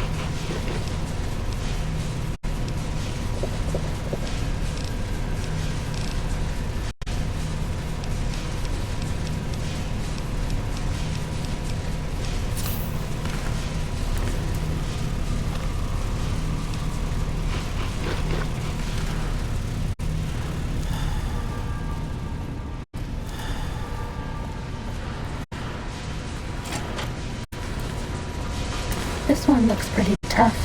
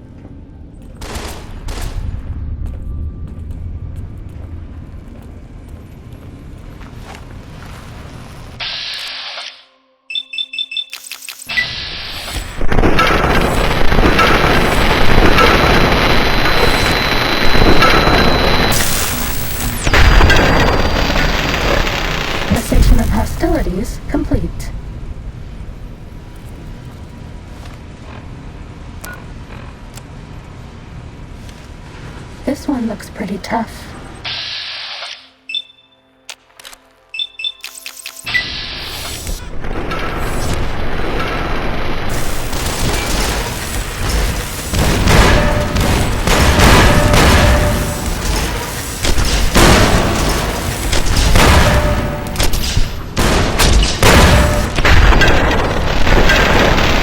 Cessation of hostilities complete.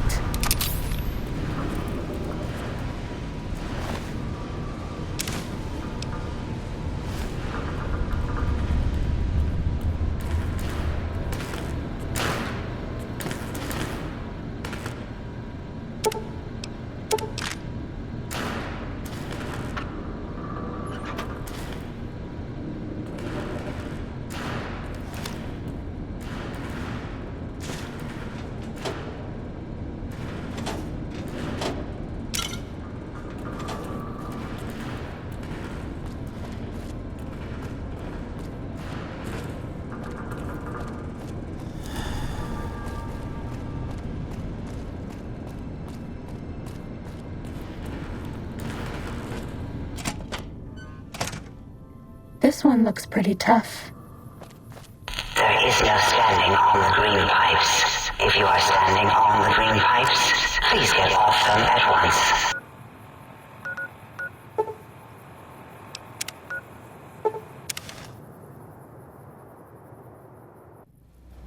Cessation of hostilities complete.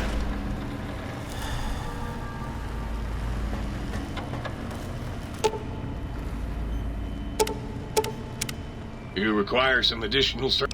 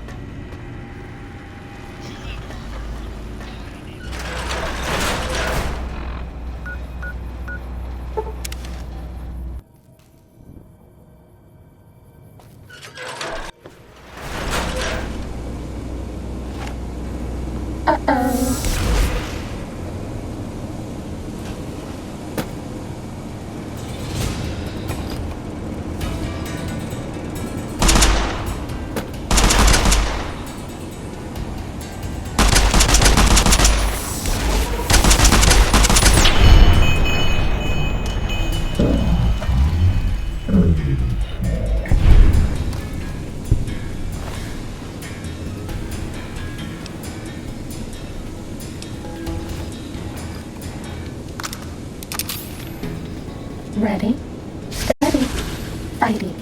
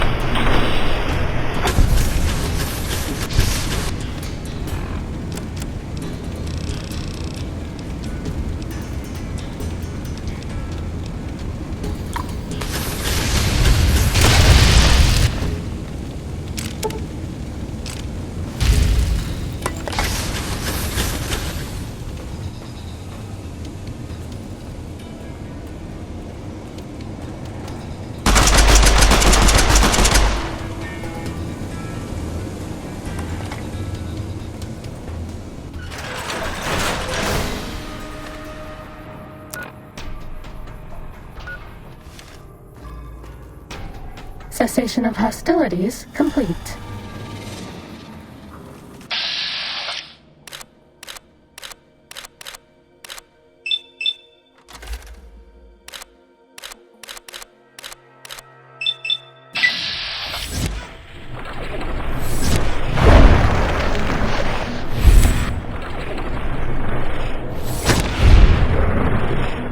Sneaking done.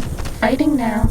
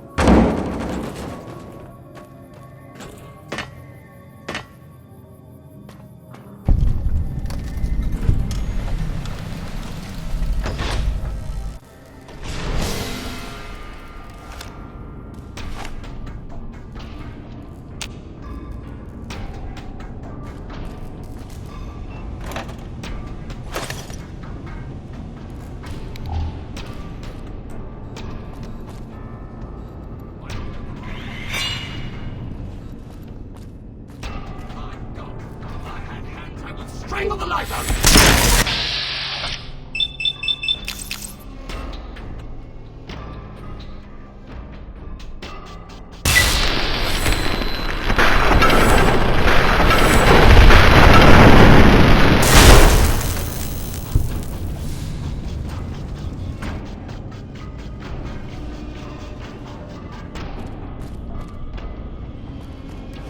Didn't you hear me coming?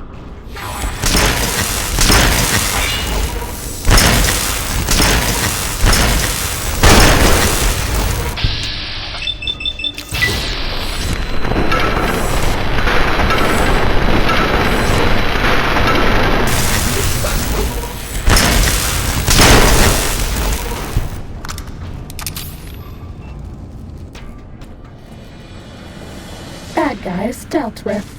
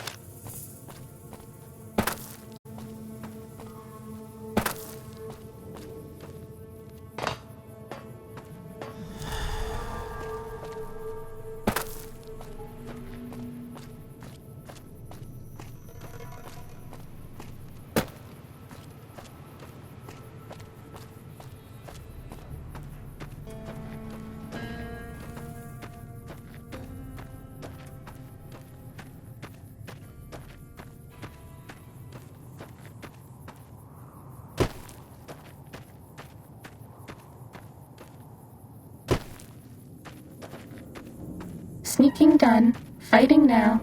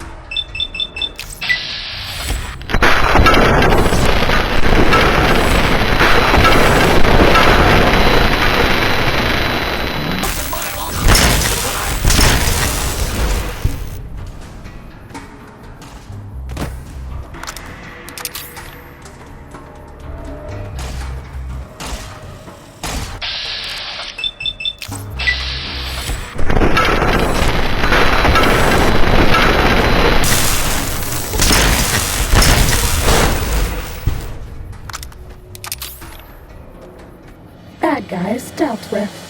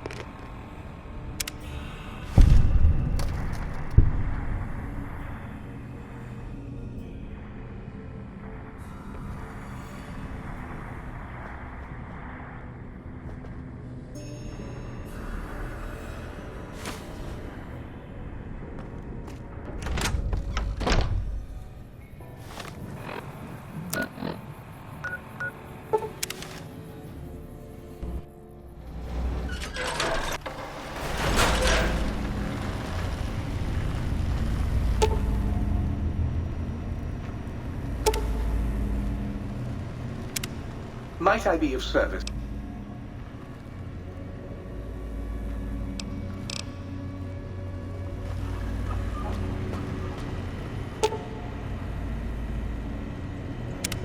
Greetings, citizen.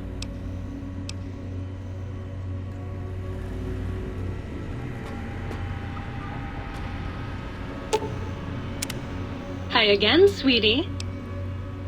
You...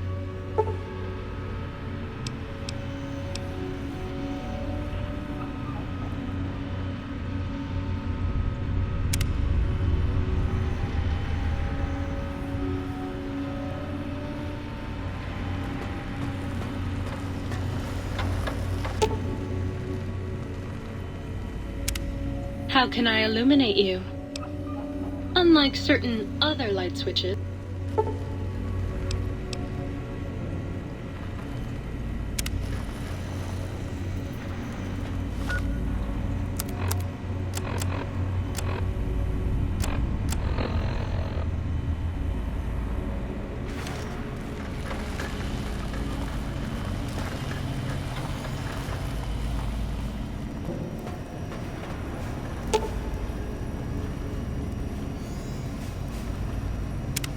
Between you and me, I think the central...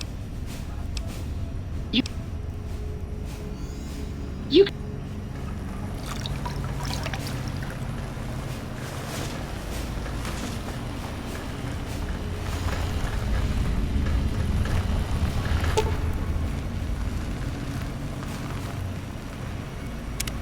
Oh, please, please!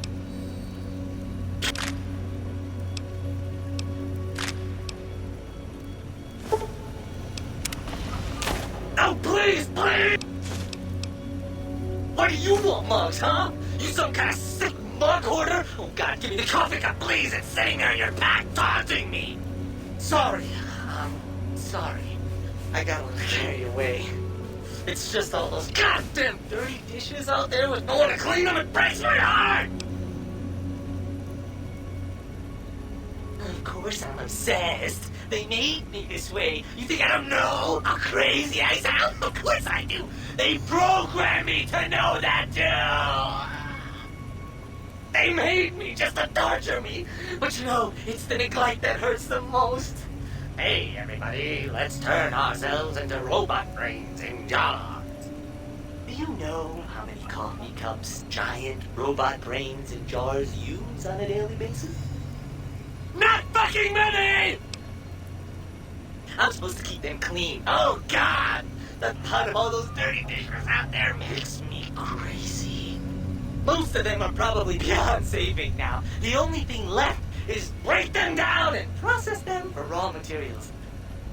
I guess you could have those.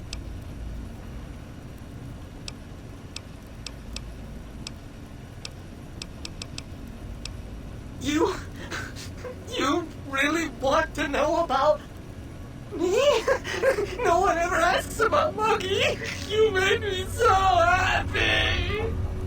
Maybe you've seen some of those big, imposing Securitrons with their lovely laser guns and rocket launchers and scary faces. I'm not one of those.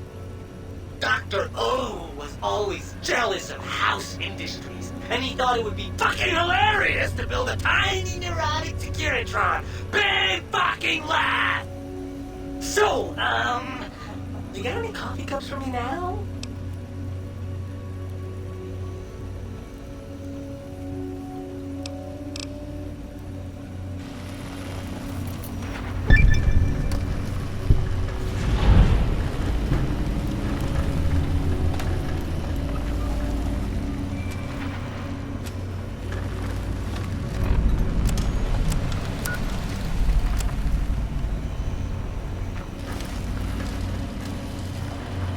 You require some additional...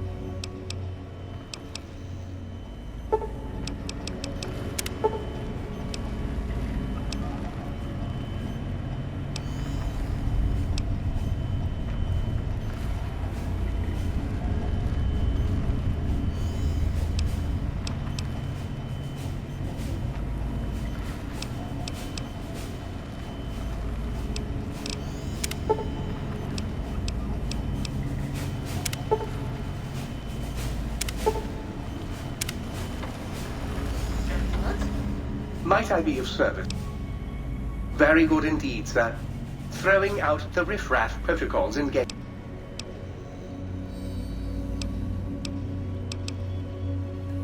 No?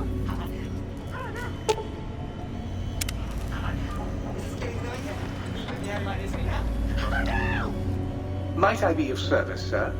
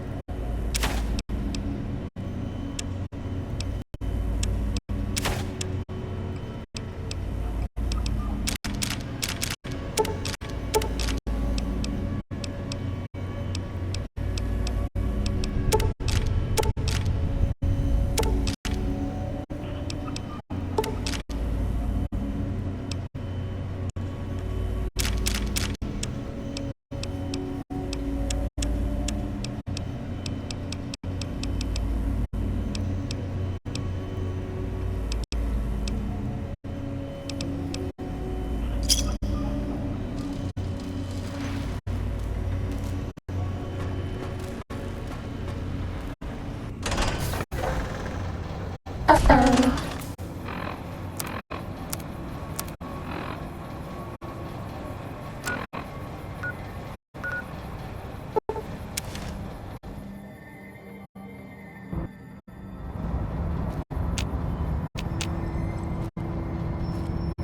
Was that all?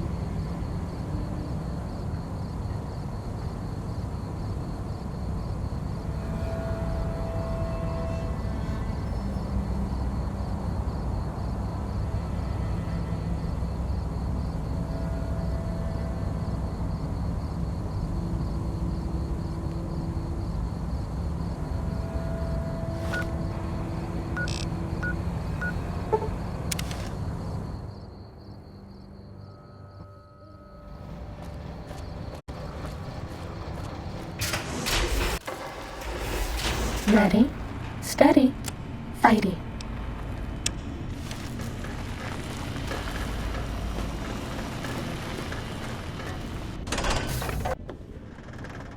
That's all.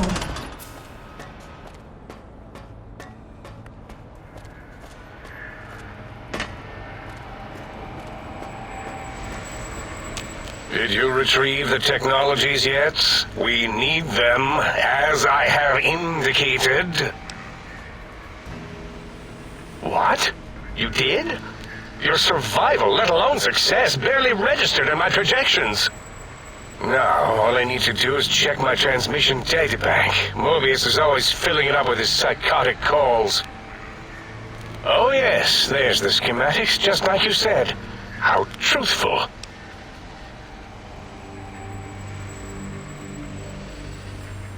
Yes, yes. Yes,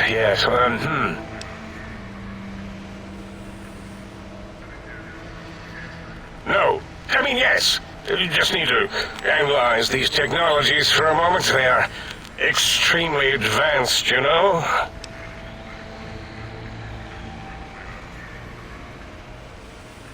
I know how these technologies work. Of course I know.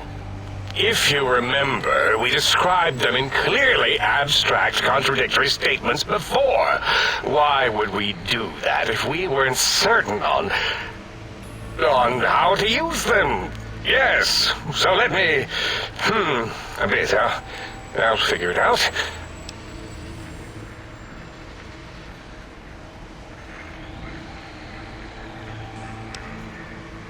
So you're saying it's the X2 array, not the antenna I should be examining? That was most likely my plan, yes. Let me check something. Of course, I have it. The override sequence to open the Forbidden Zone door is hidden in the schematics. Well, not hidden, it's actually right there, behind the programming equivalent of coffee stains. It's embedded in what seems to be recursive code. It's badly commented there and there. Oh, and null pointers, very sloppy, Mobius. You see, using the antenna to boost the emitter's sonic frequency, and the stealth suit to bypass the Forbidden Zone lock, yes, that could work. Was that my plan? It must have been. Sometimes I truly surprise myself. The door is open, and now Mobius will get his.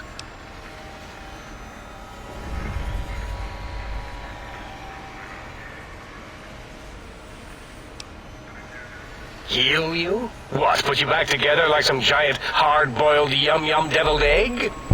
I mean, technically, these items could all be used to put you back together once you had your brain. But for now, they can be used in the name of aggression. The door should be unsealed. Now, instead of being subjected to threats, we can now send an equally threatening message to Mobius. And that message is science. Deliver this message, and Big Mountain shall be freed from Mobius's reign of terror. You can go now. That's your cue.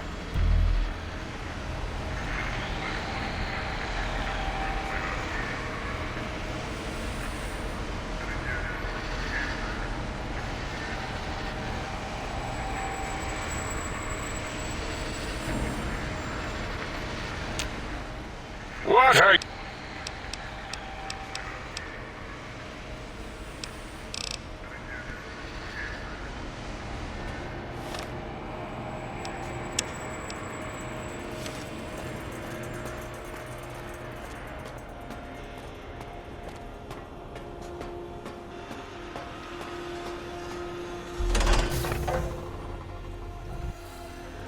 Sneaking done. Fighting now.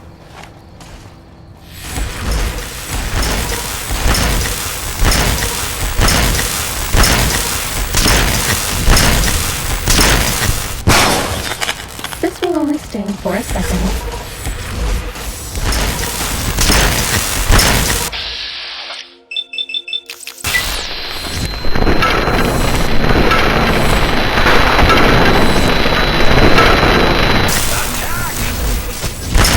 I can't give you anything for injury.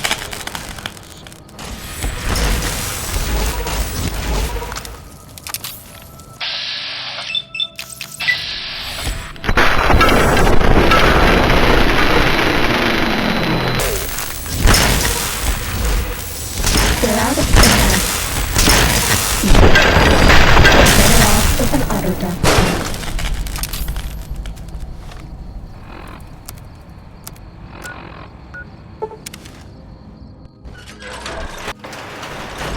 A most rapturous woman tomorrow on your return to your domicile, sir. I trust you shall That's find things all. in order and the written draft contained. You require some additional...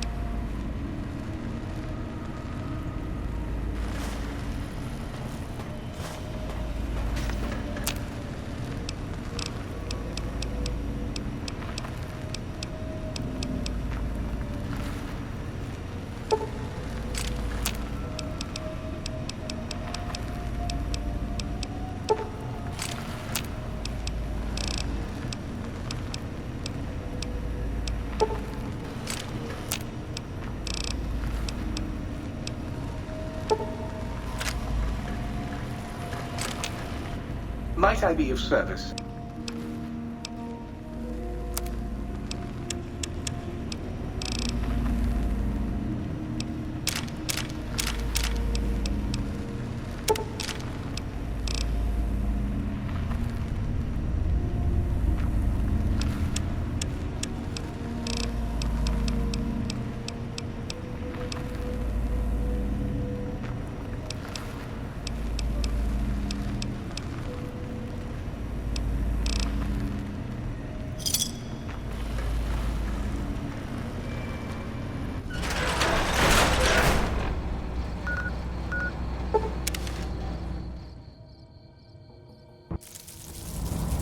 Sneaking done.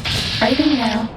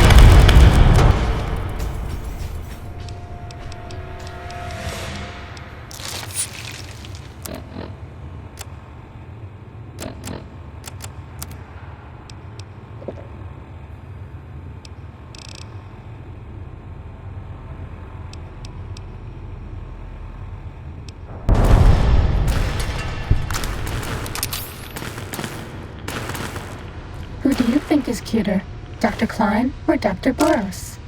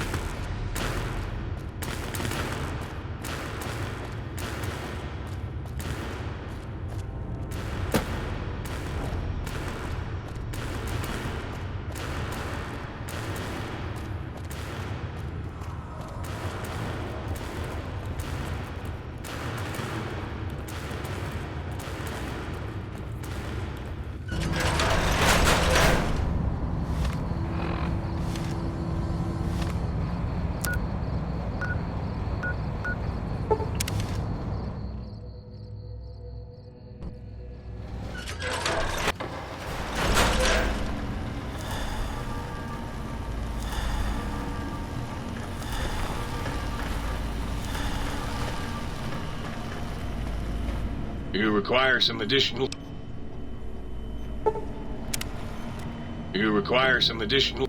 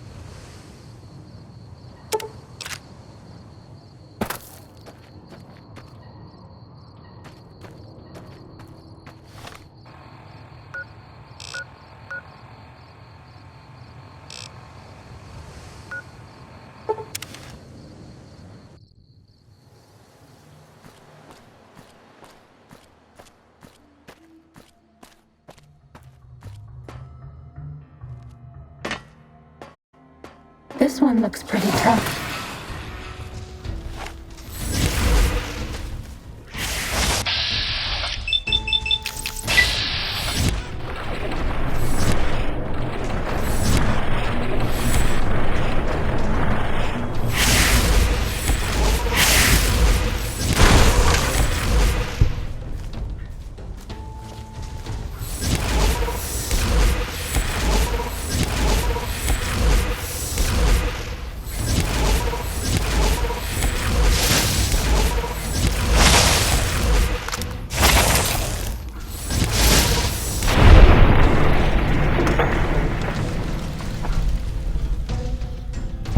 Fighting over.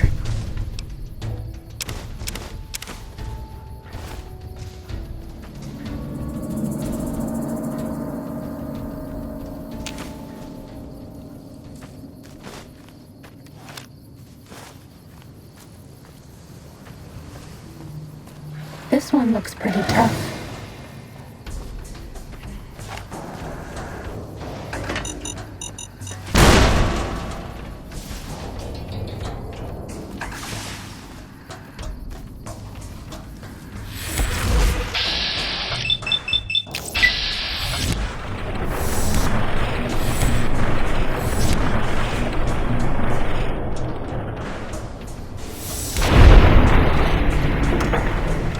Cessation of hostilities complete.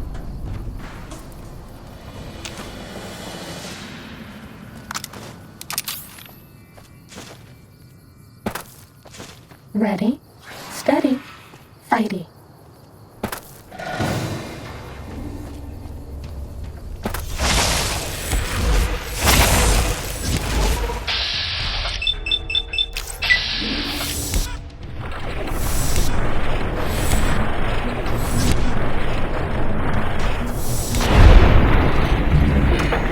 Ball.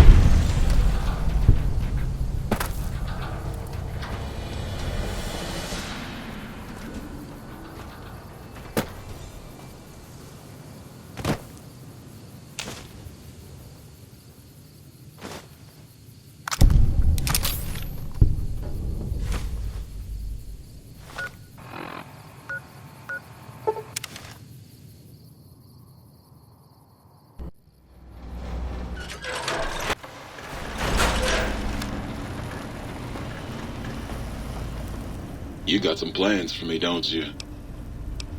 Ah, yeah, baby. Just slip it in there. All the way down in that dark, moist earth. Launching interface.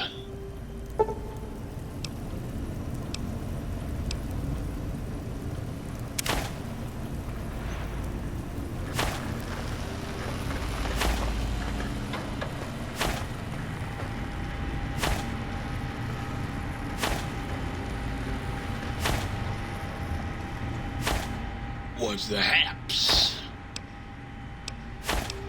Right on.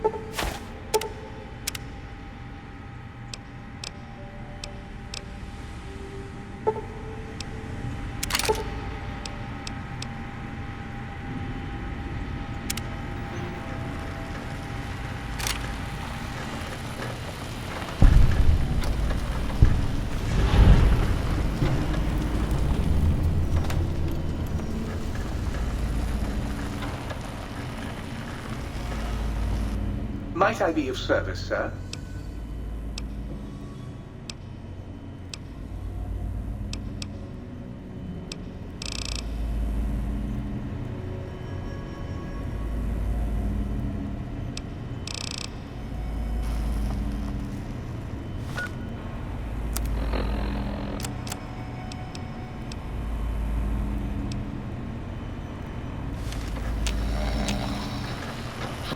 Might I be of service? Very good, sir. What ball is connected to? Might I be of service?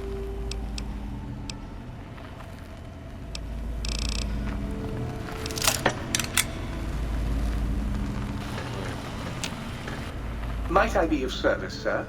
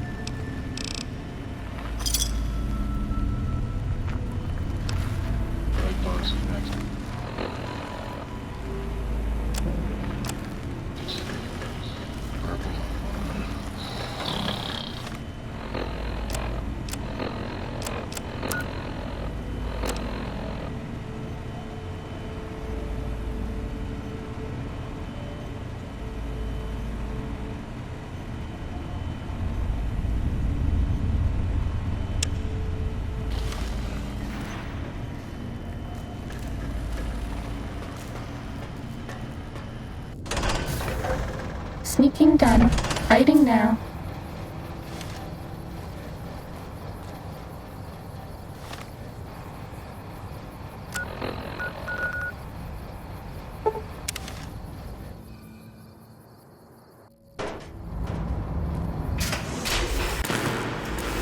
Was that all?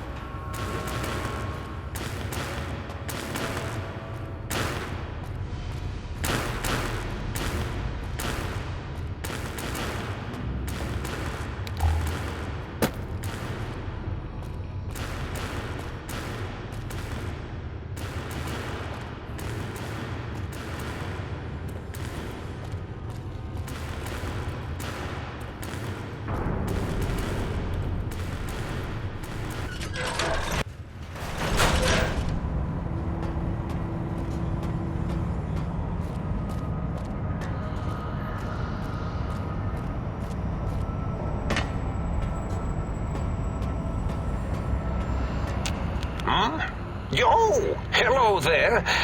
You are there, aren't you? Forgive my confusion. So hard to tell these days. You seem familiar somehow. I'm guessing you're here for your brain, perhaps? It's just up there. Such a nice brain, young, very bright. A little hard to see you. Can you walk into my left, right FOV cone? Ah, that's it. You're coming into focus nicely.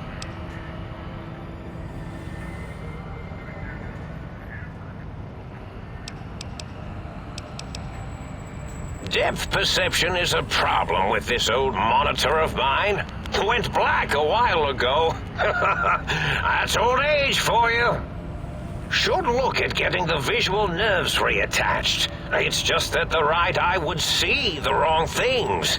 The flying tortoises were the worst. Would you care for a mentat?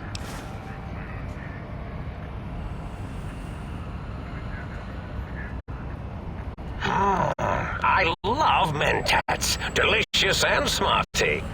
I have all sorts of amazingly science-terrific thoughts and ideas when those chalky tablets are zipping through my biogel. I forget them all not long after, though, especially with the data constipating my memory core. Afraid binary streams might shoot out my chassis. Had to start using the dome floor and walls here to inscribe equations, although I've somewhat lost track of where they start and end.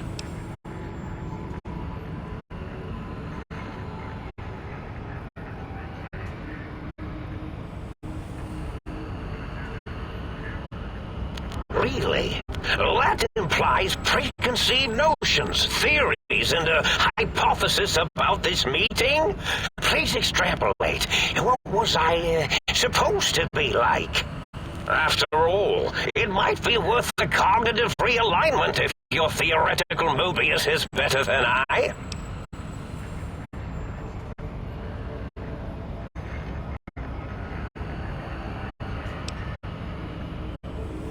Oh, a variety of reasons. You're something of a homily. Anomaly? You're really quite special, and not in the cranially challenged way. You see, you are the most successful brain extraction experiment ever performed here at Big Mountain. A victim of your own success, as it were. If you were to go back with what your brain knows about the procedure, well, your brain could be popped back in and you could walk right out of here. Can't have brains moving around of their own volition.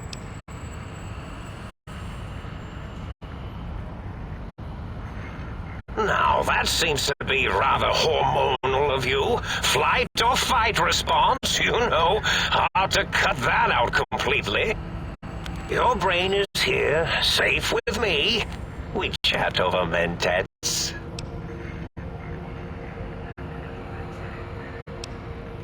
Oh, curiosity. I experience that less now that I know everything. Oh, maybe it was when I found out some unpleasant answers.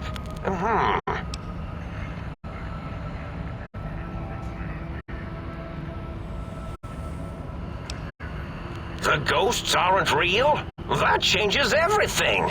Why, I can save my computing power for other perceptual impossibilities. Please be my guest. The receptor is there, and the side-switching wobbly bob, just turn that. Good, good, better. Oh, yes, that feels wonderful. This is even better than my afternoon mentats break.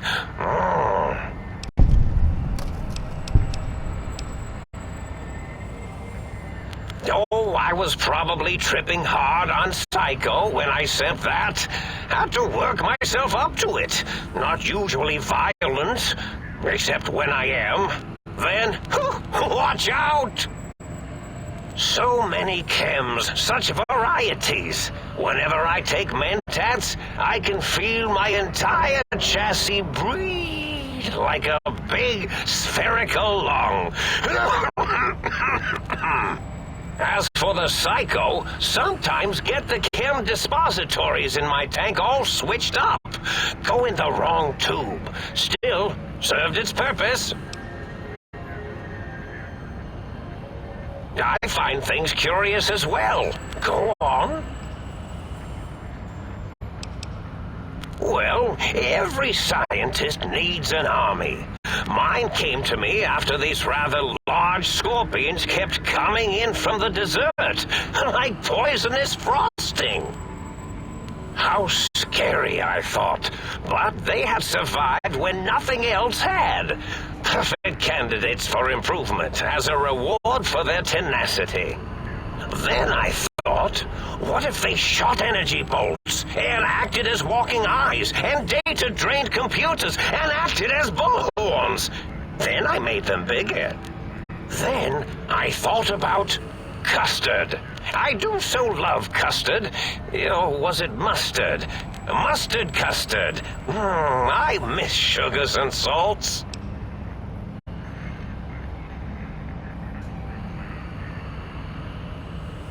Did I?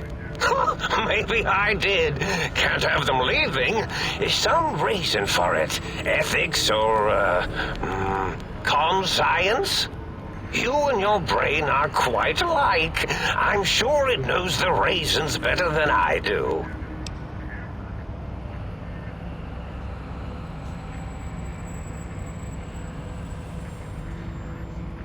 Dr. Mobius. Rather catchy, isn't it? It's my name, and my new name overwrote the old one. This name's as real as you or I, although I believe your brain expressed similar incredulity at the nature of such an appellation. Someone's been watching too many old-world science fiction movies, it said. I believe it meant me. I must admit I have a vulnerability for holotape fantasies of planets and robots and all that is forbidden. As for the name I was born with, like the think tank, we were all reprogrammed to forget them, take on new names. It enforces the recursion loop in our perception programming.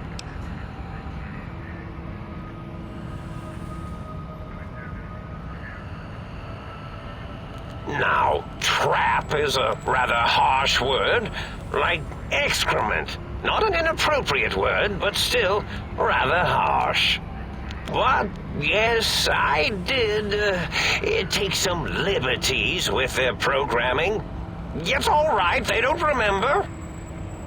I certainly didn't until you said trap, and then I said excrement, and then...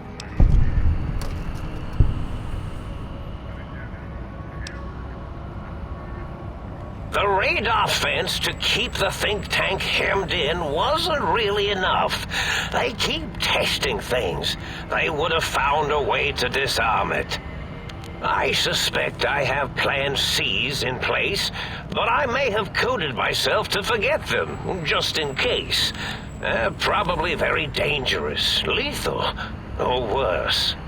So I had to do something else to keep them occupied. occupied here, or as you like to say, trapped. I prefer to have several plan Bs in case the As fail.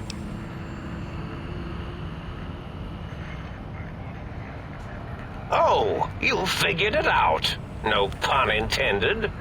Dr. O, which is actually not his real name multiplied, since you can't multiply his real name in the first place. Ouroboros, Klein, they have all forgotten themselves. And not only themselves, but the world, sense of time, and history. All that is left is what's here. I reprogrammed their chronometers, geometers, and cartography programs. This is now their world, here, Big Mountain. It was a merciful lobotomy, really, thinking back. They were my friends, but sometimes they would take things too far.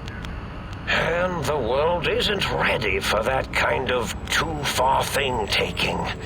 That's my professional opinion, anyway.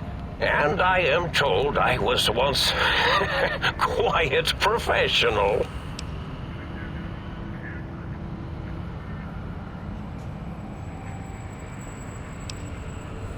Really? It is so unlike me to make an error in anything I do.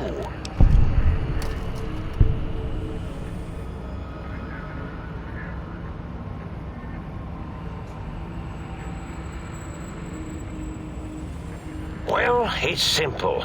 Despite their many failings, they are rather bright. They are the think tank for a reason. That I didn't change.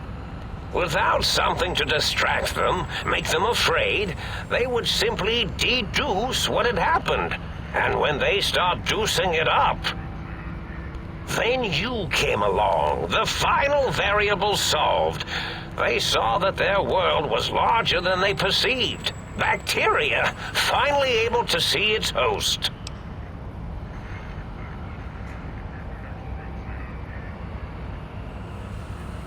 There have been other visitors to make them doubt their perceptions, but you are the one who dialed back their monitor micromagnifiers.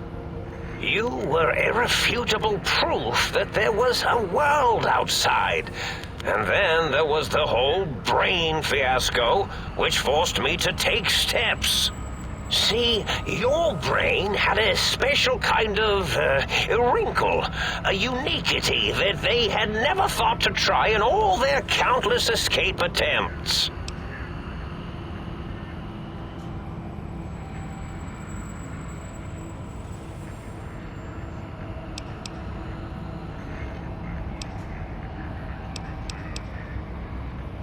Yes, very good. I should have mentats ingest you instead of the other way around. Mentats. In any event, you showed up at the think tank, and because you had suffered a cranial injury in just the right place, bullets in the head are usually much more fatal, and yours was a light case of bullet headitis. But it was enough for the autodock in the sink to change its programming to fix the problem. And the brain extraction technology for once worked. That gave the think tank the knowledge its brains couldn't possess. With that knowledge, the procedure can be reversed. If they obtain that procedural data, they can use it to mush and modify their cranial selves into hosts to slip past the radar fence. I'm sure of it. And once they're off the reservation...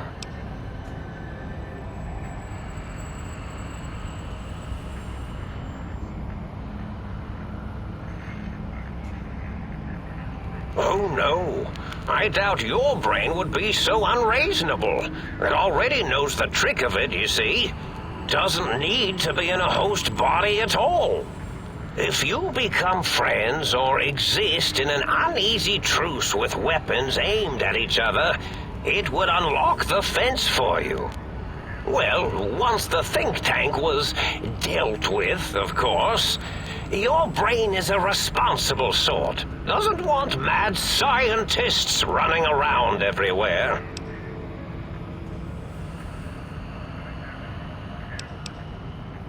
I consider coincidence to be profanity, along with the words astrology, herbal tea, and luck. So watch it, potty mouth. My threat broadcast is designed to instill and install fear. And along with the emotional download, other data rides the fear carrier wave. It prompted them to focus on retrieving those technologies and bring them to attack me. And coincidentally, pardon my language, all those technologies are needed to put a brain, your brain, back into its skull properly.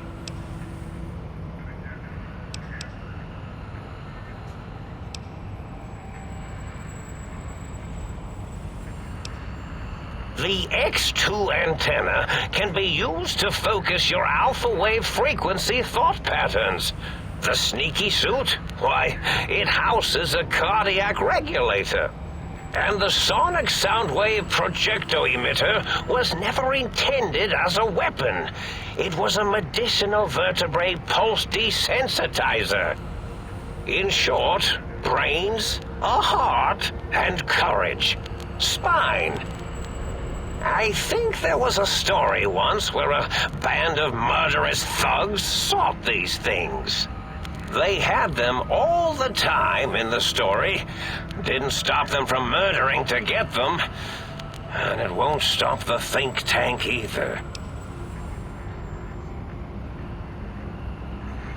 Yes, my overly aggressive cammed-up broadcast was designed to keep reinforcing the forget, fear, rinse, and repeat program.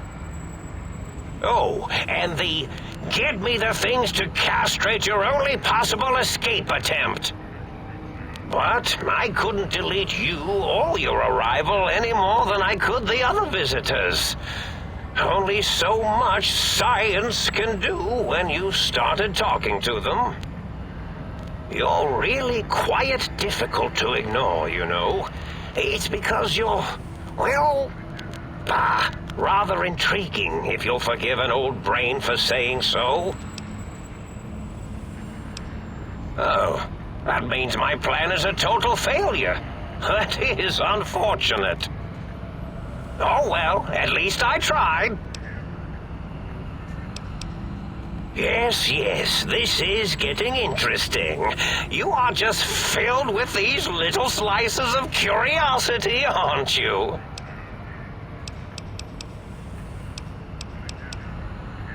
Do you?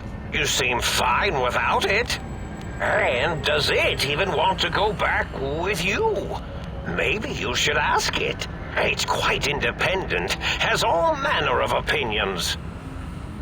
Tell you what, I'll leave it up to your brain. If it wants to go, then fine. If not, well, you should respect its wishes.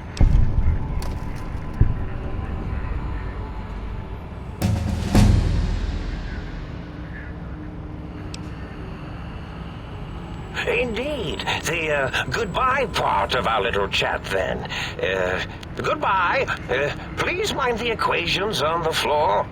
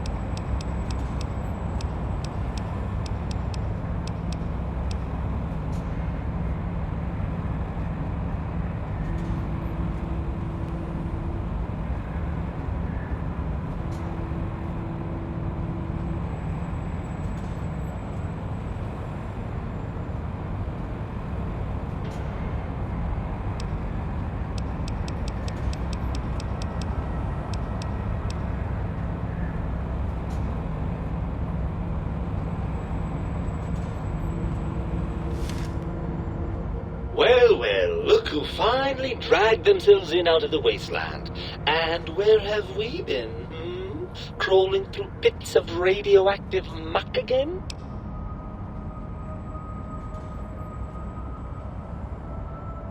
Ah, lovely. Figured that out, have we? Would you like a cookie?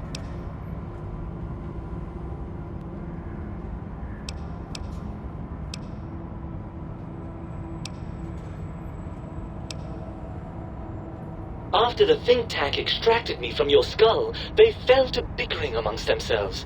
I'm sad to say we were quite forgotten about. Dr. Mobius saw an opportunity to gain some leverage and had me spirited away to his dome.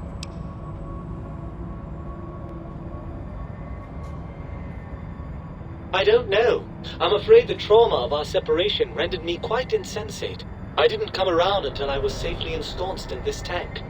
I'm quite sure whatever he did was highly scientific, though.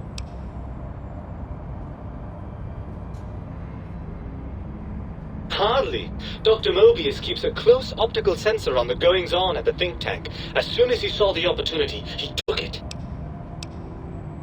Well, as long as your curiosity is satisfied. Ah, well, as to that, you'd be surprised how hard a feminine-sounding voice modulator is to find in the Forbidden Zone. It's not as though brain-sustaining life support tanks grow on trees. I had to take what I could get.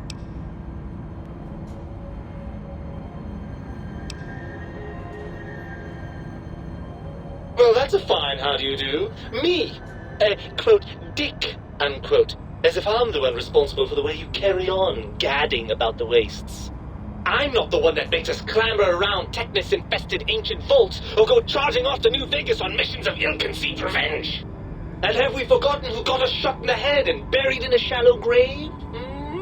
Do you think I enjoyed that little moment?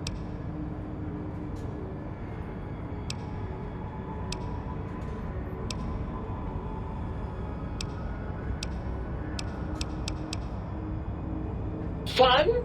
Fun? Is Technus fun? Is Ricketts? What about sepsis, huh? Enjoy that, do we? The things you do with our body are suicidally dangerous, and if you could silence your glandular impulses, you would hear me screaming at you!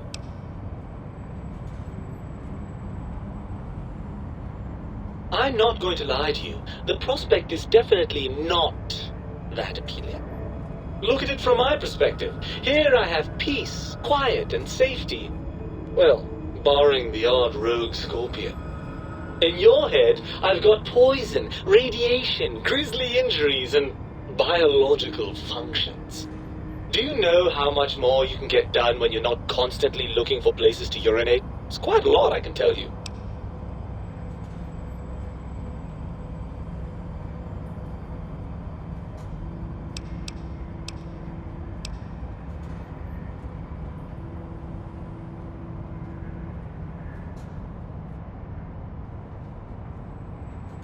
I can see there's going to be no reasoning with you at all, is there?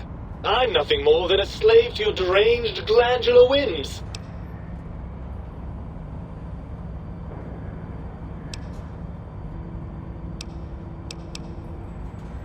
Well, certainly there might be some things I miss about being ambulatory.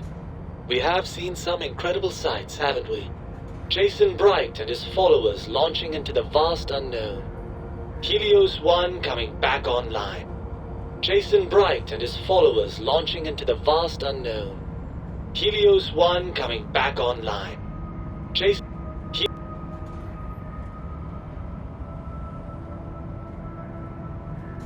Bright.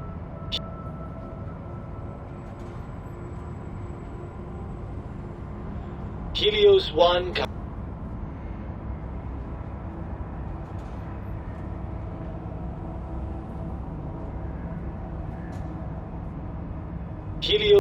Jason Bright and his followers launching into the vast.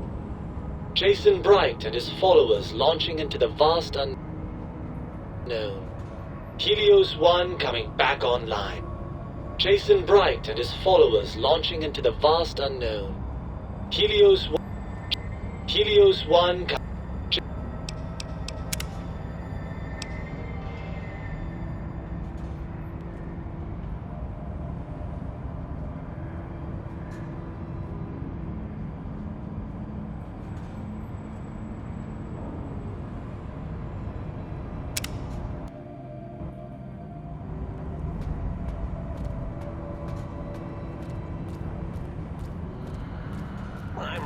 out of floor space for my calcul...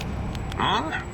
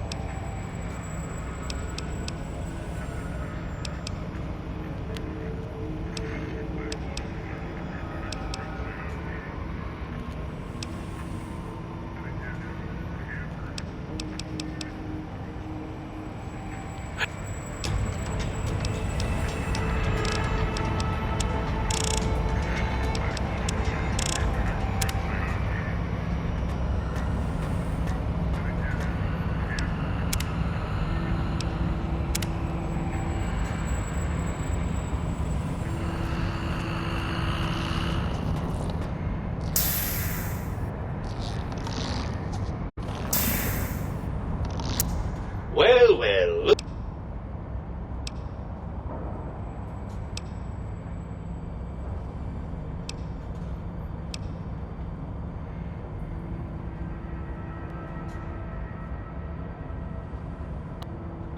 Hey, do you...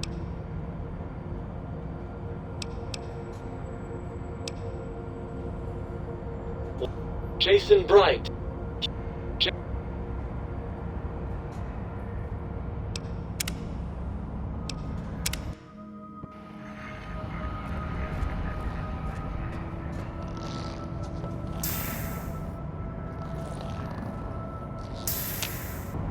Well.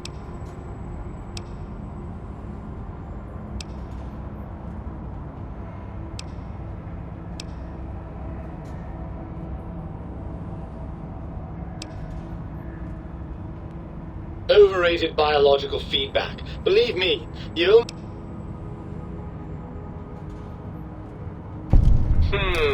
I suppose you're right. That does call certain assumptions into question, doesn't it?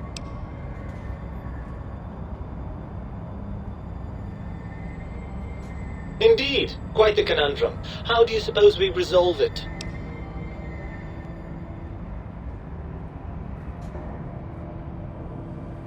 I suppose there might be some advantage to that, yes. There's a chance that the reintegration would create some improved synergy between us.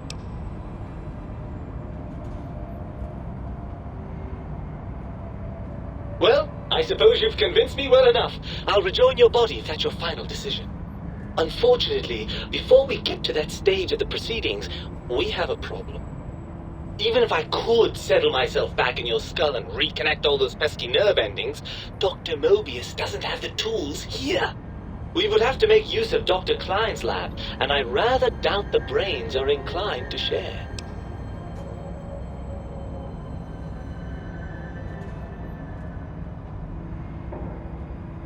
And you believe them? Really? I know you were recently deprived of my fabulous advice, but... Really? Once I'm delivered into their clutches, they'll find a way past the radar fence and the whole Mojave will be their playground. And that is assuming, of course, that one of them doesn't take a fancy to our body and decide to slip his own brain into it instead.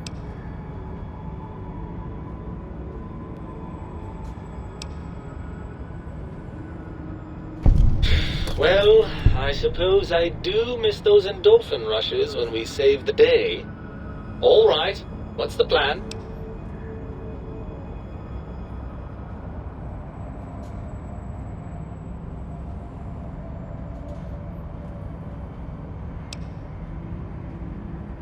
That arrangement suits me fine.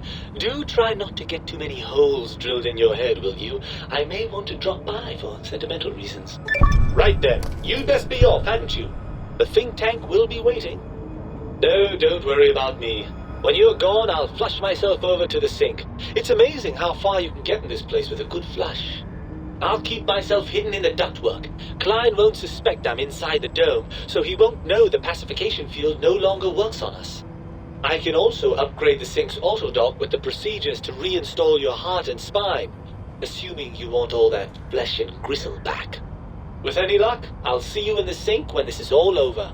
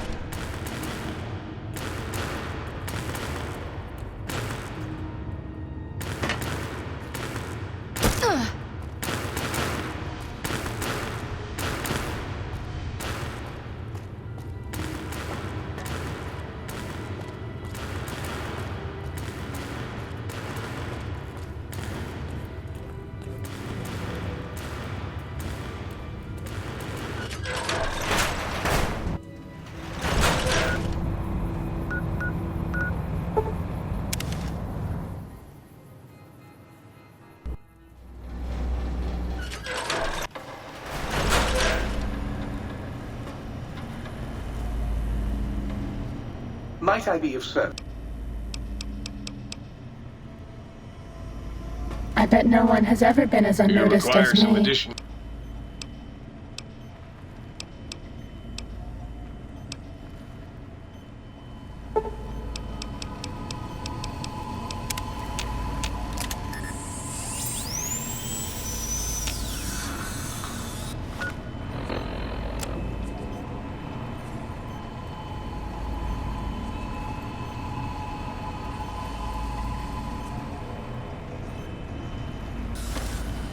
You require some addition.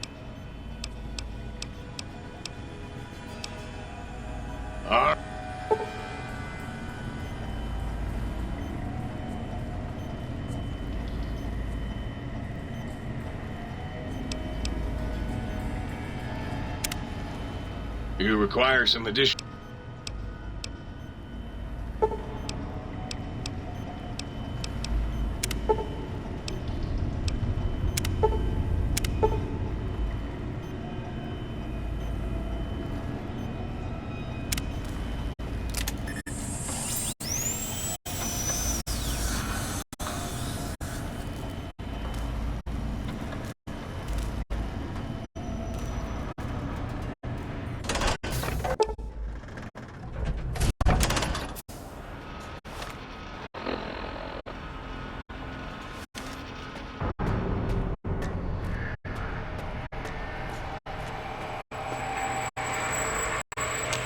The lobotomite returns.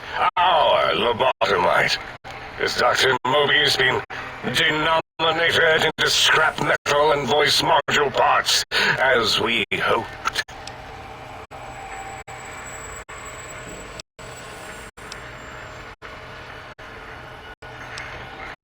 I recommend watching your tone with me, lobotomite.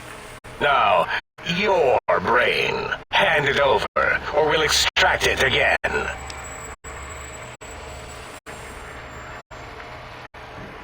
And what could we possibly have to speak about? You have the brain, we have the technology. All you must do is surrender. With it, we can finally leave this place. I cannot tell you how boring this place gets, chopping up the landscape and everything in it. And we have so many questions to ask your brain first. About this Mojave place. A fertile testing ground for our experiments.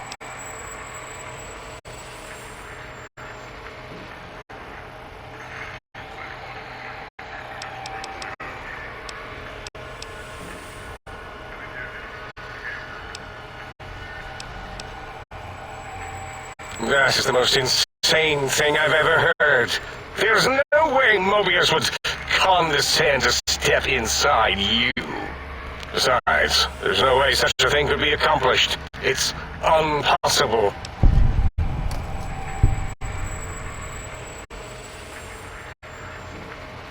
You speak the truth. And the decibel variation in your voice, it is Mobius. How dare you breach the think tank? And what do you want here?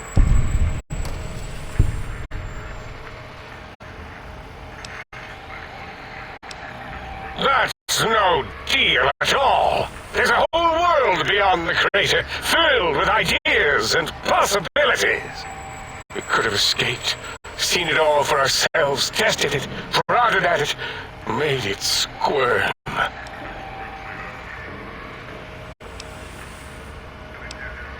Partner with you, my foe, my rival, my foremost critic? I have a strange sensation that I would like that. How odd. Very well, partner. The think tank is at your service as long as you do not destroy us.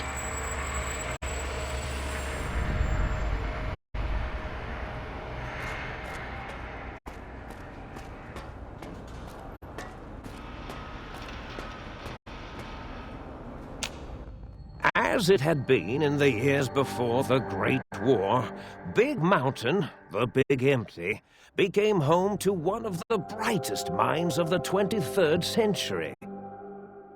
The courier watched over the Big Empty for years to come, caring for it and keeping its discoveries safe until they were needed to help others. Which had always been Big Mountain's purpose. Past the laboratories and science, it had always been intended as a place to build the future of all mankind. The courier had scoured much of the Big Empty, although secrets still remained in the crater's depths. Perhaps that was for the best, however. Curiosity, while sometimes rewarded for its efforts, often proves to be equally dangerous. Dr. Mobius continued his research undisturbed in the Forbidden Zone. As much as he had attempted to create better scorpions, he tried the same with humanity, with considerably less success. These failures didn't bother him overmuch. Once the rush of mentats wore off, he forgot he had failed in any event. After all, the bright young mind who had come to visit him in the Forbidden Zone had already exceeded his expectations. The sink atop the dome bustled with the voices of a small town, constantly chirping, arguing, and snarling at each other. Still, this all happened productively in the interests of its new owner. The Sync Central Intelligence Unit discovered, despite its inversion code, it was comforted by the sense of community the other personalities gave it. The Biological Research Station, obsessed with seeding everything in sight, requested a transfer to the X-22 Botanical Garden, so that it might, in its own words, sensually fertilize the garden's smooth contours.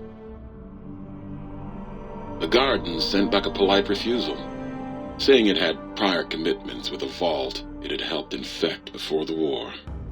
The book chute continued to devour all seditious materials until it nearly choked on a paperclip. It adamantly maintained it was a Chinese paperclip, and the whole thing had been an elaborately orchestrated assassination attempt.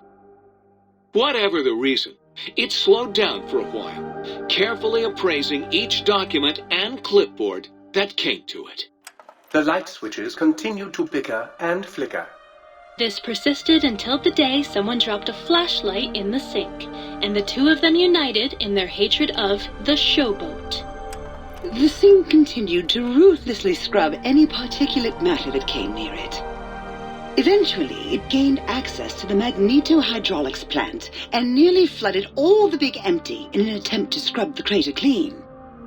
Once it learned of the innovative toxins plant, however, it gained new purpose. It sought to develop antitoxins to flush into its drains and counteract the poisons bleeding into the soil. The toaster continued its psychotic spree, reducing all appliances in range to scrap electronics and spare parts. After one of its more psychotic episodes, however, the other sink personalities decided enough was enough and dumped the toaster in a bathtub. Sparking and hissing, the toaster swore its enemies would rue the day when they had bread and no way to toast it. Muggy did his best to collect coffee cups, although in his quest, he accidentally trapped himself in Higgs Village.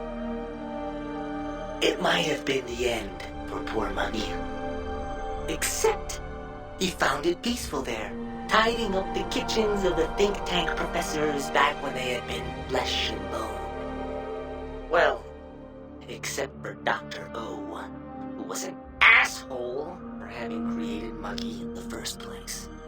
Muggy left O's house deliberately dirty, punishing the dishes and cups that lived there in blind revenge for serving Dr. O. Blind old Jefferson, with sounds the courier brought him, created a symphonic counter-frequency that saved Big Mountain from sonic invasion in 2910. If you didn't hear about it, good. It was rumored by the other personalities that he had a brief fling with the light switches. Although he forgot their names once too often and was soon left in the dark as punishment. Autodoc, always gentle and methodical, kept sewing up the courier in all the right places when the skin split open from repeated wear and tear. The Autodoc was just glad to have purpose again. It heard its simpler brothers and sisters who got shipped to the Sierra Madre were bored out of their skulls in that toxic dead city. In time, the Autodoc found a way to deactivate the Y-17 trauma harnesses, releasing the corpses they had held prisoner for almost 200 years. As the courier ran through the X-8 facility multiple times, the computers analyzed the test subject's movements. Rather than performing a superficial observation, they realized the subject barely knew what communism was, or even what a high school was. This confused them for a time, until the facility finally realized that its research had succeeded.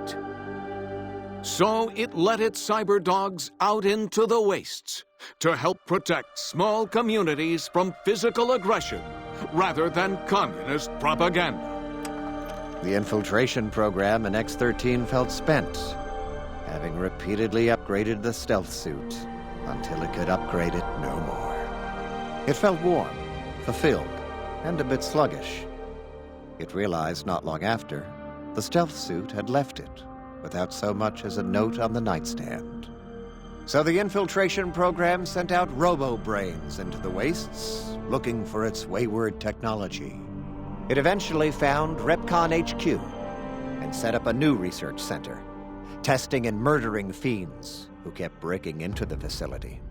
The courier left the brain at the Big Empty. A strange thing to say, but it was the truth. Brains are less important than they may seem. When the courier's body finally passed, the brain was saddened. It kept on, remembering the vessel that had once contained it. Even at the end, when it started to fail, however, the brain resisted going into a floating chassis like the think tank. It never said why. Perhaps it was out of respect for the courier's body. All things must come to an end, and to hang on to the past is something that's not to be undertaken lightly. Dr. Klein and the think tank remained alive, unaware of the world outside. They looped through their daily routine, none the wiser about the world beyond, although perhaps wiser was the wrong word. The world outside belonged to the courier, and if anyone would shape it, well, the courier had already called dibs. There is an expression in the wasteland, old world blues. It refers to those so obsessed with the past they can't see the present, much less the future, for what it is. They stare into the what was, eyes like pilot lights, guttering and spent, as the realities of their world continue on around them. Science is a long, steady progression into the future. What may seem a sudden event often isn't felt for years, even centuries to come. In the times following the Second Battle of Hoover Dam, however, old world blues took on a new meaning. Where once it was viewed as a form of sadness, nostalgia, it became an expression describing the potential for the future. It can be easy to see science as evil, technology unchecked as the source of all ills, all misfortunes. With the courier at the helm, science became a beacon for the future. There was old world blues and new world hope, and hope ruled the day at Big Mountain. We could say more, but the stories in the Big Empty speak for themselves. Now armed with the transportal Ponder, the courier could return to the dome at any time and crack open the secrets of the Big Empty one by one.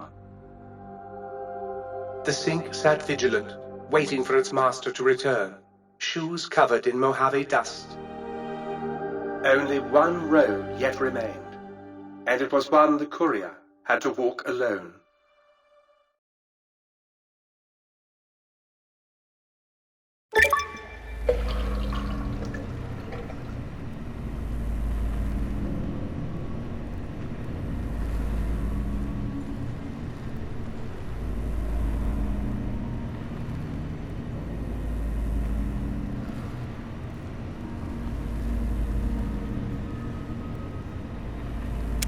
Huzzah, sir! Huzzah! Huzzah!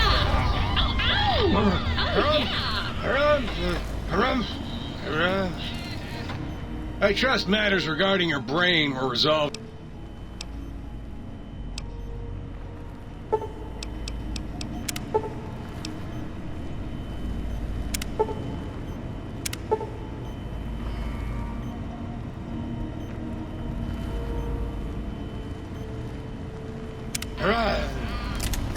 Perhaps, sir, would care to put services up, and I might serenade, sir, with the dulcet tones of a light opera.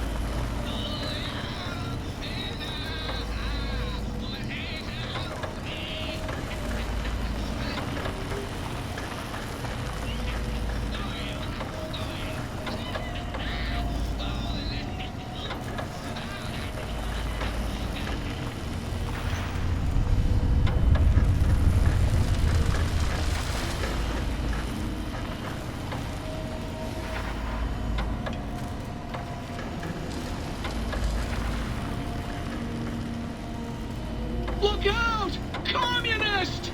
No, false alarm. It was just a plan.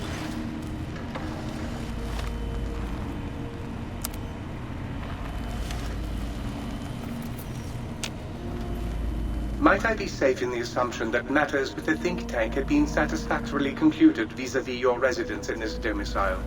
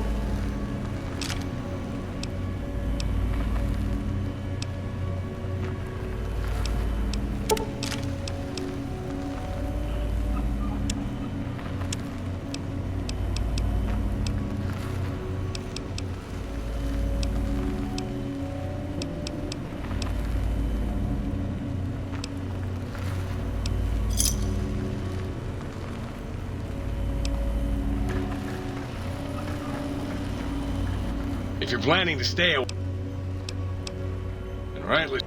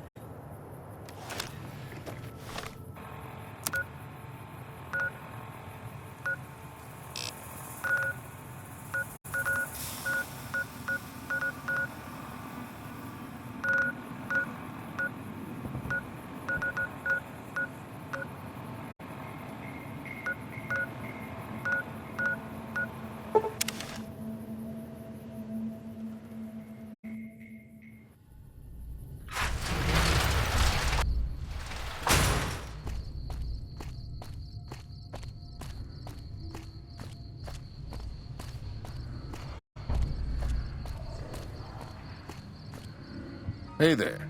You look...